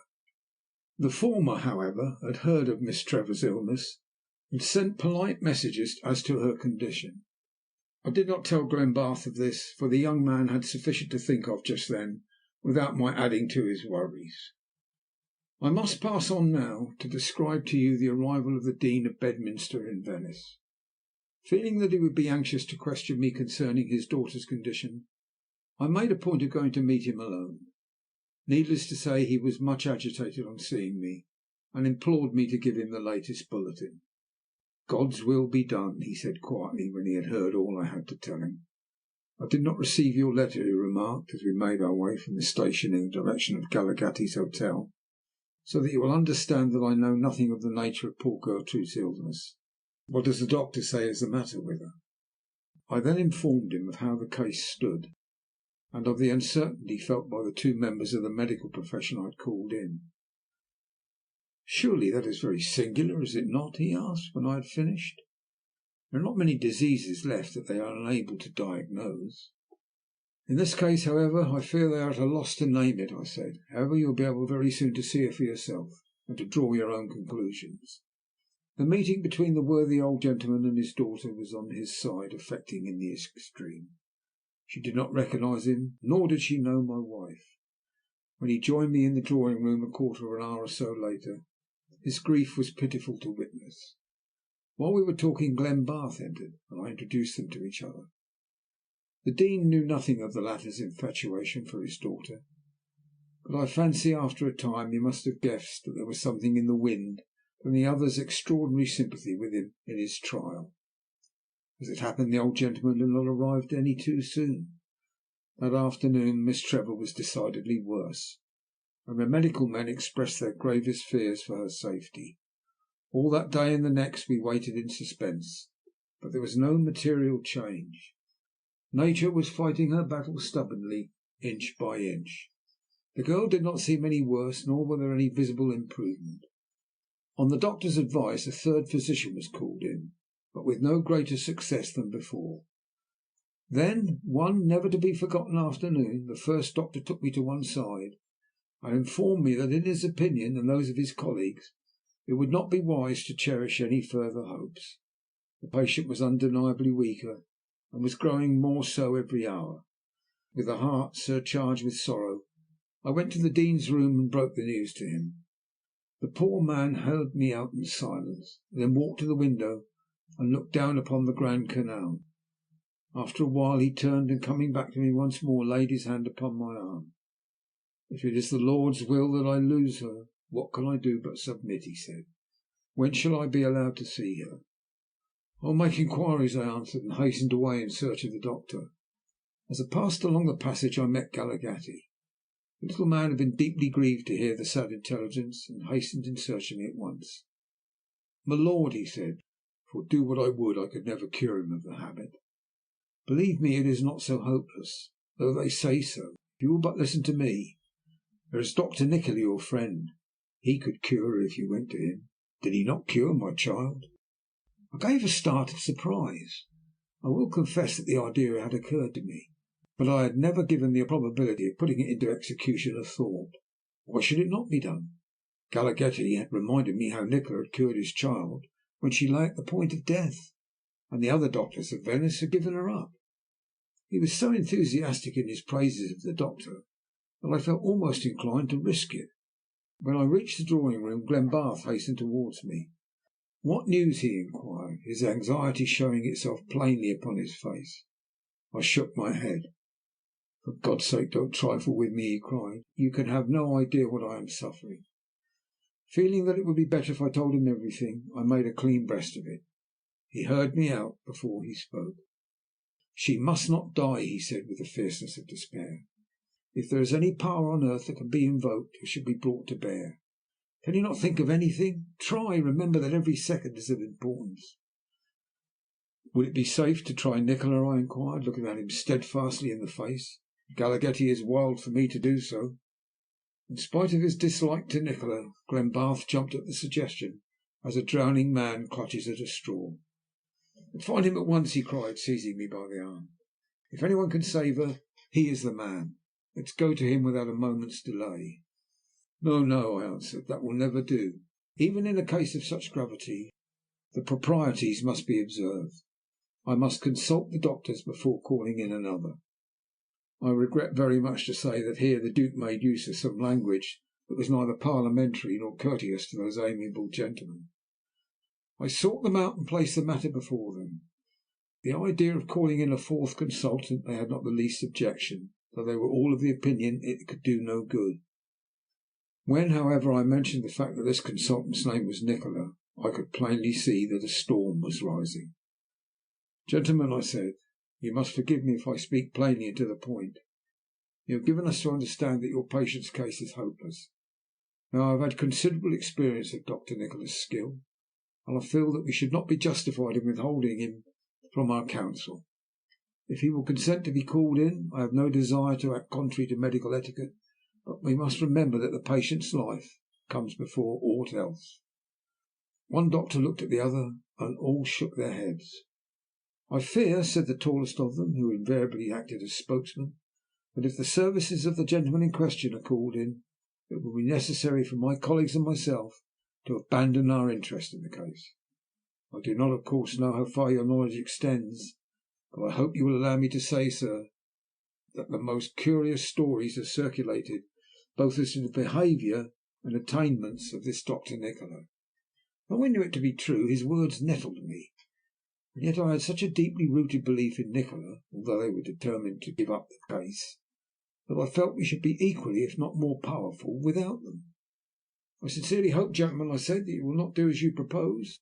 Nevertheless, I feel that I should not be myself acting rightly if I were to allow your professional prejudices to stand in the way of my friend's recovery. In that case, I fear there is nothing left to us but to most reluctantly withdraw, said one of the men. You are determined? Quite determined, they replied together. Then the tallest added, We much regret it, but our decision is irrevocable.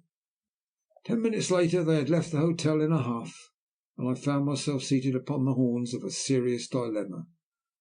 What would my position be if Nikola's presence should exercise a bad effect upon the patient, or if he should decline to render us his assistance? In that case I should have offended the best doctors in Venice, and should in all probability have killed her. It was a nice position to be placed in. One thing, however, was as certain as anything could be, and that was the fact that there was no time to lose. My wife was seriously alarmed when I informed her of my decision, but both Glenbarth and I felt that we were acting for the best, and the Dean sided with us. Since you deem it necessary to go in search of Dr. Nikola at once, said my wife, when the latter had left us, implore him to come without delay. In another hour it may be too late. Then in a heartbroken whisper she added, She is growing weaker every moment. Oh, Dick, heaven grant that we are not acting wrongly, and he may be able to save her.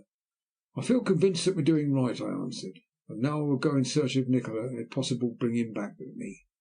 God grant that you may be successful in your search, said Glenbarth, wringing my hand. If Nikola saves her, I will do anything he may ask, and still be grateful to him all the days of my life. Then I set off upon my errand. End of chapter 8.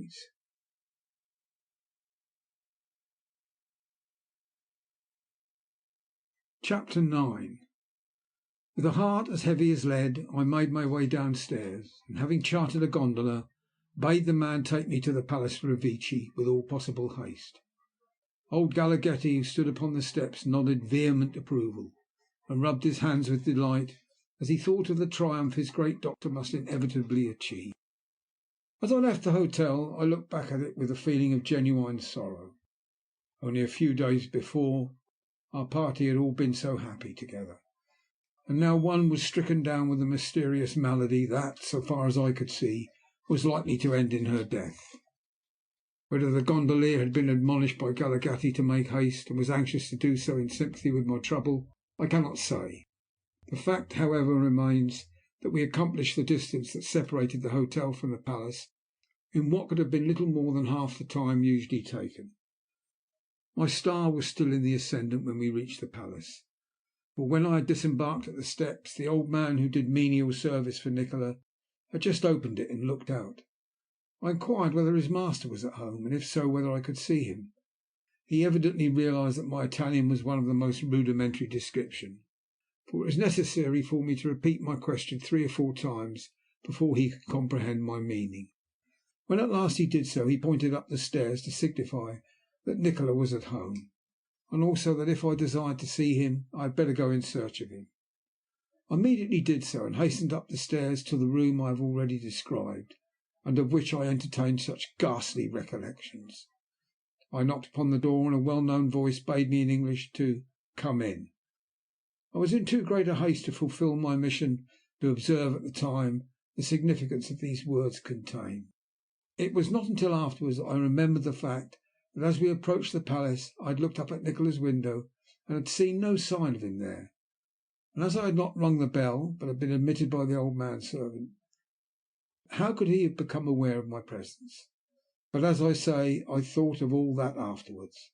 For the moment the only desire I had was to inform Nikola of my errand. Upon entering the room I found Nikola standing before a table on which were glasses, test tubes, and various chemical paraphernalia. He was engaged in pouring some dark-coloured fluid into a graduating glass, and when he spoke it was without looking round at me. "I am very glad to see you, my dear Hatteras," he said. "It is kind of you to take pity on my loneliness. If you don't mind sitting down for a few moments and lighting a cigar, you'll find a box on the table. I shall have finished this, and then we can talk." "But I'm afraid I can't wait," I answered. "I've come on the most important business. There's not a moment to lose." "In that case I suppose that Miss Trevor is worse," he said, putting down the bottle from which he had been pouring, and afterwards replacing the glass stopper with the same hand. "I was afraid it might be so." "How do you know that she is ill?" I asked. not a little surprised to hear that he was aware of our trouble. "I managed to know a good many things," he replied. "I was aware that she was ill, and have been wondering how long it would be before I was called in. The other doctors don't like my interference, I suppose?" "They certainly do not," I answered. "They have done no good for her." "And you think I may be able to help you?" he inquired, looking at me over the graduating glass with his strange dark eyes. "I certainly do," I replied. "I am your debtor for the compliment." "And you will come? You really wish it?" "I believe it is the only thing that will save her life," I answered. "But you must come quickly, or it will be too late. She was sinking when I left the hotel." With a hand that never shook, he poured the contents of the glass into a small phial, and then placed the latter in his pocket. "I am at your disposal now," he answered. "We will set off as soon as you like. As you say, we must lose no time." "But will it not be necessary for you to take some drugs with you?" I asked. "I am taking this one," he replied, placing his hat upon his head as he spoke. I remembered that he had been making his prescription up as I entered the room. Had he then intended calling to see her, even supposing I had not come to ask his assistance? I had no chance of putting the question to him, however. "Have you a gondola below?" he asked, as we went down the stairs. I replied in the affirmative, and when we gained the hall door we descended the steps and took our places in it.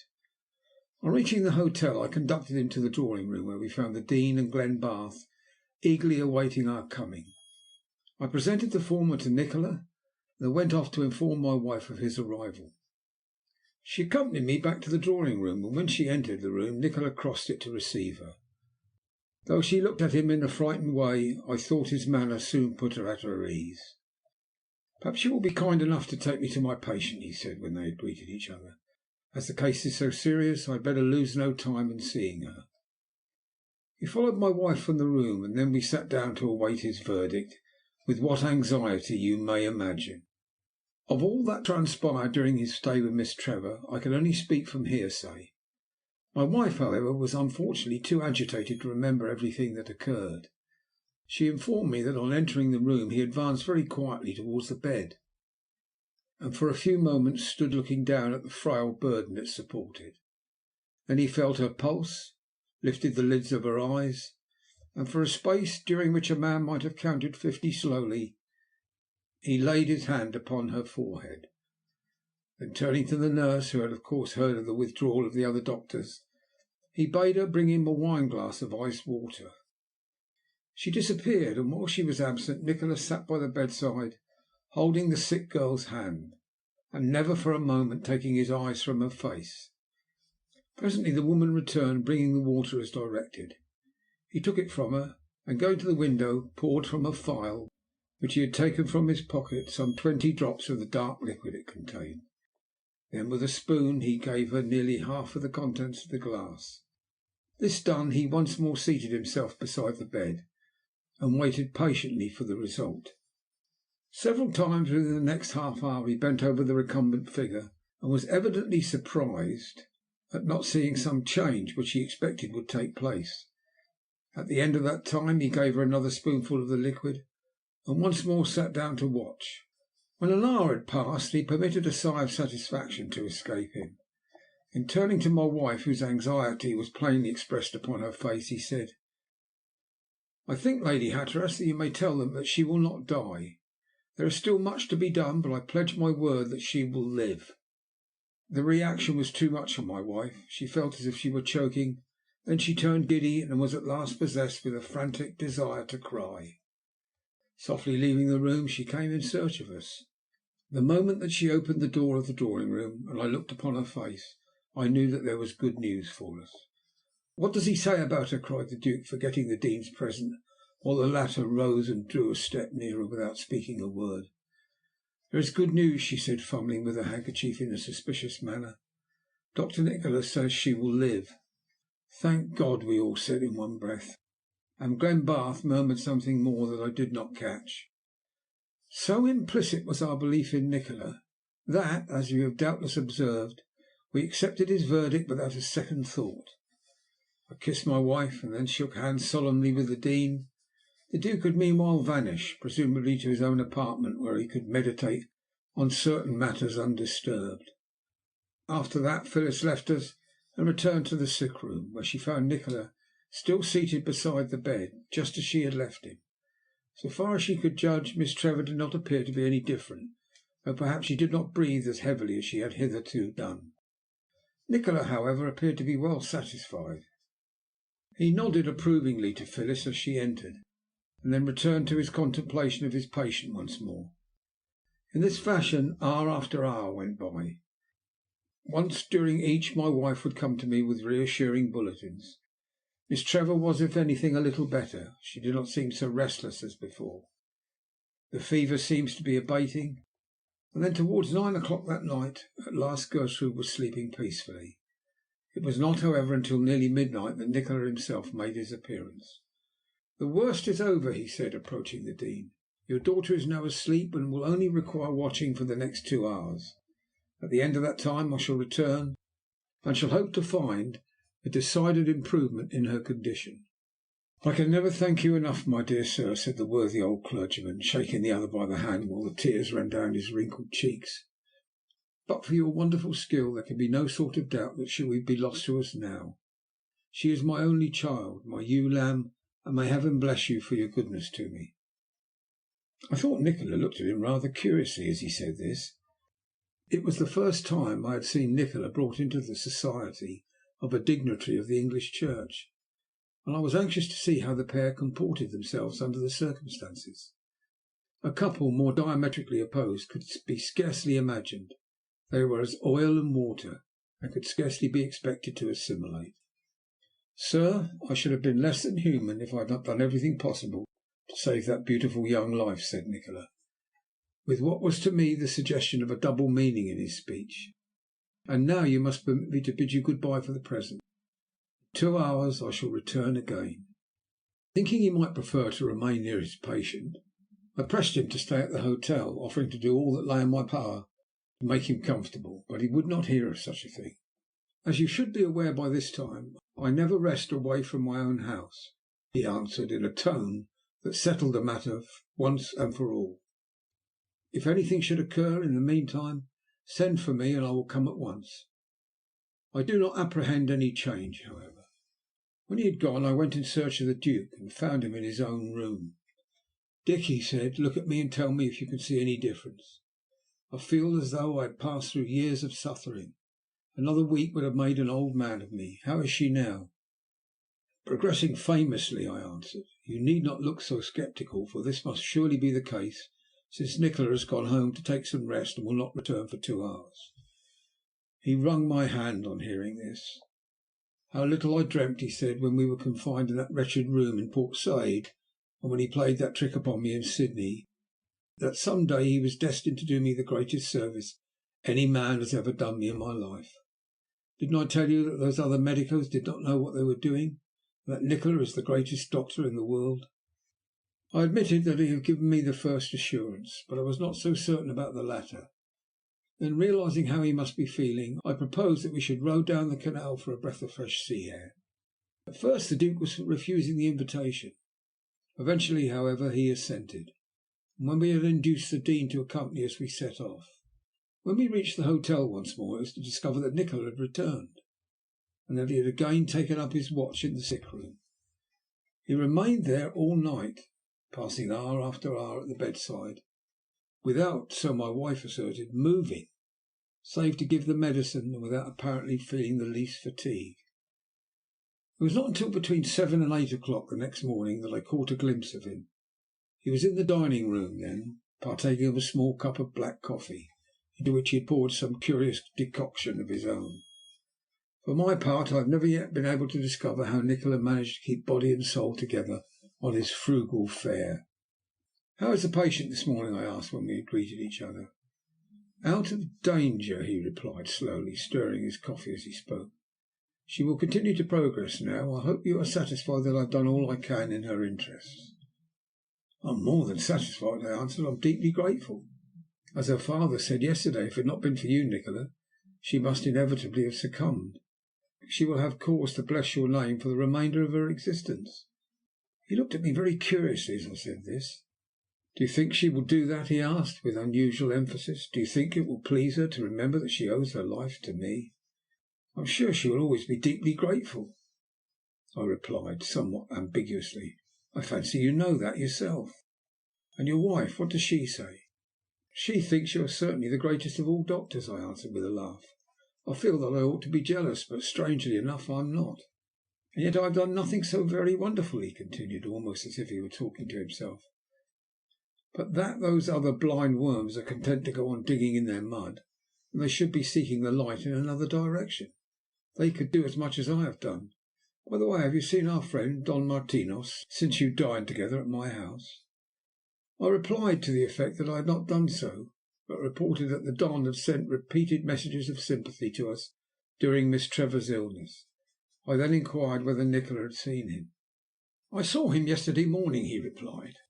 "We devoted upwards of 4 hours to exploring the city together." I could not help wondering how the Don had enjoyed the excursion, but needless to remark I did not say anything on this score to my companion. That night Nikola was again in attendance upon his patient. Next day she was decidedly better. She recognized her father and my wife, and every hour was becoming more and more like her former self. Was she surprised when she gained consciousness to find Nikola at her bedside? I inquired of Phyllis when the great news was reported to me. "Strangely enough, she was not," Phyllis replied. "I fully expected, remembering my previous suspicions, they would have a bad effect upon her, but it did nothing of the kind. It was just as if she had expected to find him there." "And what were his first words to her?" "I hope you are feeling better, Miss Trevor," he said. She replied, "Much better." That was all. It was as commonplace as could be. Next day Nikola only looked in twice, the day after once, and at the end of the week informed me that she stood in no further need of his attention. "How shall we ever be able to reward you, Nikola?" I asked for about the 100th time as we stood together in the corridor outside the sick room. "I have no desire to be rewarded," he answered. "It is enough for me to see Miss Trevor restored to health. Endeavour, if you can, to recall a certain conversation we had together respecting the lady in question on the evening that I narrated to you the story concerning the boy who was so badly treated by the Spanish governor. Did I not tell you then that our destinies were inextricably woven together? I informed you that it had been revealed to me many years ago that we should meet.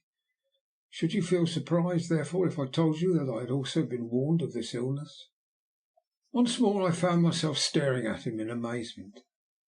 "You are surprised. Believe me, however astonishing it may seem, it is quite true. I knew that Miss Trevor would come into my life. I knew also that it would be my lot to save her from death. What is more, I know that in the end one thing which has seemed to me most desirable in life will be taken from me by her hands." "I am afraid I cannot follow you," I said. "Perhaps not, but you will be able to some day," he answered. "That moment has not yet arrived. In the meantime watch and wait, for before we know it, it will be upon us."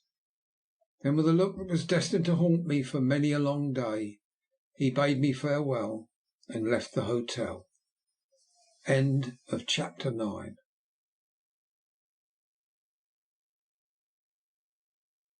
Chapter 10.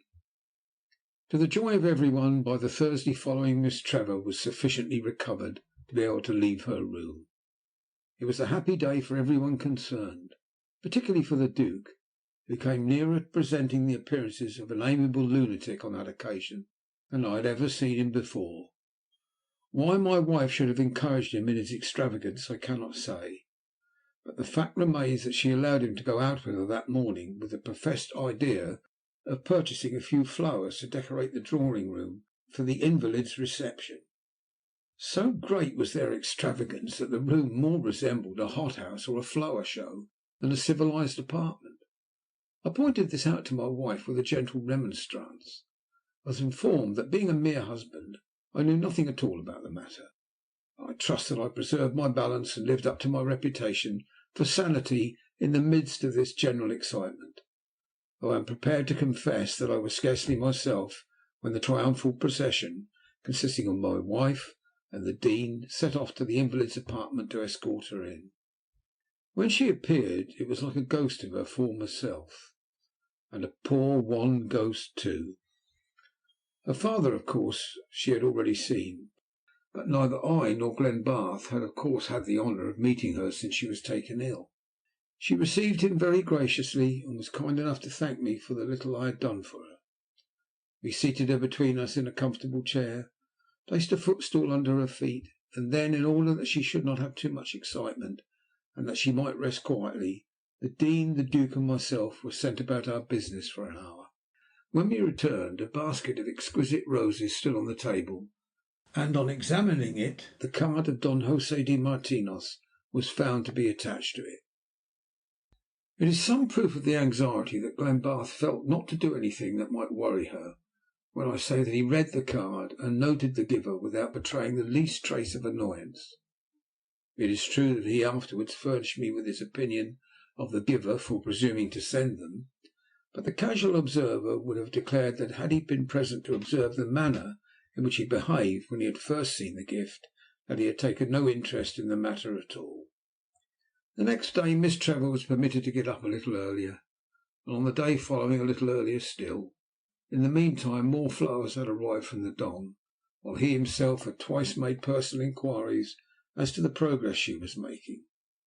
It was not until the third day of her convalescence that Nikola called to see his patient. I was sitting alone with her at the time, my wife and our other two guests having gone shopping in the Merceria.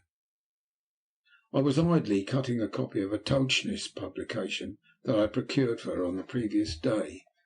The weather was steadily growing warmer, and for this reason the windows were open, and a flood of brilliant sunshine was streaming into the room. From the canal outside came the sounds of rippling laughter, and an unmistakably American voice called out, "Say, girls, what do you think of Venice now you're here?"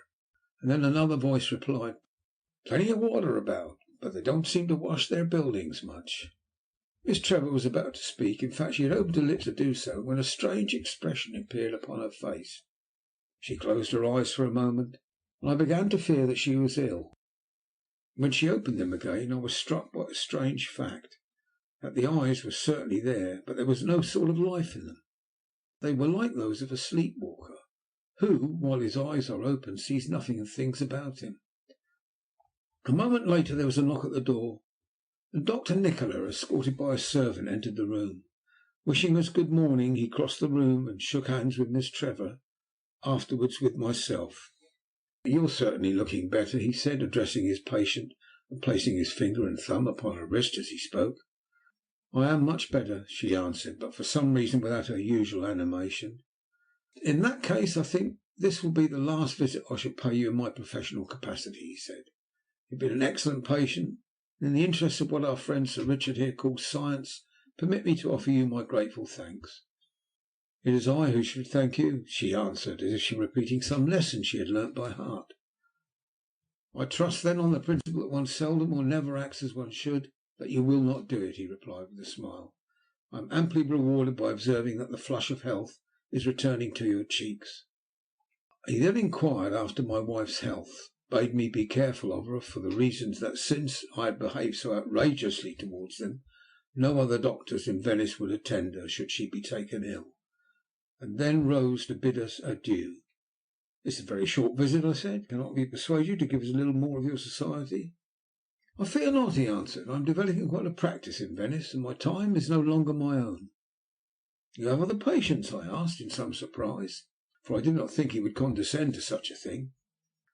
"I have your friend Don Martinos now upon my hands," he said. "The good Galaghetti is so abominably grateful for what I did for his child, that he will insist on trying to draw me into experimenting upon other people." "Would it be indiscreet to ask what is the matter with the Don?" I said. "He does not look like a man who would be likely to be an invalid." "I did not think there was so very much wrong with him," Nikola replied vaguely. "At any rate, it is not anything that can be very easily put right." When he left the room I accompanied him down the corridor as far as the hall. "The fact of the matter is," he began, when we were alone together, "our friend the Don has been running the machinery of life a little too fast of late. I am told that he lost no less a sum than £50,000 in English money last week, and certainly his nerves are not what they once were." "Is he a gambler, then?" I said. "An inveterate gambler, I should say," Nikola answered. "And when a Spaniard takes to that sort of amusement, he generally does it most thoroughly." Whatever the Don's illness may have been, it had certainly made its mark upon his appearance. I chanced to meet him that afternoon on the Rialto bridge, and was thunderstruck at the change. The man's face was white, and his eyes had dark rings under them, and to my thinking spoke for an enfeebled heart. When he stopped to speak to me, I noticed that his hands trembled as though he were afflicted with St. Vitus's dance. "I hope Miss Trevor is better," he said, after I had commented upon the fact that I had not seen him of late. "Much better," I answered. "In fact, she may be now said to be convalescent. I was sorry to hear from Dr. Nicola, however, that you yourself are not quite the thing." "Nerves, only nerves," he answered, with what was almost a frightened look in his eyes. "Dr. Nicola will set me right in no time, I'm sure of that. I've had a run of beastly luck lately. It's upset me more than I can say." I knew to what he referred, but I did not betray my knowledge. After that he bade me farewell and continued his walk. That evening another exquisite basket of flowers arrived from Miss Trevor. There was no card attached to it, but as the Duke denied all knowledge of it, I felt certain as to whence it came. On the day following, for the first time since her illness, Miss Trevor was able to leave the house and go for a short airing upon the canal. We were rejoiced to take her, and made arrangements for her comfort. But there was one young man who was more attentive than all the rest of the party put together. Would Miss Trevor like another cushion? Is she quite sure that she was comfortable? Would she have preferred a gondola to a barca? I said nothing, but I wondered what the Dean thought, for he is an observant old gentleman. As for the young lady herself, she accepted the others' attentions with most charming good humour, and thus all went merry as marriage bells. On the day following she went out again. On the afternoon of the next day felt so much stronger as to express a desire to walk for a short time on the piazza of St. Mark. We accordingly landed at the well-known steps, strolled slowly towards the cathedral. It was a lovely afternoon, the air being soft and warm, with a gentle breeze blowing in from the sea. It is needless for me to say that Glenbarth was in the seventh heaven of delight, and was already beginning to drop sundry little confidences into my ear. Her illness had ruined the opportunity he had hoped to have had, but he was going to make up for it now. Indeed, it looked very much as if she had last made up her mind concerning him. But, having had one experience of the sex, I was not going to assure myself that all was satisfactory until a definite announcement was made by the lady herself. As it turned out, it was just as well that I did so, for that afternoon, not altogether unexpectedly I must confess, was destined to prove the truth of the old saying that the course of true love never runs smooth. Miss Trevor, with the Duke on one side and my wife on the other, was slowly passing across the great square, when a man suddenly appeared before us from one of the shops on our right. This individual was none other than the Don José de Martinos, who raised his hat politely to the ladies and expressed his delight at seeing Miss Trevor abroad once more. As usual, he was faultlessly dressed, and on the whole looked somewhat better in health than he had done when I had last seen him. By some means, I scarcely know how it was done, he managed to slip in between my wife and Miss Trevor, and in this order we made our way towards our usual resting place, Florian's Café. Never since we had known him had the Don exerted himself so much to please. The Duke, however, did not seem satisfied. His high spirits had entirely left him, and in consequence he was now as quiet as he had been talkative before. It was plain to all of us that the Don admired Miss Trevor, and that he wanted her to become aware of the fact. Next morning he made an excuse and joined our party again. At this the Duke's anger knew no bounds. Personally, I must confess that I was very sorry for the young fellow. It was very hard upon him, and just as he was progressing so favourably, that another should appear upon the scene and distract the ladies' attention.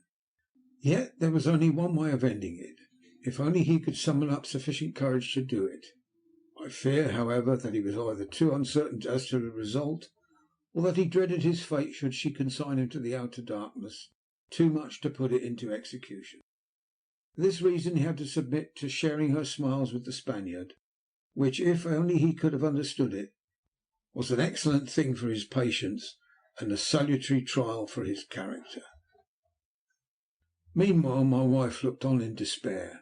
"I thought it was all settled," she said pathetically on one occasion, "and now they are as far off as ever. Why on earth does that troublesome man come between them?" "Because he has quite as much right to be there as the other," I answered. "If the Duke wants her, let him ask her, But that's just what he won't do. The whole matter should have been settled by now." "It's all very well for you to say that," she returned. "The poor boy would have done it before Gertrude was taken ill, but that you opposed him." "And a very proper proceeding too," I answered. "Miss Trevor was under my charge, and I was certainly not going to let any young man, doubtless very desirable, but who had only known her 2 days, propose to her, and get sent about his business, render it impossible for our party to continue together, and by so doing take all the pleasure out of our holiday." "So it was only of yourself you were thinking," she returned, with that wonderful inconsistency that is such a marked trait in her character. "Why do you urge him now to do it?" "Because Miss Gertrude is no longer under my charge," I answered. "Her father is here, and is able to look after her." Then an idea occurred to me, and I acted upon it at once. "When you come to think of it, my dear," I said, as if I had been carefully considering the question, "why should the Don not make Gertrude as good a husband as Glenbarth? He is rich, and doubtless comes of a very good family, and would certainly make a very presentable figure in society." She stared at me aghast. "Well," she said in astonishment, "I must say that I think you are a loyal friend. You know that the Duke has set his heart upon marrying her, and yet you are championing the cause of his rival. I should never have thought it of you, Dick." I hastened to assure her that I was not in earnest, but for a moment I almost fancied she thought I was. "If you are on the Duke's side, I wonder that you encouraged Don Martinos to continue his visit," she went on, "after the other matter had been satisfactorily settled. I cannot tell you how much I dislike him. I feel that I would rather see Gertrude married to a crossing sweeper than to that man. How can she even tolerate him I do not know. I find it very difficult to do so." "Poor Don," I said. "He does not appear to have made a very good impression. In common justice, I must admit, so far as I am concerned, he has been invariably extremely civil." "Because he wants your interest. You are the head of the house." "It's a pretty fiction. Let it pass, however." She pretended not to notice my jibe. "He's gambling away every halfpenny he possesses." I regarded her with unfeigned astonishment. How could she have become aware of this fact? I put the question to her. "Some one connected with the hotel told my maid, Philippa," she answered. "They say he never returns to the hotel until between 2 and 3 in the morning." "He's not married," I retorted. She vouchsafed no remark to this speech, but bidding me to keep my eyes open and beware lest there should be trouble between the two men, left me to my own thoughts. The warning she had given me was not a futile one, for it needed only half an eye to see that Glenbarth and Martinos were desperately jealous of one another. They eyed each other when they met as if at any moment they were prepared to fly at each other's throats. Once the Duke's behaviour was such as to warrant my speaking to him upon the subject when we were alone together. "My dear fellow," I said, "I must ask you to keep yourself in hand. I don't like having to talk to you, but I have to remember that there are ladies in the case." "Then why on earth doesn't Martinos keep out of my way?" he asked angrily. "You pitch into me for getting riled, but don't you see how villainously rude he is to me? He contradicts me as often as he can, and for the rest of the time treats me as if I were a child. In return you treat him as if he were an outsider, and had no right to look at, much less to speak to, Miss Trevor. Nevertheless, he is our friend, or if he is not our friend, he has at least been introduced to us by a friend. Now I have no desire that you should quarrel at all, but if you must do so, let it be when you are alone together, and also when you are out of the hotel." I had no idea how literally my words were to be taken. That night, according to a custom he had late adopted, Martinos put in an appearance after dinner, and brought his guitar with him. As he bade us good evening, I looked at the Duke's face. It was pale and set, as if he had at last come to an understanding with himself. Presently my wife and I sang a duet together, in a fashion that pointed very plainly to the fact that our thoughts were elsewhere. Miss Trevor thanked us in a tone that showed me that she had also given but a small attention to our performance. Then Gertrude sang a song of Tosti's very prettily, and was rewarded with enthusiastic applause. After this the Don was called upon to perform. He took up his guitar, and having tuned it, struck a few chords and began to sing.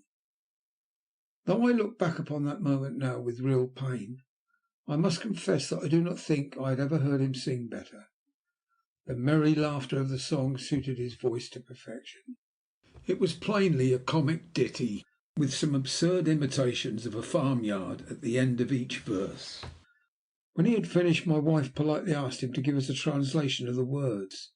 Fate willed that she should ask, I suppose, and also that he should answer it. It is a story of a foolish young man who loved a fair maid, he replied, speaking with the utmost deliberation. Unfortunately, however, he was afraid to tell her of his love. He pined to be with her, yet whenever he was desirous of declaring his passion, his courage failed him at the last moment, and he was compelled to talk of the most commonplace things, such as the animals upon his father's farm. At last she, tiring of such a laggard, sent him away in disgust to learn how to woo. In the meantime she married a man who was better acquainted with his business. Whether the song was exactly as he had described it, I am not in a position to say.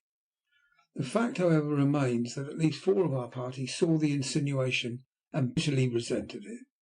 I saw the Duke's face flush and then go pale. I thought for a moment he was going to say something, but he contented himself by picking up a book from the table by his side and glancing carelessly at it. I could guess by the way his hands gripped it something of the storm that was raging in his breast.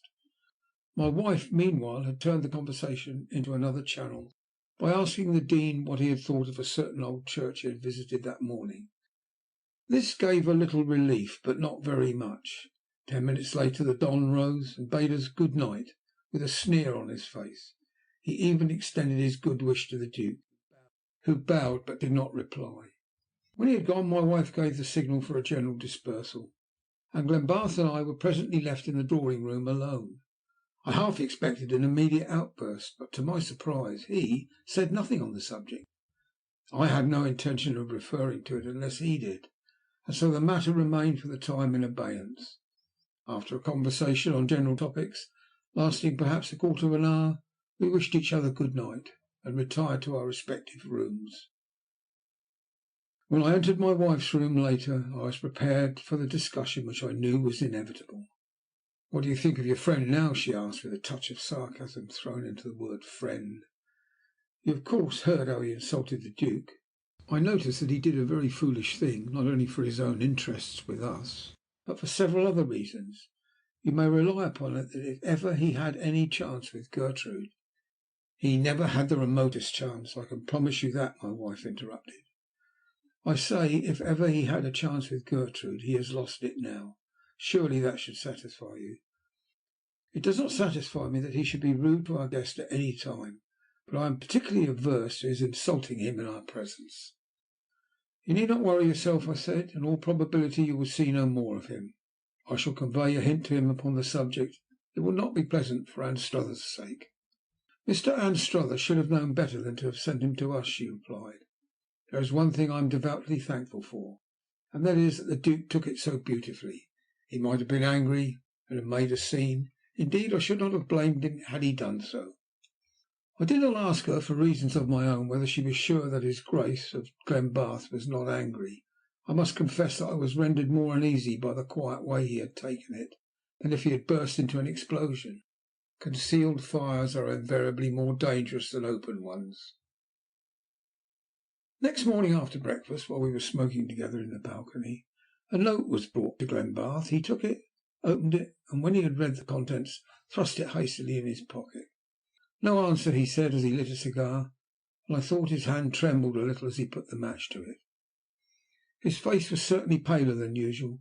There was a far-away look in his eyes that showed me that it was not the canal or the houses opposite that he was looking upon.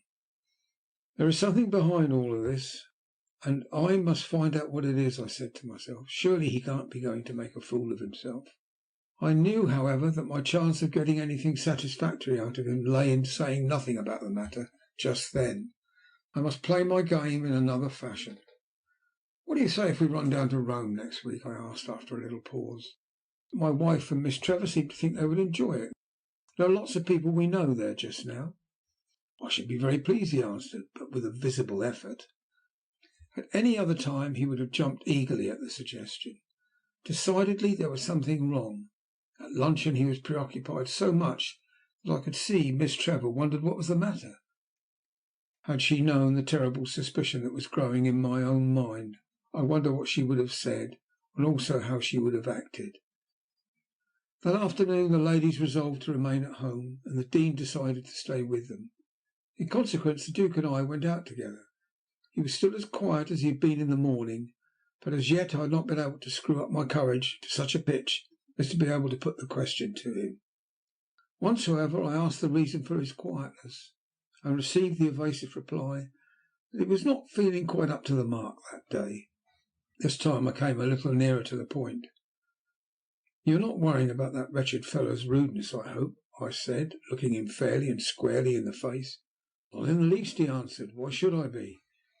"Well, because I know you are hot-tempered," I returned, rather puzzled to find an explanation for him.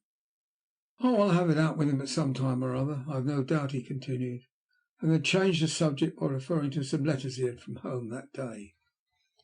When we later returned to the hotel for afternoon tea, we found the two ladies eagerly awaiting our coming. From the moment that he entered the room, Miss Trevor was graciousness itself to the young man. She smiled upon him, encouraged him, until he scarcely knew whether he was standing upon his head or his heels. I fancy she was anxious to compensate him for the Don's rudeness to him. That evening we all complained of feeling tired, and accordingly went to bed early. I was the latest of the party, and my own man had not left my dressing room more than a minute before he returned with the information that the Duke's valet would be glad if he could have a few words with me. "Send him in," I said. Forthwith the man made his appearance. "What is it, Henry?" I inquired. "Is your master not well?" "I don't know what's wrong with his Grace, sir," the man replied. "I'm very much frightened about him, and I thought I would come to you at once." "Why, what is the matter? He seemed well enough when I bade him good night half an hour ago." "It isn't that, sir. He's well enough in his body," said the man. "There's something else behind it all. I know, sir, you won't mind my coming to you. I didn't know what else to do." "You'd better tell me everything, and then I shall know how to act. What do you think is the reason of it?" "Well, sir, it's like this," Henry went on. "His Grace has been very quiet all day. He wrote a lot of letters this morning and put them in his dispatch box. I'll tell you what I'll do with them later, Henry," he said when he had finished. Well, I didn't think very much of that, but when to night he asked me what I'd made up in my mind to do with myself if ever I should leave his service, and told me that he had put it down in his will that I was to have £500 if he should die before I left him, I began to think there was something the matter. Well, sir, I took his things to night and was in the act of leaving the room when he called me back. "Going out early for a swim in the sea to morrow morning," he said, "but I shan't say anything to Sir Richard Hatteras about it, because I happen to know that he thinks the currents about here are dangerous. Well, one never knows what might turn up," he goes on to say, "and if by any chance, Henry, though I hope such a thing will not happen, I should be caught and should not return, I want you to give this letter to Sir Richard. But remember this, you are on no account to touch it till midday. Do you understand?" I told him that I did, but I was so frightened by what he said that I made up my mind to come and see you at once. This was disturbing intelligence indeed. From what he said there could be no doubt that the Don and Glenbarth contemplated fighting a duel. In that case what was to be done? To attempt to reason with the Duke in his present humour would be absurd. Besides, his honour was at stake, and though I am totally against duels, that counts for something. "I'm glad you told me this, Henry," I said, "for now I shall know how to act. Don't worry about your master's safety. He's safe in my hands. He shall have his swim to morrow morning, but I shall take very good care that he is watched. You may go to bed with an easy heart, and don't think about that letter. It will not be needed, for he will come to no harm." The man thanked me civilly and withdrew, considerably relieved in his mind by his interview with me. Then I sat myself down to think the matter out. What was I to do? Doubtless the Don was an experienced duellist, while Glenbarth, though a very fair shot with a rifle or fowling piece, would have no chance against him with the pistol or the sword. It was by no means an enviable position to be placed in, and I fully realized my responsibility in the matter. I felt that I needed help, but to whom should I apply for it? The Dean would be worse than useless, while to go to the Don and ask him to sacrifice his honour to our friendship for Glenbarth would be to run the risk of being shown the door. Then I thought of Nikola, and made my mind up to go to him at once. Since the Duke had spoken of leaving the hotel early in the morning, there could be no doubt as to the hour of the meeting. In that case there was no time to be lost. I thereupon went to explain matters to my wife. "I had a suspicion this would happen," she said, when she had heard me out. "Oh, Dick, you must stop it without fail. I should never forgive myself if anything were to happen to him while he is our guest. Go to Dr. Nikola at once and tell him everything, and implore him to help us as he has helped us before." Thus encouraged, I left her and went back to my dressing room to complete my attire. This done, I descended to the hall to endeavour to obtain a gondola. Good fortune favoured me, for the American party, who had but lately arrived at the hotel, had just returned from the theatre. I engaged the man who had brought them, and told him to take me to the Palace Revecce with all possible speed. "It's a late hour, Senor," he replied. "I'd rather go anywhere than to that house in the Rio de Consiglio." "You'll be well paid for your trouble and also for your fear," I replied, as I got into the boat. Next moment we were on our way. A light was burning in Nikola's room as we drew up at the palace steps. I bade the gondolier wait for me, and to ensure his doing so, refused to pay him until my return. Then I rang the bell, and was rewarded in a few minutes by hearing Nikola's footsteps on the flagstones of the courtyard. When the door opened, he was vastly surprised at seeing me. He soon recovered his equilibrium, however. It took more than a small surprise to upset Nikola. He invited me to enter. "I hope there is nothing wrong," he said politely, "or otherwise how am I to account for this late call?" "Something is very wrong indeed," I said. "I have come to consult you and to ask for your assistance." By this time he had reached his own room, that horrible room I remembered so well. "The fact of the matter is," I said, seating myself in the chair he offered me as I spoke, "the Duke of Glenbarth and Don de Martinos have arranged to fight a duel soon after daybreak." "To fight a duel?" Nikola repeated. "So it's come to this, has it? Well, what do you want me to do?"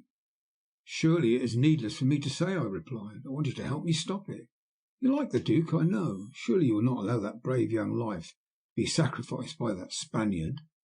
"From the way you speak it would appear that you do not care for Martinos," Nikola replied. "Frankly confess that I do not," I replied.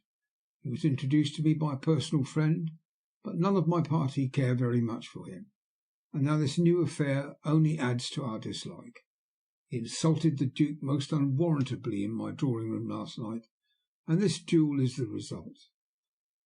Always the same," Nikola muttered to himself. "But the end is coming, and his evil deeds will bear their own fruit."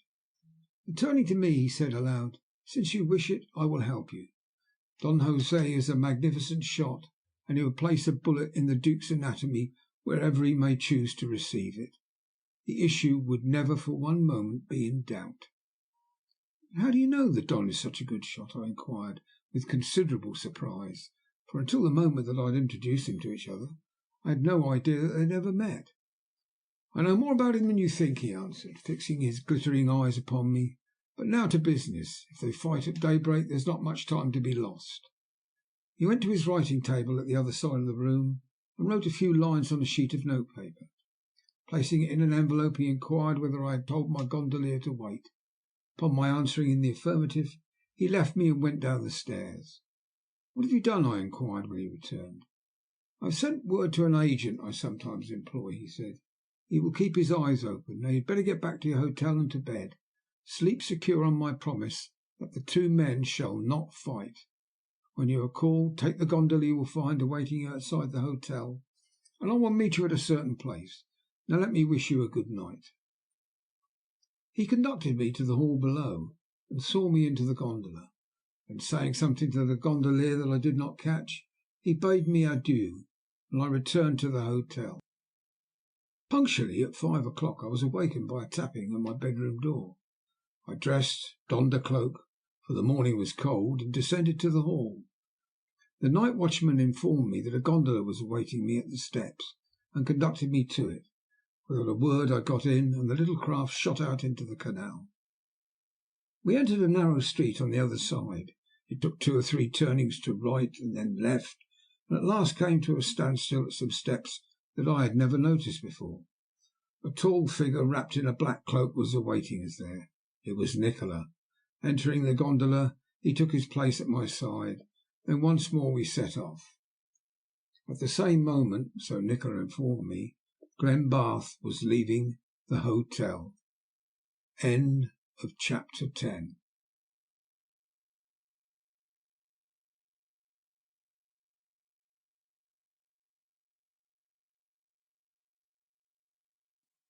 Chapter 11. When I had picked up Nikola, we continued our voyage. Dawn was just breaking, and Venice appeared very strange and uncanny in the weird morning light.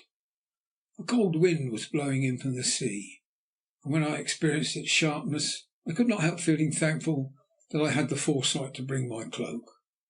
"How do you know where the meeting is to take place?" I asked, after we had been travelling for a few minutes. "Because when I am unable to find things out for myself, I have agents who can do it for me," he replied. "What would appear difficult in reality is very simple. To reach the place in question it would be necessary for them to employ gondolas, and for the reason that, as you are aware, there are not many plying in the streets of Venice at such an early hour. It would be incumbent upon them to bespeak them beforehand. A few inquiries among the gondoliers elicited the information I wanted. That point satisfactorily settled, the rest was easy." "And do you think we shall be there in time to prevent the meeting?" I asked. "We shall be at the rendezvous before they are," he answered, "and I have promised you they shall not fight." Comforted by this reassuring news, I settled myself down to watch the tortuous thoroughfares through which we were passing.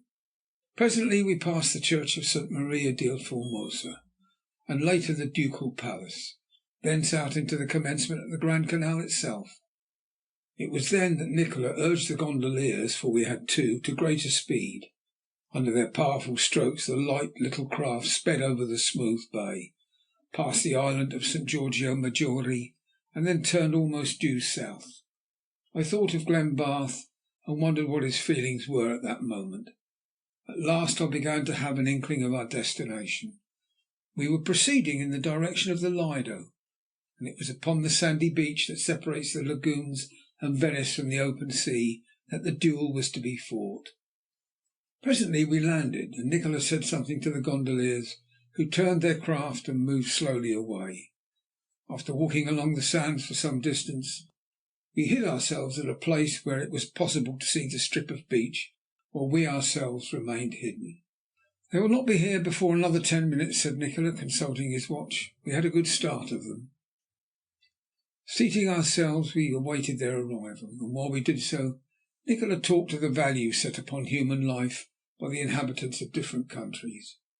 No one was more competent to speak on such a subject than he. We had seen it in every clime, in every phase. He spoke with a bitterness and a greater scorn for the petty vanities and aims of men than I had ever noticed in him before. Suddenly he stopped, and looking towards the left, said, "If I am not mistaken, the Duke of Glenbarth has arrived." I looked in the direction indicated, and was able to descry the tall figure of the Duke coming along the sands. A little later 2 other persons made their appearance and followed him.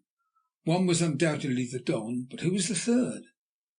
As they drew closer I discovered that he was unknown to me. Not so to Nikola, however. "Burma cedar," he said to himself, and there was an ugly sneer upon his face.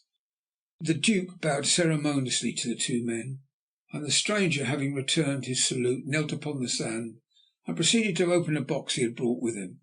From it he produced a pair of pistols, which he loaded with ostentatious care. The work finished, he took them by their barrels and gave Glenbarth his choice. The Spaniard, I noticed, was dressed entirely in black, not showing a particle of white. The Duke was attired very much as usual. When each had taken a pistol, the stranger measured the distance upon the sands and allotted them their respective positions. By this time I was in such a fever of excitement that Nikola laid his hand upon my arm to restrain me. "Wait," he whispered. "I have not pledged you my word that your friends shall not be hurt. Do not interrupt them yet. I have my suspicions, and I am anxious to confirm them." I accordingly waited, but though it was only for a few seconds, it seemed to me an eternity.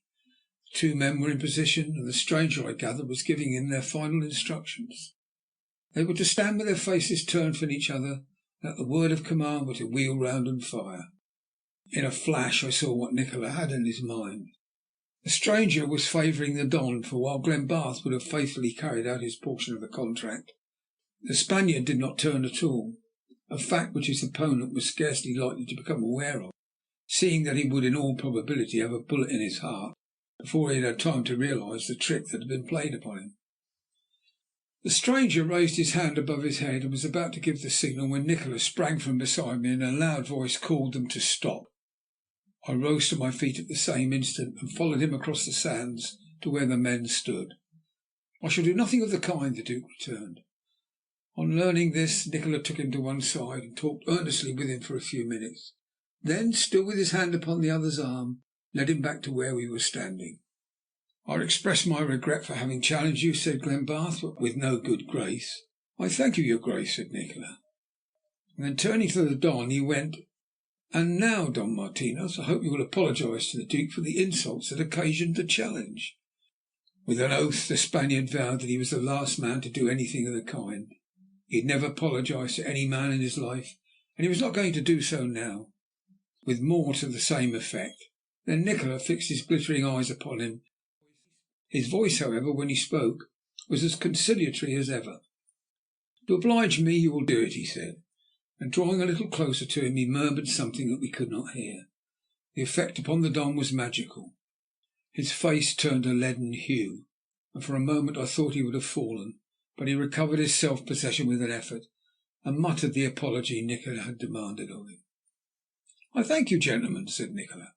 "Now, with your permission, we will return to the city." Here he wheeled round upon the stranger and continued, "This is not the first of these little affairs which you have played a part. You have been warned before. Profit by it, for the time may come when it will be too late. Remember Pietro Salome."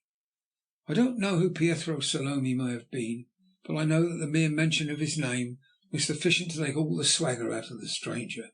He fell to pieces like a house of cards.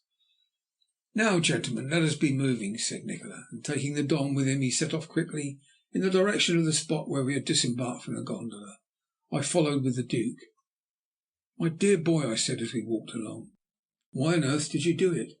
Is your life so little value to yourself or to your friends that you try to throw it away in this reckless fashion?" "I am the most miserable brute on the face of the earth," he replied. "I think it would have been far better for me had I been shot back there." "Look here, Glenbarth," I said with some anger, "if you talk nonsense in this manner I shall begin to think you are not accountable for your actions. What on earth have you got to be so unhappy about?" "You know very well," he answered gloomily. "You are making yourself miserable because Miss Trevor will not marry you," I said. "You have not asked her. How, therefore, can you tell?" "But she seems to prefer Don Martinos," he went on. "Oh, fiddlesticks!" I answered. "I'm quite certain she hasn't thought of him in that way. Now, I'm going to talk plainly to you. I've made up my mind that we leave for Rome to day. We shall spend a fortnight there, and you should have a fair opportunity of putting the question to Miss Trevor.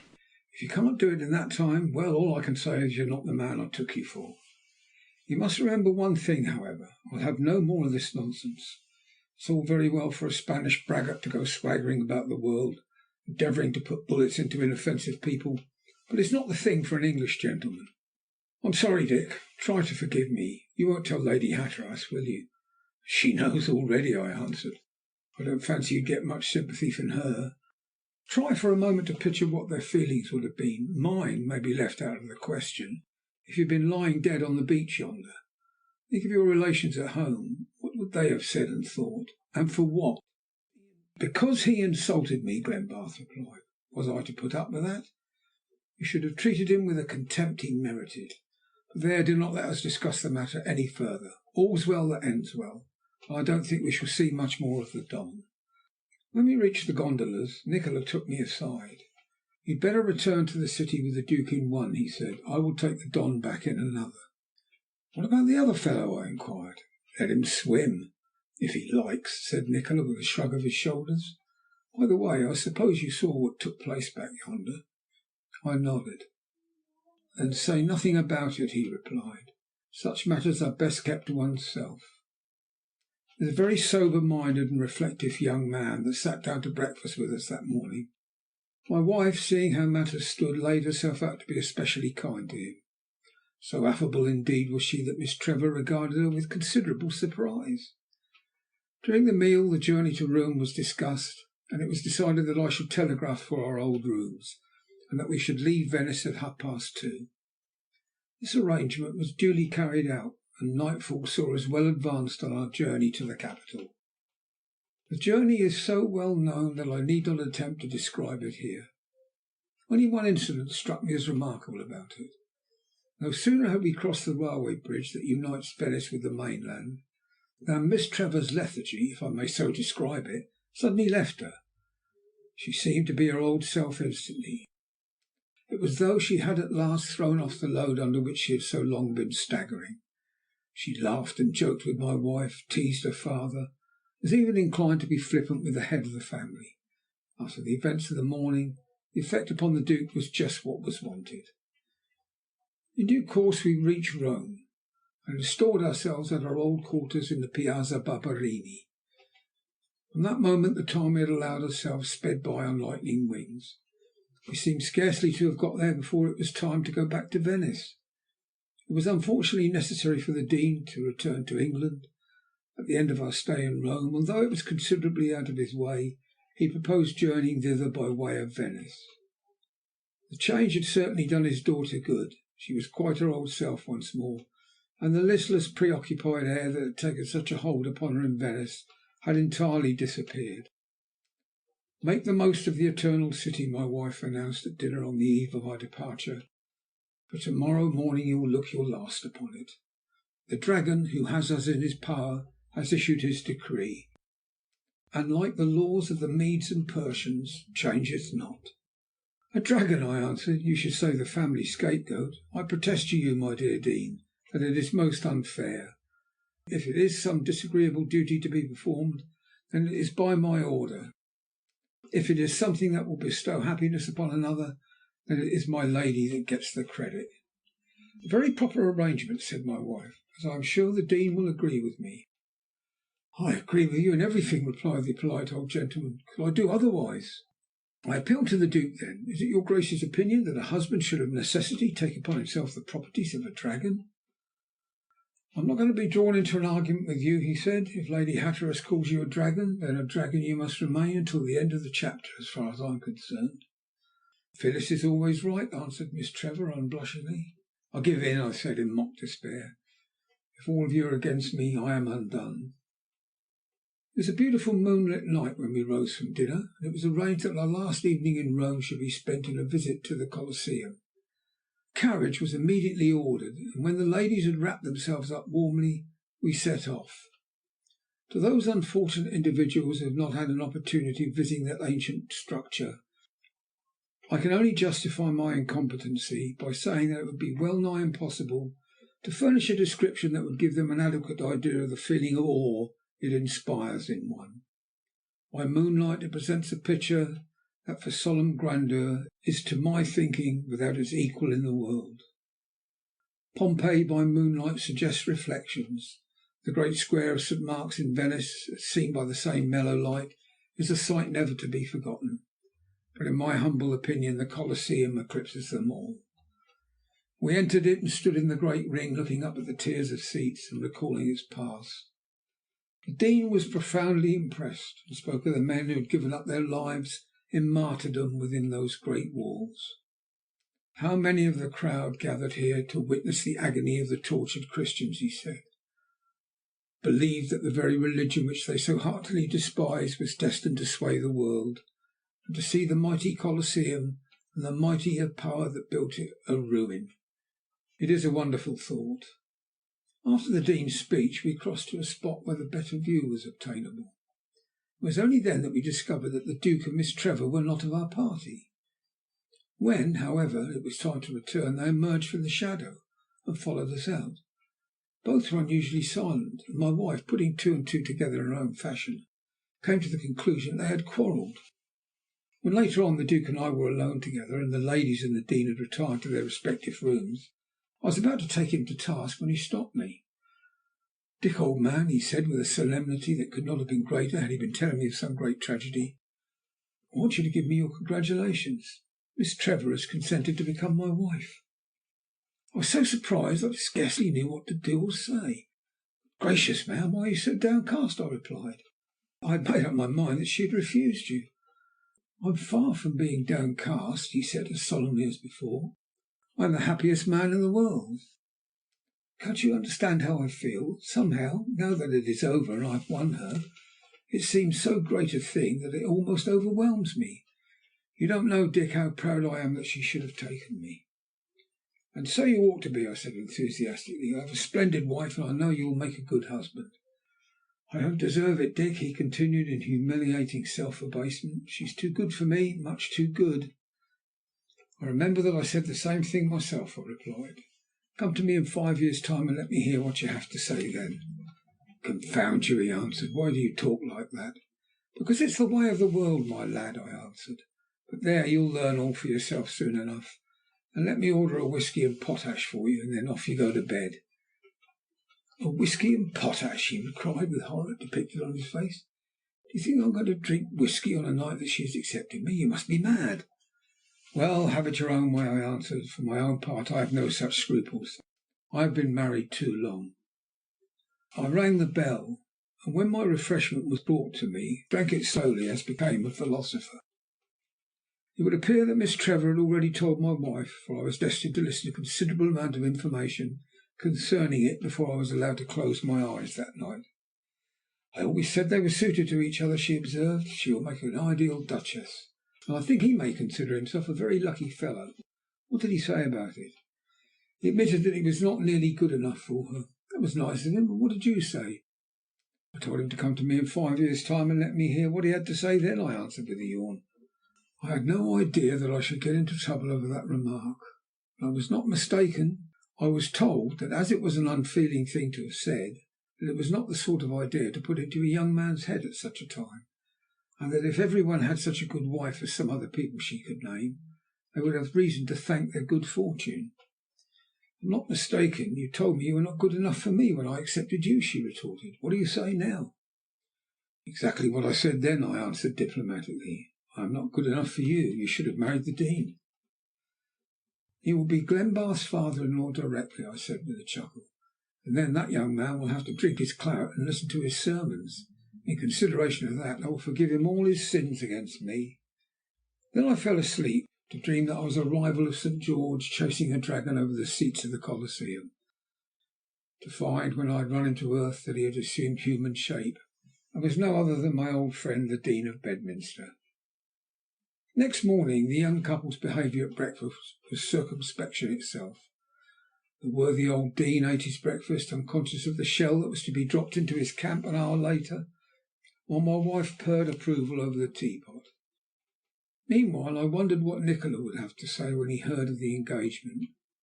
After the meal was over we left the Duke and Dean together. Somehow I don't think Glenbarth was exactly at his ease. When he reappeared half an hour later and shook me by the hand, he vowed that the old gentleman was the biggest trump in the world, and that I was the next. From this I gathered that the matter had been satisfactorily settled, and that so far as his parental consent was concerned, Miss Gertrude Trevor was likely to become the Duchess of Glenbarth without any unnecessary delay. Though there was not much time to spare before our train started, there was still sufficient for the lovers to make a journey to the Piazza di Trevi, where the magnificent diamond ring was purchased to celebrate the engagement. A bracelet would have made any woman's mouth water was also dedicated for the same purpose. A memorial bracelet in the Etruscan model was next purchased for my wife. It was handed to her later on by her grateful friends. "You did so much for us," said the Duke simply, when Miss Trevor made the presentation. My lady thereupon kissed Miss Trevor and thanked the Duke, while I looked on in amazement. "Come now," I said, "I call that scarcely fair. Is the poor dragon to receive nothing? I was under the impression that I had done more than any one to bring about this happy result." "You shall have our gratitude," Miss Trevor replied. "That would be so nice, wouldn't it?" "I'll see what the Duke says in 5 years," I answered, and with this Parthian shot I left them. Next morning we reached Venice. The journey had been a very pleasant one, but I must say that I was not sorry when it was over. The picture of two young lovers gazing with devotion into each other's eyes hour after hour is apt to pall upon one. When we had left Mestre behind us and were approaching the bridge I have described before as connecting Venice with the mainland, when I noticed that Gertrude Trevor had suddenly become silent and preoccupied. She had a headache, she declared to my wife, but thought it would soon pass off. In reaching the railway station we chartered a barca to take us to our hotel. When we reached it, Galaghetti was on the steps to receive us. His honest face beamed with satisfaction, and the compliments he paid my wife when she set foot upon the steps were such as to cover her with confusion. I directed my party to go upstairs, and then drew the old man on one side. "Don José de Martinos?" I asked, knowing that it was sufficient merely to mention his name. "He is gone, my lord," Galaghetti replied. "Since he was a friend of yours, I am sorry I could not keep him no longer. Perhaps your lordship does not know that he has gambled all his money away, and that he has not even enough left to discharge his indebtedness to me." "I certainly did not know it," I replied. "I am sorry to hear it. Where is he now?" "I could not say," Galaghetti replied, "but doubtless I could find out if your lordship desires to know." Then, bidding him good day, I made my way up the stairs, turning over in my mind what I had heard. I was not at all surprised to hear that the Don had come to grief, though I had not expected that the catastrophe would happen in so short a time. It was satisfactory to know, however, that in all probability he would never trouble us again. In the afternoon, according to custom, we spent an hour at Florian's cafe.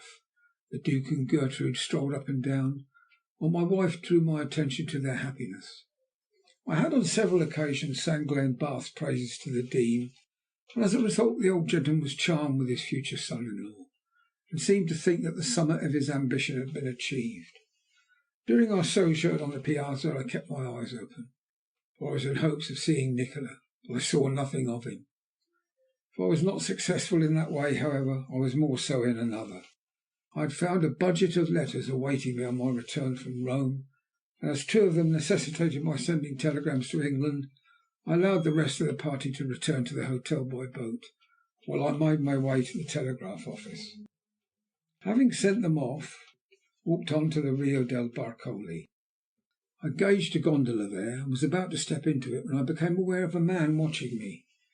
He proved to be none other than the Spaniard, Don Martinos. But so great was the change in him that for a moment I scarcely recognized him. Though only a fortnight had elapsed since I had last seen him, he had shrunk to what was only a shadow of his former self. His face was of a pasty, fishy whiteness. His eyes had a light in them that I had not seen there before. For the moment I thought he had been drinking, and that this unnatural appearance was the result.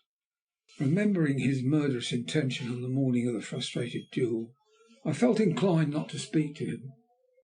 My pity, however, got the better of me, and I bade him good day.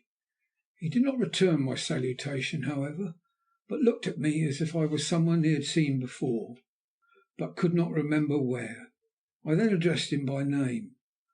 In reply he beckoned me to follow him out of earshot of the gondolier. "I cannot remember your name," he said, gripping me by the arm, "but I know that I have met you before. I cannot remember anything now because Here he paused and put his hand to his forehead as if he were in pain. I endeavoured to make him understand who I was, but without success. He shook his head and looked at me, talking for a moment in Italian, then in Spanish, with interludes of English. A more pitiable condition for a man to get into could scarcely be imagined. At last I tried him with a question that I thought might have some effect upon him. "Have you met Dr. Nikola lately?" I inquired. The effect it produced upon him was instantaneous. He shrunk from me as if he had been struck, and, leaning against the wall of the house behind him, trembled like an aspen leaf. For a man usually so self-assertive, one might almost say so aggressive, here was a terrible change. I was more than ever at a loss to account for it. He is the last man I should have thought would have been taken in such a way. "Don't tell him. You must not tell him. Promise me that you will not do so," he whispered in English.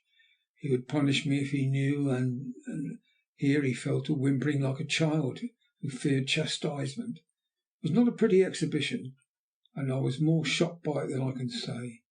At this juncture I remembered the fact that he was without means, and as my heart had been touched by his pathetic condition, I was anxious to render him such assistance as was in my power.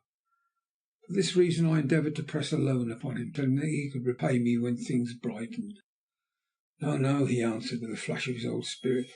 He then added in a whisper, "He would know of it." "Who would know of it?" I asked.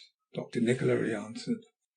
Then, laying his hand upon my arm again, and placing his mouth close to my ear, as if he were anxious to make sure that no one else should hear, he went on, "I would rather die of starvation in the streets than fall into his hands. "Look at me," he continued after a moment's pause. "Look at what I am. I tell you he's got me body and soul. I cannot escape from him. I have no will but his, and he is killing me inch by inch. I've tried to escape, but it's impossible. If I were on the other side of the world and he wanted me, I should be obliged to come." Then, with another change, as swift as he thought, he began to defy Nikola, vowing that he would go away, that nothing should ever induce him to see him again. But a moment later he was back in his old condition once more. "Farewell, Senor," he whispered. "I must be going. There is no time to lose. He is awaiting me." "But you have not told me where you are living now." "Cannot you guess?" he answered, still in the same curious voice. "My home is the Palace Revecce in the Rio del Consiglio." Here was a surprise indeed. The Don had gone to live with Nikola. Was it kindness that had induced the latter to take him in? If not, what were his reasons for so doing? End of chapter 11.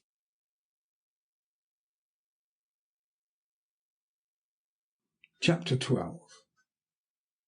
As may be supposed, my meeting with the Don afforded me abundant food for reflection. Was it true, as he had said, that in his hour of distress Nikola had afforded him an asylum? And if so, why was the latter doing so?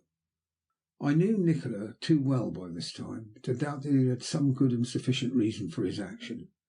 Lurking at the back of my mind was a hideous suspicion that, although I tried my hardest not to think of it, would not allow itself to be banished altogether.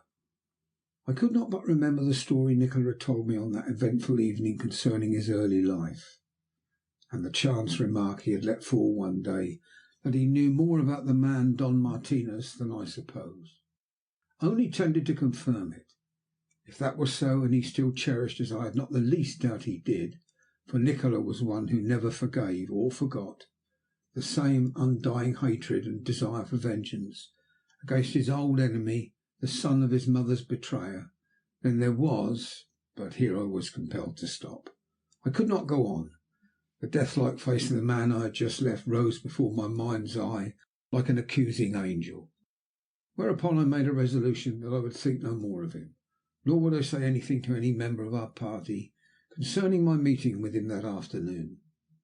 It is superfluous to remark that the latter resolve was more easily kept than the former.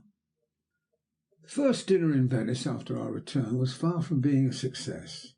Miss Gertrude's headache, instead of leaving her, had become so bad she was compelled to go forthwith to bed, leaving Glenbarth in despair, and the rest of our party as low-spirited as possible. Next morning she declared she was a little better, though she complained of having passed a wretched night.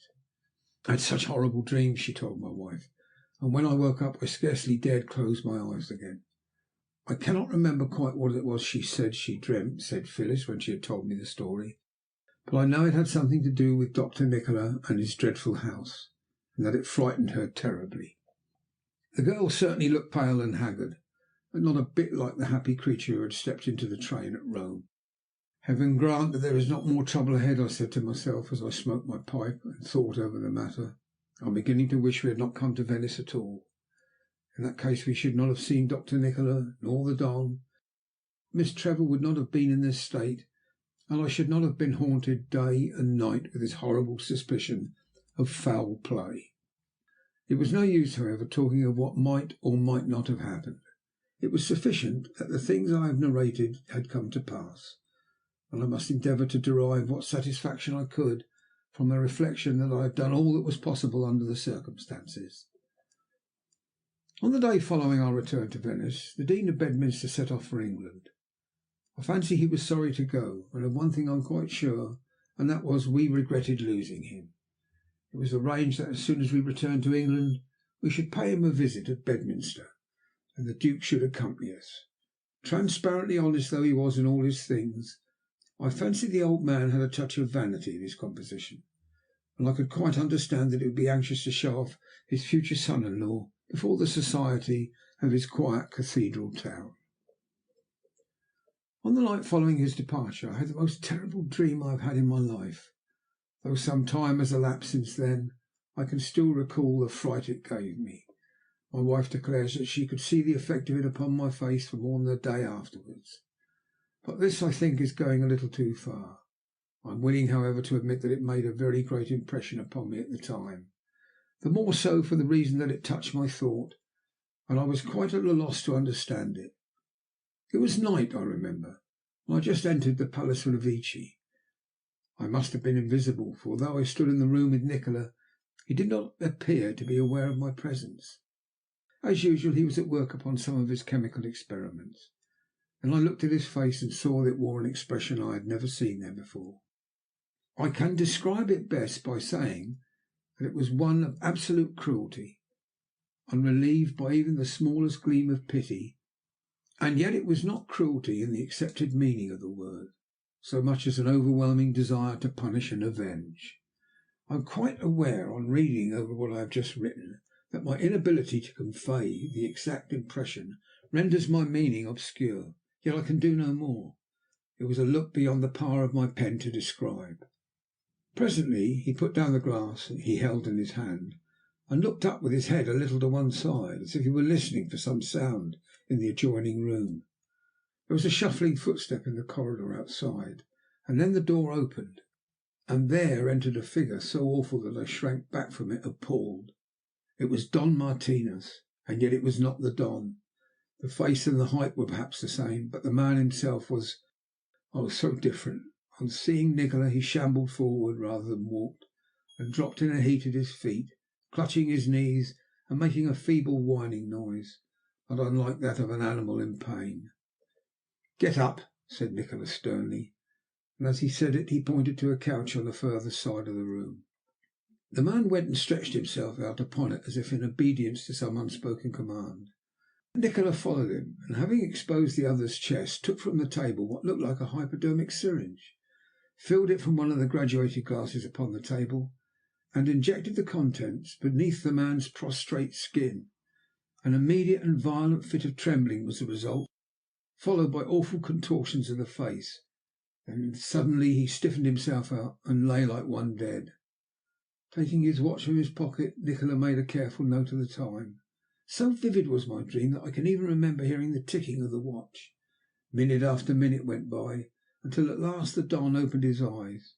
Then I realized that the man was no longer a human being, but an animal.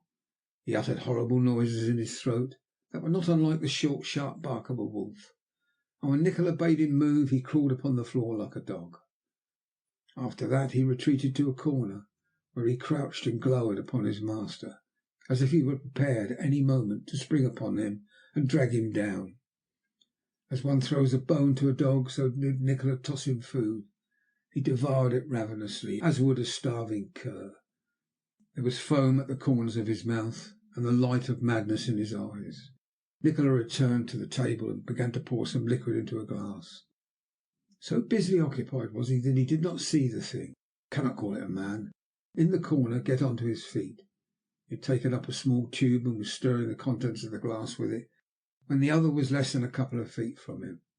I tried to warn him of his danger, only to find that I could not utter a word. Then the object turned upon him and clawed at his throat. He turned, and a moment later the madman was lying whining feebly upon the floor, and Nikola was wiping the blood from a scratch on his left-hand side of his throat.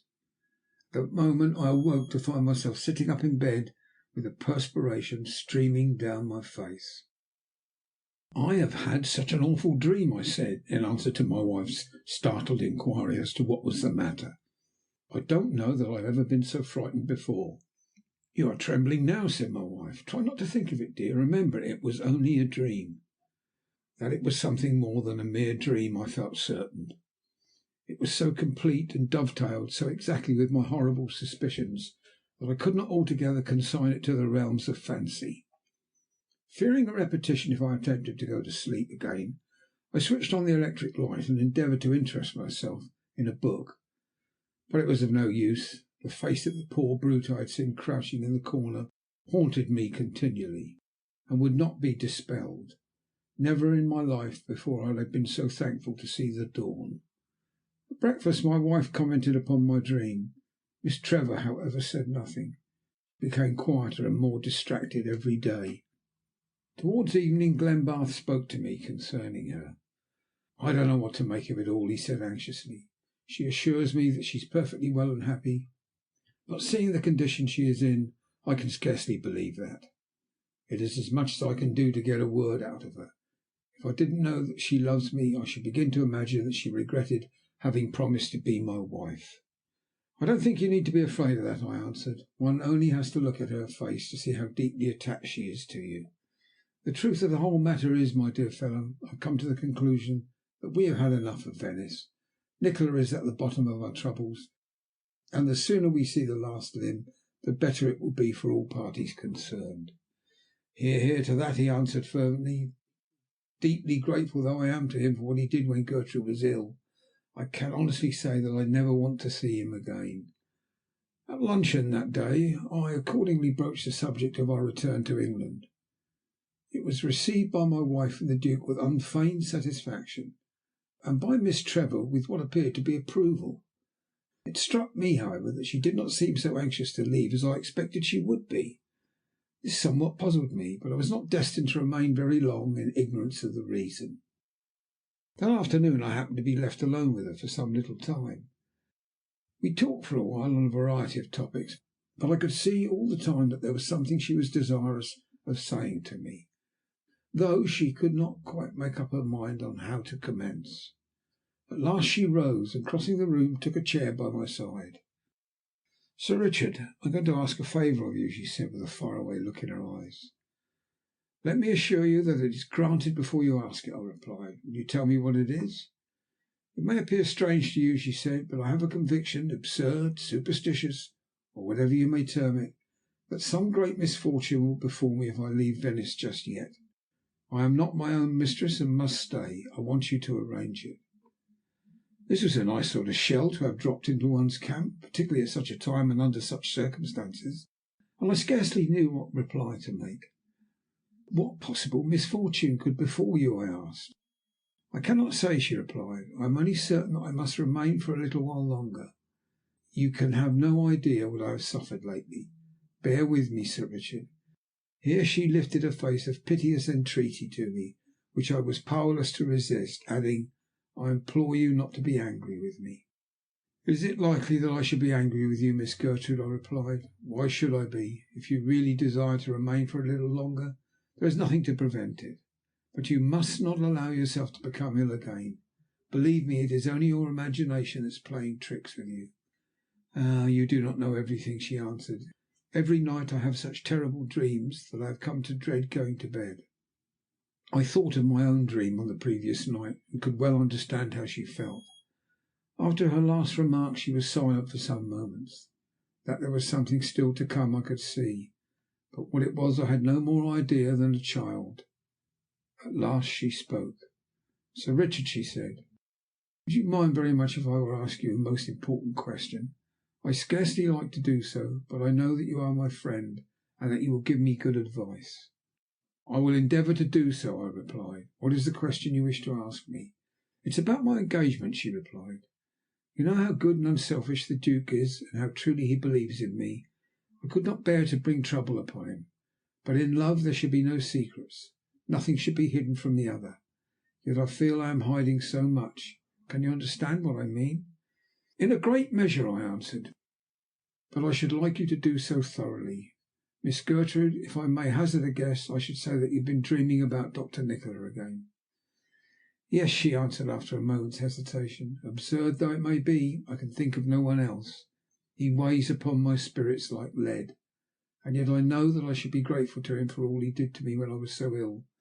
But for him I should not be alive now." "I am afraid that you have been allowing the thought of your recent danger to lie too heavily upon your mind," I continued. "Remember that this is the 19th century, and there are no such things as you think Nikola would have you believe." "Would I know that there are?" she asked, looking at me reproachfully. "Ah, Sir Richard," she continued, "if you knew all that I do, you would pity me. But no one will ever know, and I cannot tell them. But one thing is quite certain. I must stay in Venice for the present, happen what may. Something tells me so day and night, and when I think of the Duke my heart well nigh breaks, for I fear I should bring trouble upon him." I did my best to comfort her. promised that if she really desired to remain in Venice, I would arrange it for her, and by doing so committed myself to a policy that I very well knew, when I came to consider it later, it was not expedient and very far from being judicious.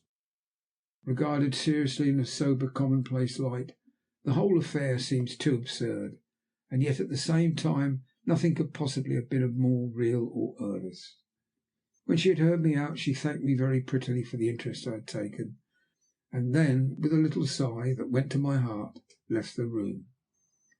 Later in the afternoon I broke the news to my wife, and told her of the promise I had given Gertrude. "But what does it all mean, Dick?" she asked, looking at me with startled eyes. "What is it she fears will happen if she goes away from Venice?" "That is what I cannot get her to say," I replied. "Indeed, I am not altogether certain that she knows herself. It's a most perplexing business, and I wish to goodness I had never had anything to do with it. The better plan, I think, would be to humour her, to keep her as cheerful as we can, and when the proper time arrives get her away from Venice and home to England as quickly as we can."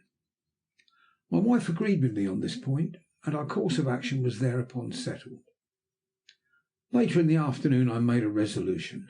My own suspicions concerning the wretched Martinos were growing so intolerable that I could bear them no longer. The memory of the dream I had had on the previous night was never absent from my thoughts, and I felt that unless I could set matters right once and for all, and convince myself they were not as I suspected with Anstruther's friend, I should be unable to close my eyes when I next went to bed. For this reason I determined to set off to the Palace Revecce at once, to have an interview with Nikola in the hope of being able to extort some information from him. Perhaps, after all, I argued, I am worrying myself unnecessarily. There may be no connection between Martinos and that South American. I determined, however, to set the matter at rest that afternoon. Accordingly, at 4 o'clock I made an excuse and departed for the Rio del Consiglio. It was a dark, cloudy afternoon, and the house, as I approached it, looked drearier, if such a thing were possible, than I had ever seen it. I disembarked from my gondola at the steps. Having bade the man wait for me, which he did on the other side of the street, I rang the bell. The same old servant whom I had remembered having seen on previous occasions answered it, and informed me that his master was not at home, but that he expected him every minute. I determined to wait for him, and ascended the stairs to his room. The windows were open, and from where I stood I could watch the gondolier placidly eating his bread and onions on the other side of the street. As far as I could see, there was no change in the room itself. The centre table was, as usual, littered with papers and books. That near the window was covered with chemical apparatus, while the old black cat was fast asleep upon the couch on the other side. The oriental rug described in another place covered the ominous trap door, so that no portion of it could be seen. I was still standing at the window, looking down upon the canal below, when the door at the further end softly opened, and a face looked in at me. Good heavens, I can even now feel the horror which swept over me. It was the countenance of Don Martinos, but so changed even from that what it had been when I had seen him in the Rio del Barcaroli that I scarcely recognised it. It was like the face of an animal and of a madman, if such a thing could be combined. He looked at me and then withdrew, closing the door behind him, only to reopen it a few moments later. Having apparently made sure that I was alone, he crept in and, crossing the room, approached me. For a moment I was at a loss how to act. I was not afraid that the poor wretch might do me any mischief, but my whole being shrank from him with a physical revulsion beyond all description in words. I can understand now something of the dislike my wife and the Duke declared they entertained for him. On tiptoe, with his finger to his lips as if to enjoin silence, he crept towards me, muttering something in Spanish that I could not understand, and then in English he continued, "Hush, Senor, can you not see them?" He pointed his hand in various directions as if he could see the figures of men and women moving about the apartment. Once he bowed low as if to some imaginary dignitary, drawing back at the same time as if to permit him to pass. And turning to me he continued, "Do you know who that is? No? Then I will tell you, Senor. That is the most noble Admiral Revecce, the owner of this house." Then for a short time he stood silent, picking feebly at his fingers and regarding me and ever and anon from the corner of his eye. Suddenly there was a sharp, quick step in the corridor outside, The handle of the door turned and Nikola entered the room. As his glance fell upon the wretched being at my side, a look, not unlike that I had seen in my dream, flashed into his countenance. It was gone again, however, as suddenly as it had come, and he was advancing to greet me with all his old politeness. It was then that the folly of my errand was borne in upon me. Even if my suspicions were correct, what could I do, and what chance could I hope to have of being able to induce Nikola to confide in me? Meanwhile he had pointed at the door, and Martinos, trembling in every limb, was slinking towards it like a whipped hound. And at that moment I made a discovery that I confess came near to depriving me of my presence of mind altogether. You can judge of its value for yourself when I say that extending to the lobe of Nikola's left ear, halfway down and across his throat, was a newly made scar. Just such a one, in fact, as would be made by a hand with sharp fingernails clutching at it. Could my dream have been true after all? "I cannot tell you how delighted I am to see you, my dear Sir Richard," said Nikola as he seated himself. "I understood that you had returned to Venice." Having outgrown the desire to learn how Nikola had become aware of anything, I merely agreed that we had returned, and took the chair he offered me. When all the circumstances are taken into consideration, I really think that that moment was certainly the most embarrassing of my life. Nikola's eyes were fixed steadily upon mine, and I could see in them what was almost an expression of malicious amusement. As usual, he was making capital out of my awkwardness, and as I knew that I could do no good, I felt that there was nothing for it but for me to submit. Then the miserable Spaniard's face rose before my mind's eye, and I felt that I could not abandon him without an effort to what I knew would be his fate. Nikola brought me up to the mark even quicker than I expected. "It's very plain," he said, with a satirical smile playing around his thin lips, "that you have come with the intention of saying something important to me. What is it?" At this I rose from my chair and went across the room where he was sitting. Placing my hand upon his shoulder, I looked down into his face, took courage, and began. "Dear Nikola," I said, "you and I have known each other for many years now. We have seen some strange things together, one of us perhaps less willingly than the other. But venture to think, however, that we have never stood on a stranger or more dangerous ground than we do to-night." "I am afraid I am scarcely able to follow your meaning," he replied. I knew that this was not the case, but I was equally convinced that to argue the question with him would be worse than useless. "Do you remember the night on which you told me that story concerning the woman who lived in this house, who was betrayed by the Spaniard, and who died on that Spanish island?" I asked. He rose hurriedly from his chair and went to the window. I heard him catch his breath, and I knew that I had moved him at last. "What of it?" he inquired, turning upon me sharply as he spoke. "Only that I have come to see you concerning the denouement of that story," I answered. "I have come because I cannot possibly stay away. You have no idea how deeply I have been thinking over this matter. Do you think I cannot see through it and read between the lines? You told it to me because, in some inscrutable fashion of your own, you had become aware that Don Martinos would bring a letter of introduction to me from my friend Anstruther. Remember, it was I who introduced him to you. Do you think that I did not notice the expression that came to your face whenever you looked at him? Later my suspicions were aroused. Don was a Spaniard, he was rich, and he had made the mistake of admitting that while he had been in Chile he had never been in Equinata. You persuaded me to bring him to this house, and here you obtained your first influence over him." "My dear Hatteras," said Nikola, "you are presupposing a great deal. You get beyond my depth. Don't you think it would be wiser if you were to stick to plain facts?" "My suppositions are stronger than my facts," I answered. "You laid yourself out to meet him, and your influence over him became greater every day. It could be seen in his face. He was fascinated and could not escape. Then he began to gamble, and found his money slipping through his fingers like water through a sieve." "You have come to the conclusion, then, that I am responsible for that also?" "I did not say that it was your doing exactly," I said, gathering courage from the calmness of his manner and the attention he was giving me. "But it fits in too well with the whole scheme to free you entirely from responsibility. Then look at the change that began to come over the man himself. His faculties were leaving him one by one, being wiped out just as a schoolboy wipes his lesson from a slate. If he had been an old man I should have said that it was the commencement of his second childhood, but he is still a comparatively young man. You forget that while he had been gambling he had also been drinking heavily. May not debauchery tell its own tale? It is not debauchery that has brought about this terrible change. Who knows that better than yourself? After the duel, which you had providentially prevented, We went to Rome for a fortnight. On the afternoon of our return I met him near the telegraph office. At first glance I scarcely recognized him, so terrible was the change in his appearance. If ever a poor wretch was on the verge of idiocy, he was that one. Moreover, he informed me he was living with you. Why should the fact that he was so doing produce such a result? I cannot say. I dare not try to understand it, but for pity's sake, Nikola, by all that you hold dear, I implore you to solve the riddle. Last night I had a dream. You are perhaps a believer in dreams, he remarked very quietly, as if the question scarcely interested him. This dream was of a description such as I have never had in my life before, I answered, disregarding the sneer, and then told it to him, increasing rather than lessening the abominable details. He heard me out without moving a muscle of his face, and it was only when I had reached the climax and paused that he spoke.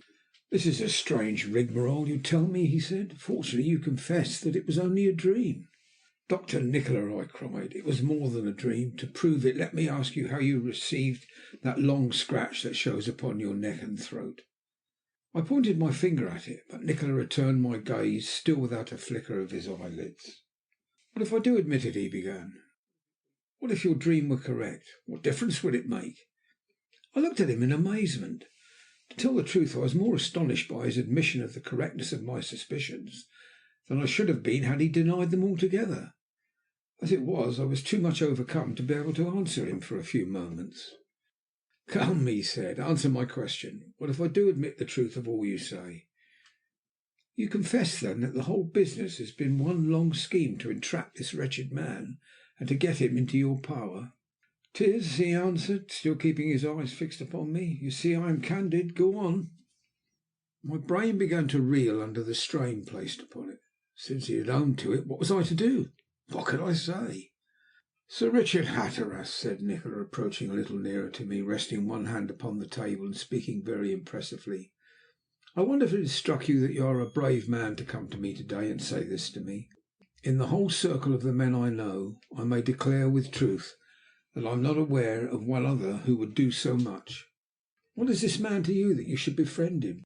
He would have robbed you of your dearest friend without a second thought, as he would rob you of your wife if the idea occurred to him. He is without the bowels of compassion. The blood of thousands stain his hands, and cries out for vengeance. He is a fugitive from justice, a thief, a liar, and a traitor to the country he swore to govern as an honest man. On a certain little island on the other side of the world there is a lonely churchyard, and in that churchyard a still lonelier grave. In it lies the body of a woman, my mother. In this very room that woman was betrayed by his father. So in this room also shall that betrayal be avenged. I have waited all my life. The opportunity has been long in coming. Now, however, it has arrived, and I am decreed by fate to be the instrument of vengeance."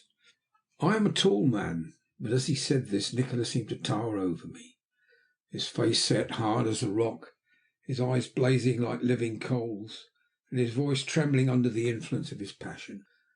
Little by little I was growing to think as he did, and to look upon Martinos as he saw him. "But this cannot go on," I repeated, in a last feeble protest against the horror of the thing. "Surely you could not find it in your heart to treat a fellow creature so?" "He is no fellow creature of yours or mine," Nikola retorted sternly, as if he were rebuking a childish mistake. "Would you call the man who had shot down those innocent young men of Equinata before their mother's eyes a fellow creature? Is it possible that the son of a man who so cruelly wronged and betrayed the trusting woman he first saw in this room, who led her across the seas to desert her and send her to her grave, could be called a man? I'll give you one more instance of his barbarity." So saying, he threw off the black velvet coat he was wearing, and drawing up his right shirt sleeve, bade me examine his arm. I saw that from the shoulder to the elbow it was covered with scars of old wounds, strange white marks in pairs, and each about half an inch long. "These scars," he went on, "were made by his orders, and with hot pincers, when I was a boy, and as his negro servants made them, he laughed and taunted me with my mother's shame. No, no, this is no man, rather a dangerous animal that were best out of the way. It has been told to me that you and I shall only meet twice more, Let these meetings lead you to think better of me. The time is not far distant when I must leave the world. When that hour arrives, there is a lonely monastery in a range of eastern mountains upon which no Englishman has ever set his foot. Of that monastery I shall become an inmate. No one outside its walls will ever look upon my face again. There I shall work out my destiny, and, if I have sinned, be sure I shall receive my punishment at those hands that alone can bestow it. Now leave me. God help me for the coward I am. But the fact remains that I left him without another word. End of chapter 12.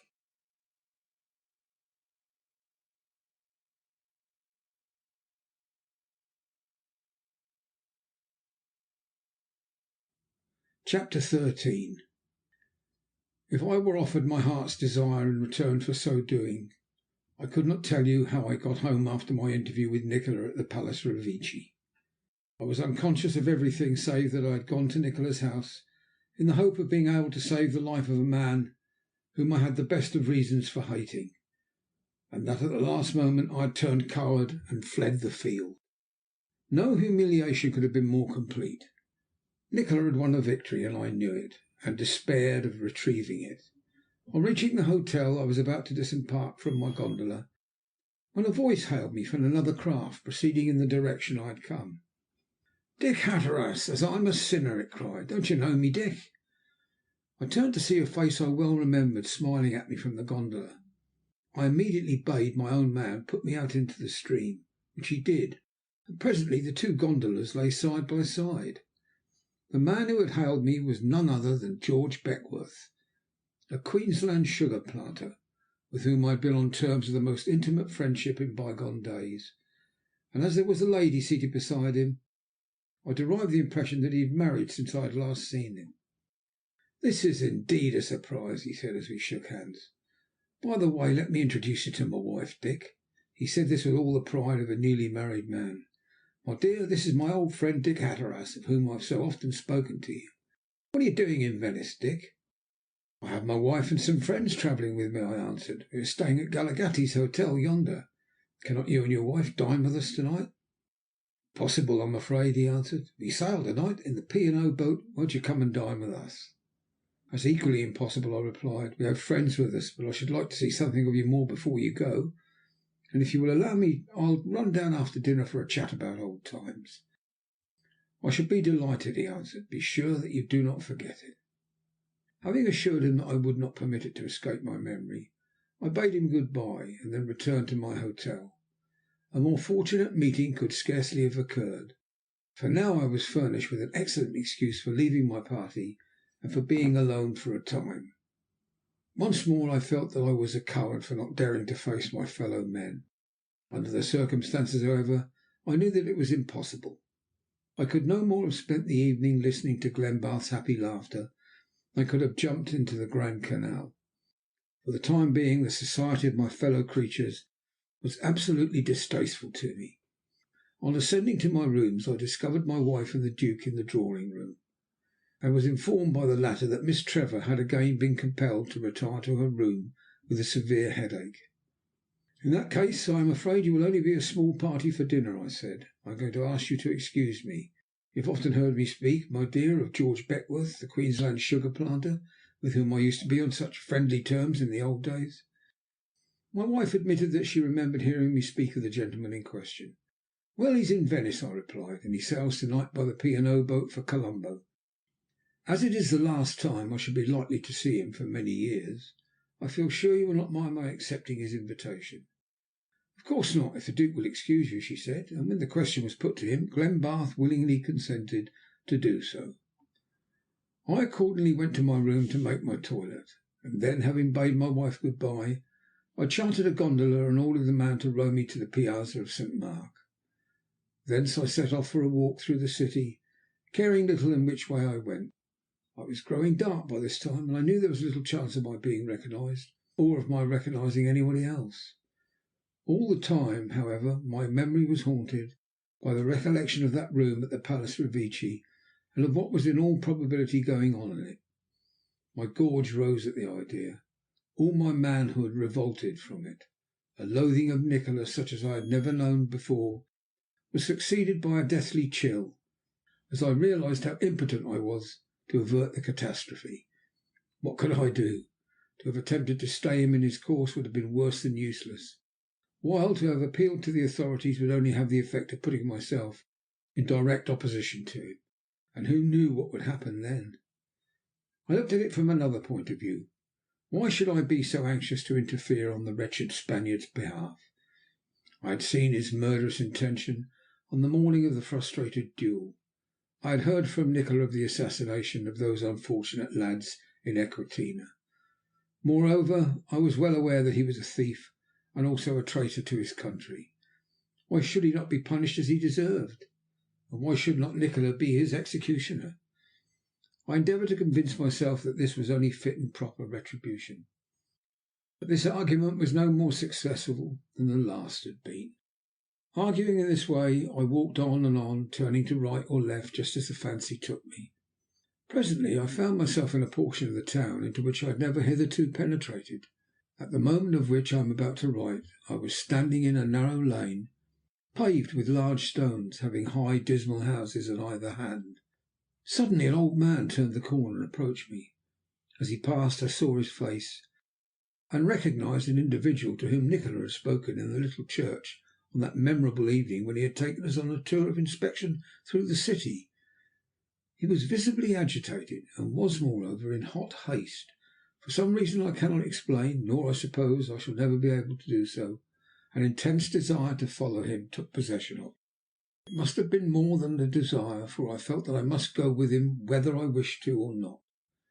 I accordingly dived into the house after him, and followed him along the passage and up the rickety flight of stairs that ascended from it. Having attained one floor, we continued our ascent. The sounds of voices reached us from the different rooms, but we saw no one.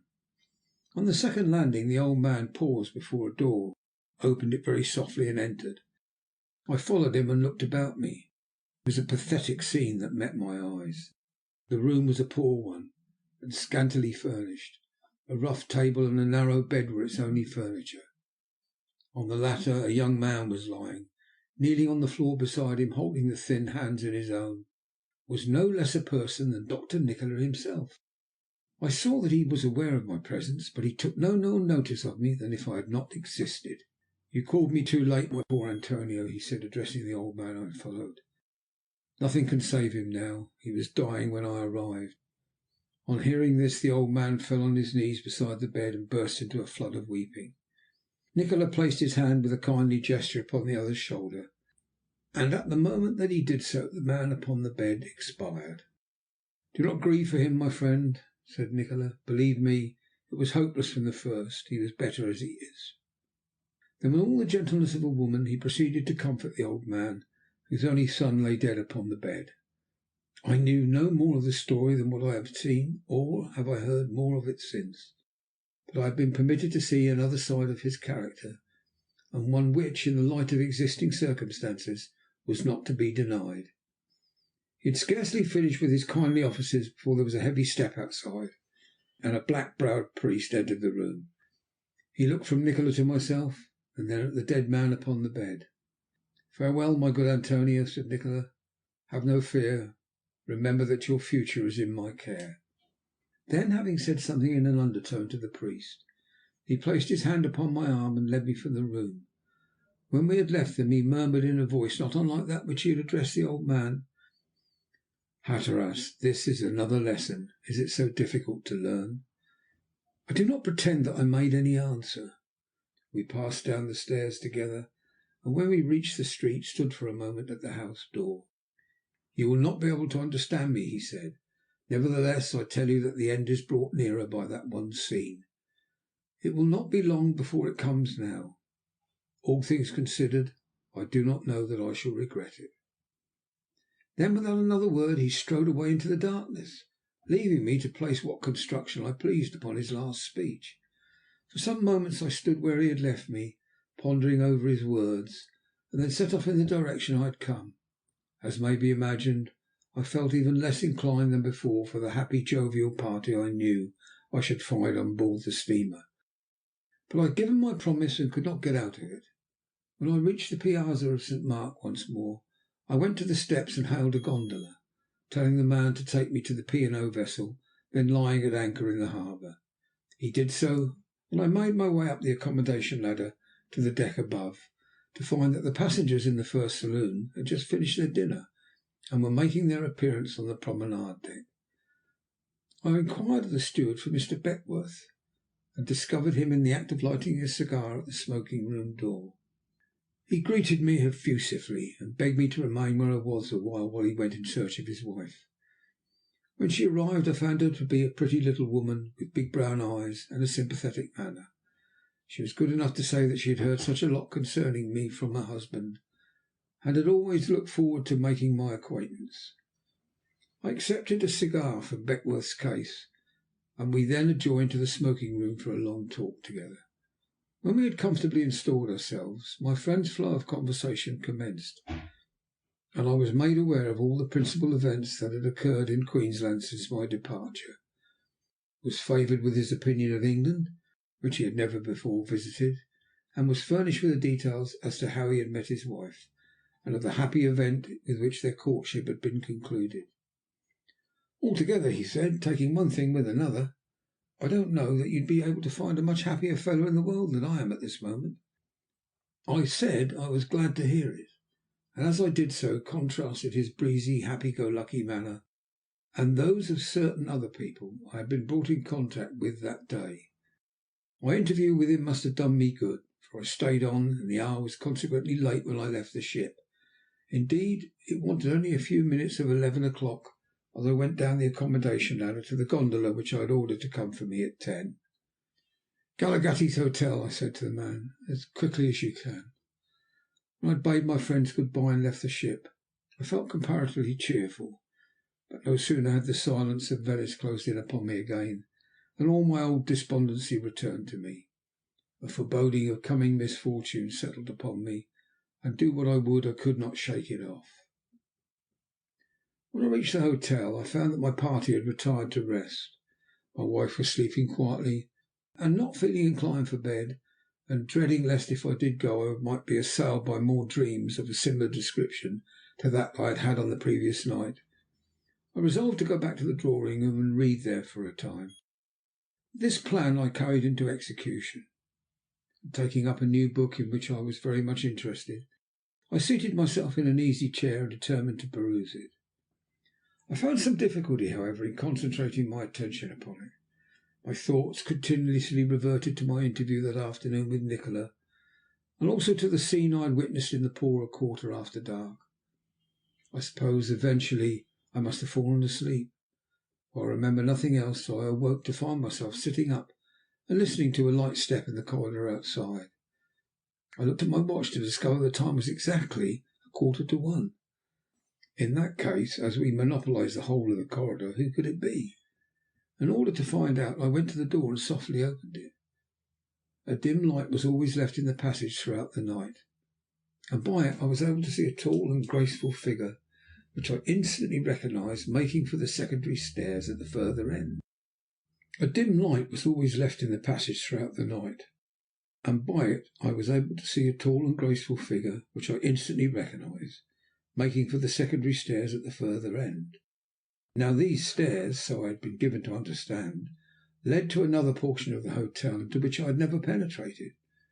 Why, therefore, Miss Trevor was using it at such an hour, and above all dressed for going out, I could not for the life of me determine. I could see that if I was anxious to find out, I must be quick.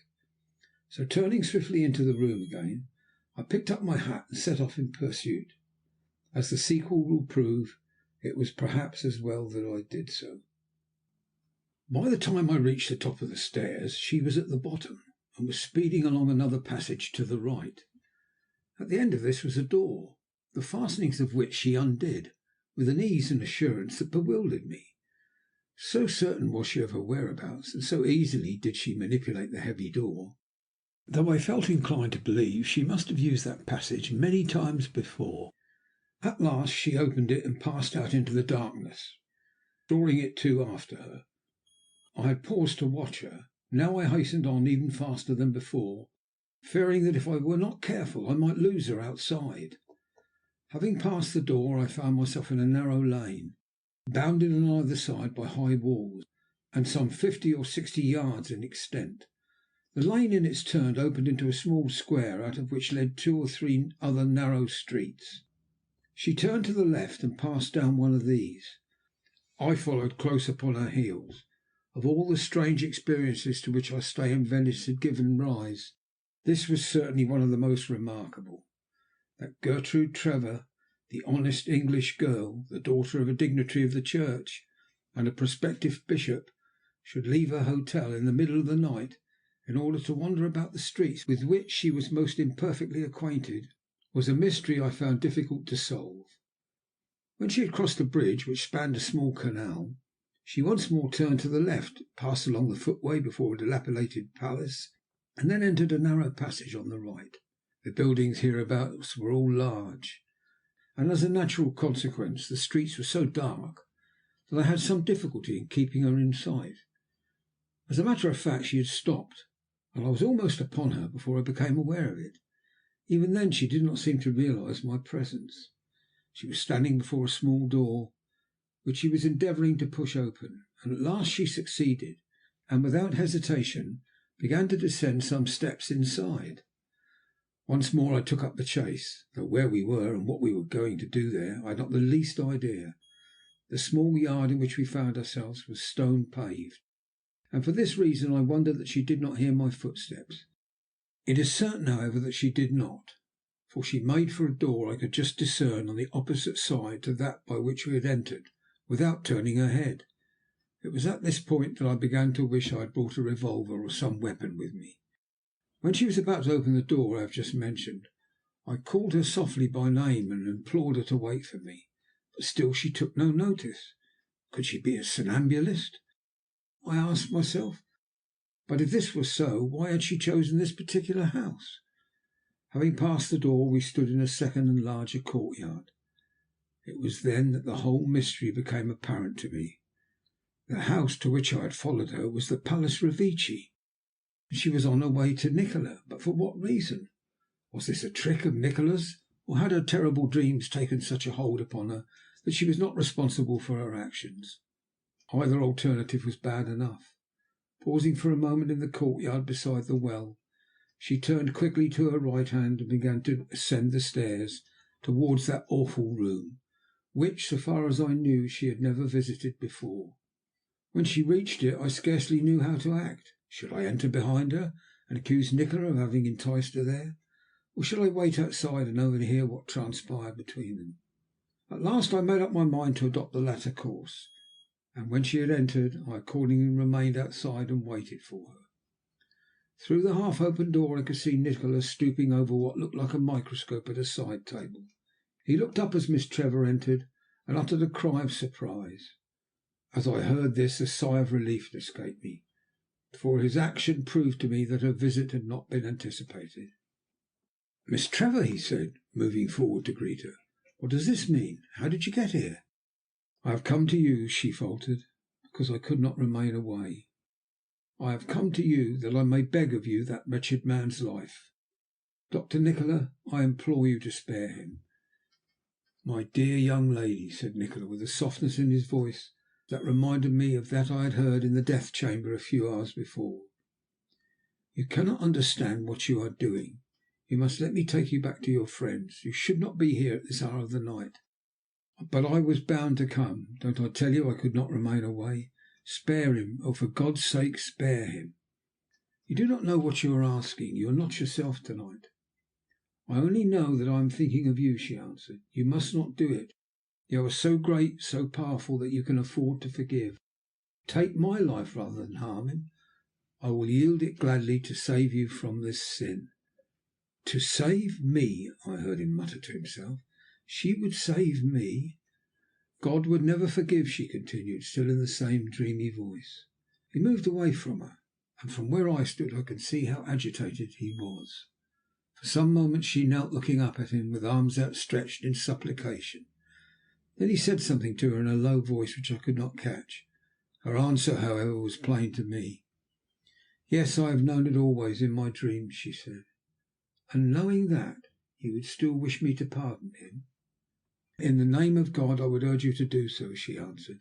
"The safety of your soul depends upon it." Once more Nikola turned away and paced the room. "Are you aware that Sir Richard Hatteras was here on the same errand this afternoon?" he asked. "I know it," she replied, though how she could have done so I could not conceive, nor have I been able to do so since. "And does he know that you have come to me now asking me to forgive?" "He knows it," she answered as before. "He followed me here." As she had never looked behind her, how had she known this also?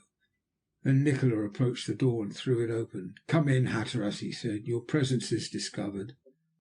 "For heaven's sake, Nikola, tell me what this means," I cried, seeing that the girl did not turn towards me. "Is she asleep, or have you brought your diabolical influence upon her?" "She is not asleep, and yet she is not conscious of her actions," he answered. "There is something in this that passes our philosophy. Had I any idea that she contemplated such a thing, I would have used every effort to prevent it. Miss Trevor, believe me, you must go home with Sir Richard," he continued tenderly, raising the girl to her feet as he spoke. "I cannot go until you have sworn to forgive," was her reply. "I must have time to think," he answered. "In the morning you will know everything. Trust me until then, and remember always that while Nikola lives he will be grateful." Then he assisted me to conduct her downstairs and across the 2 courtyards to the little postern door through which we had entered the palace. "Have no fear for her," he said, addressing me. "She will go home as she came, and in the morning she will remember nothing of what has transpired." Then taking her hand in his, he raised it to his lips, and a moment later bade me farewell, and had vanished into the palace once more. As I tracked her from the hotel, so I followed her back to it again. I was none the less anxious, however. If only Nikola would abandon his purpose and release his enemy, her action and my anxiety would not be in vain. But would he do so? And in the event of his doing this, would his prophecy that Miss Trevor would in the morning remember nothing of what had transpired prove true? Turning, twisting as before, we proceeded on our way. My chief fear was that the door through which we had made our exit would be found to be shut on our return. Happily, however, this did not prove to be the case.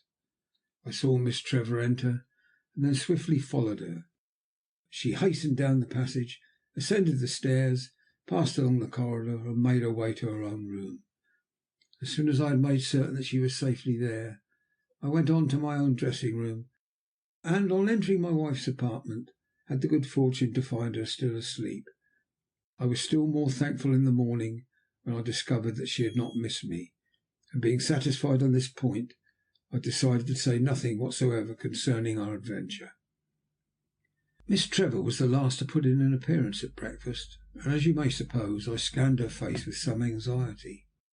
She looked pale and worn, but it was evident from her manner when she greeted me that she had not the least idea of what she had done during the night. Nikola's promise had proved to be true, and for that reason I was more determined than ever to keep my information to myself. Events could not have turned out more fortunately for all parties concerned. Shortly after breakfast a letter was handed to me, and glancing at the writing I saw that it was from Nikola. I was alone at the time of receiving it, a fact for which I was grateful. I will leave you to imagine with what impatience I opened it. It was short, and merely contained a request that I would call at the Palace Revecce before noon that day, if I could spare the hour. I decided to do so, and reached the palace 20 minutes or so before the appointed time. The old servitor, who by this time had become familiar with my face, opened the door and permitted me to enter. I inquired if Dr. Nikola were at home, and to my surprise was informed that he was not. "Perhaps your Excellency would like to see the other Senor?" the old man asked, pointing up the stairs. I was about to decline this invitation with all possible haste, when a voice I recognized as that of the Don greeted me from the gallery above. "Won't you come upstairs, Sir Richard?" it said. "I have a letter for you from my friend Dr. Nikola." I could scarcely believe the evidence of my eyes and ears, and when I reached the room of which I had such terrible recollections, my surprise was intensified rather than lessened. Martinos had gone a complete metamorphosis. In outward appearance he was no longer the same person who only the day before had filled me with such terrible repulsions. If such a thing could be believed, he was more like his old self as I had first seen him. "Where is Dr. Nikola?" I inquired, when I looked around the room and noticed the absence of the chemical paraphernalia, the multitude of books, and the general change in it. "He went away early this morning," the Don replied. "He left a letter for you and requested me to give it to you as soon as you should call. I have much pleasure in doing so now." I took it and placed it almost mechanically in my pocket. "Are you aware when he will return?" I asked. "He will never do so," Martinos replied. "I heard the old man below wailing this morning because he had lost the best master he had ever had. And you?" "I am ruined, as you know," he said, without any reference to his illness. "But the good doctor has been good enough to place 20,000 lira to my credit. I shall go elsewhere to attempt to double it." He must have been much better, for he smiled in the old deceitful way as he said this. Remembering what I knew of him, I turned from the man in disgust, and bidding him good day, left the room which I hoped never to see again as long as I might live. In the courtyard I encountered the old caretaker once more. "So the Senor Nikola has gone away, never to return?" I said. "That is so, Senor," said the old man with a heavy sigh. "He has left me a rich man, but I do not like to think that I shall never see him again." Sitting down upon the edge of the well, I took from my pocket the letter the Don had handed me. "Farewell, friend Hatteras," it began. "By the time you receive this I shall have left Venice, never more to set foot in it. We shall not meet again. I go to the fate which claims me, of which I told you. Think of me sometimes, and if it be possible, with kindness. Nikola." I rose and moved towards the door, placing a gold piece in the old man's hands as I passed him. Then, with a last look at the courtyard, I went down the steps and took my place in the gondola, with a feeling of sadness in my heart, and for the sad destiny of the most wonderful man I have ever known. End of chapter 13.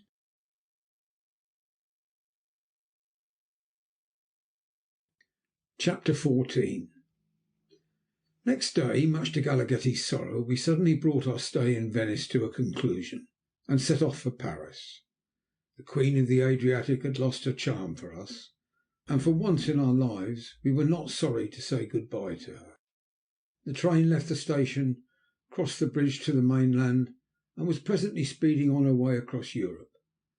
Ever since the morning Miss Trevor's spirits had been steadily improving. She seemed to have become her old self in a few hours, and Glenbarth's delight was beautiful to witness. He had been through a good deal, poor fellow, and deserved some recompense for it. We had been upwards of an hour upon our way when my wife made a curious remark.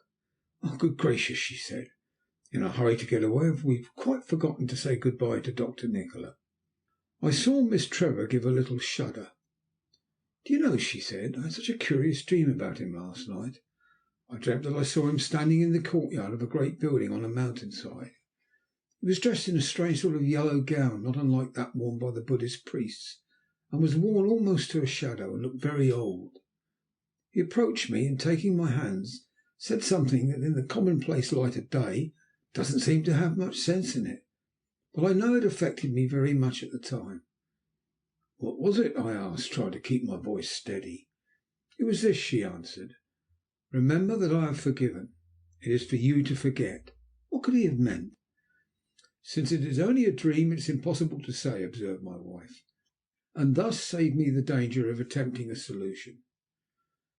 To bring my long narrative to a conclusion, I might say that the Duke and Miss Trevor were married last May. They spent their honeymoon yachting to the West Indies.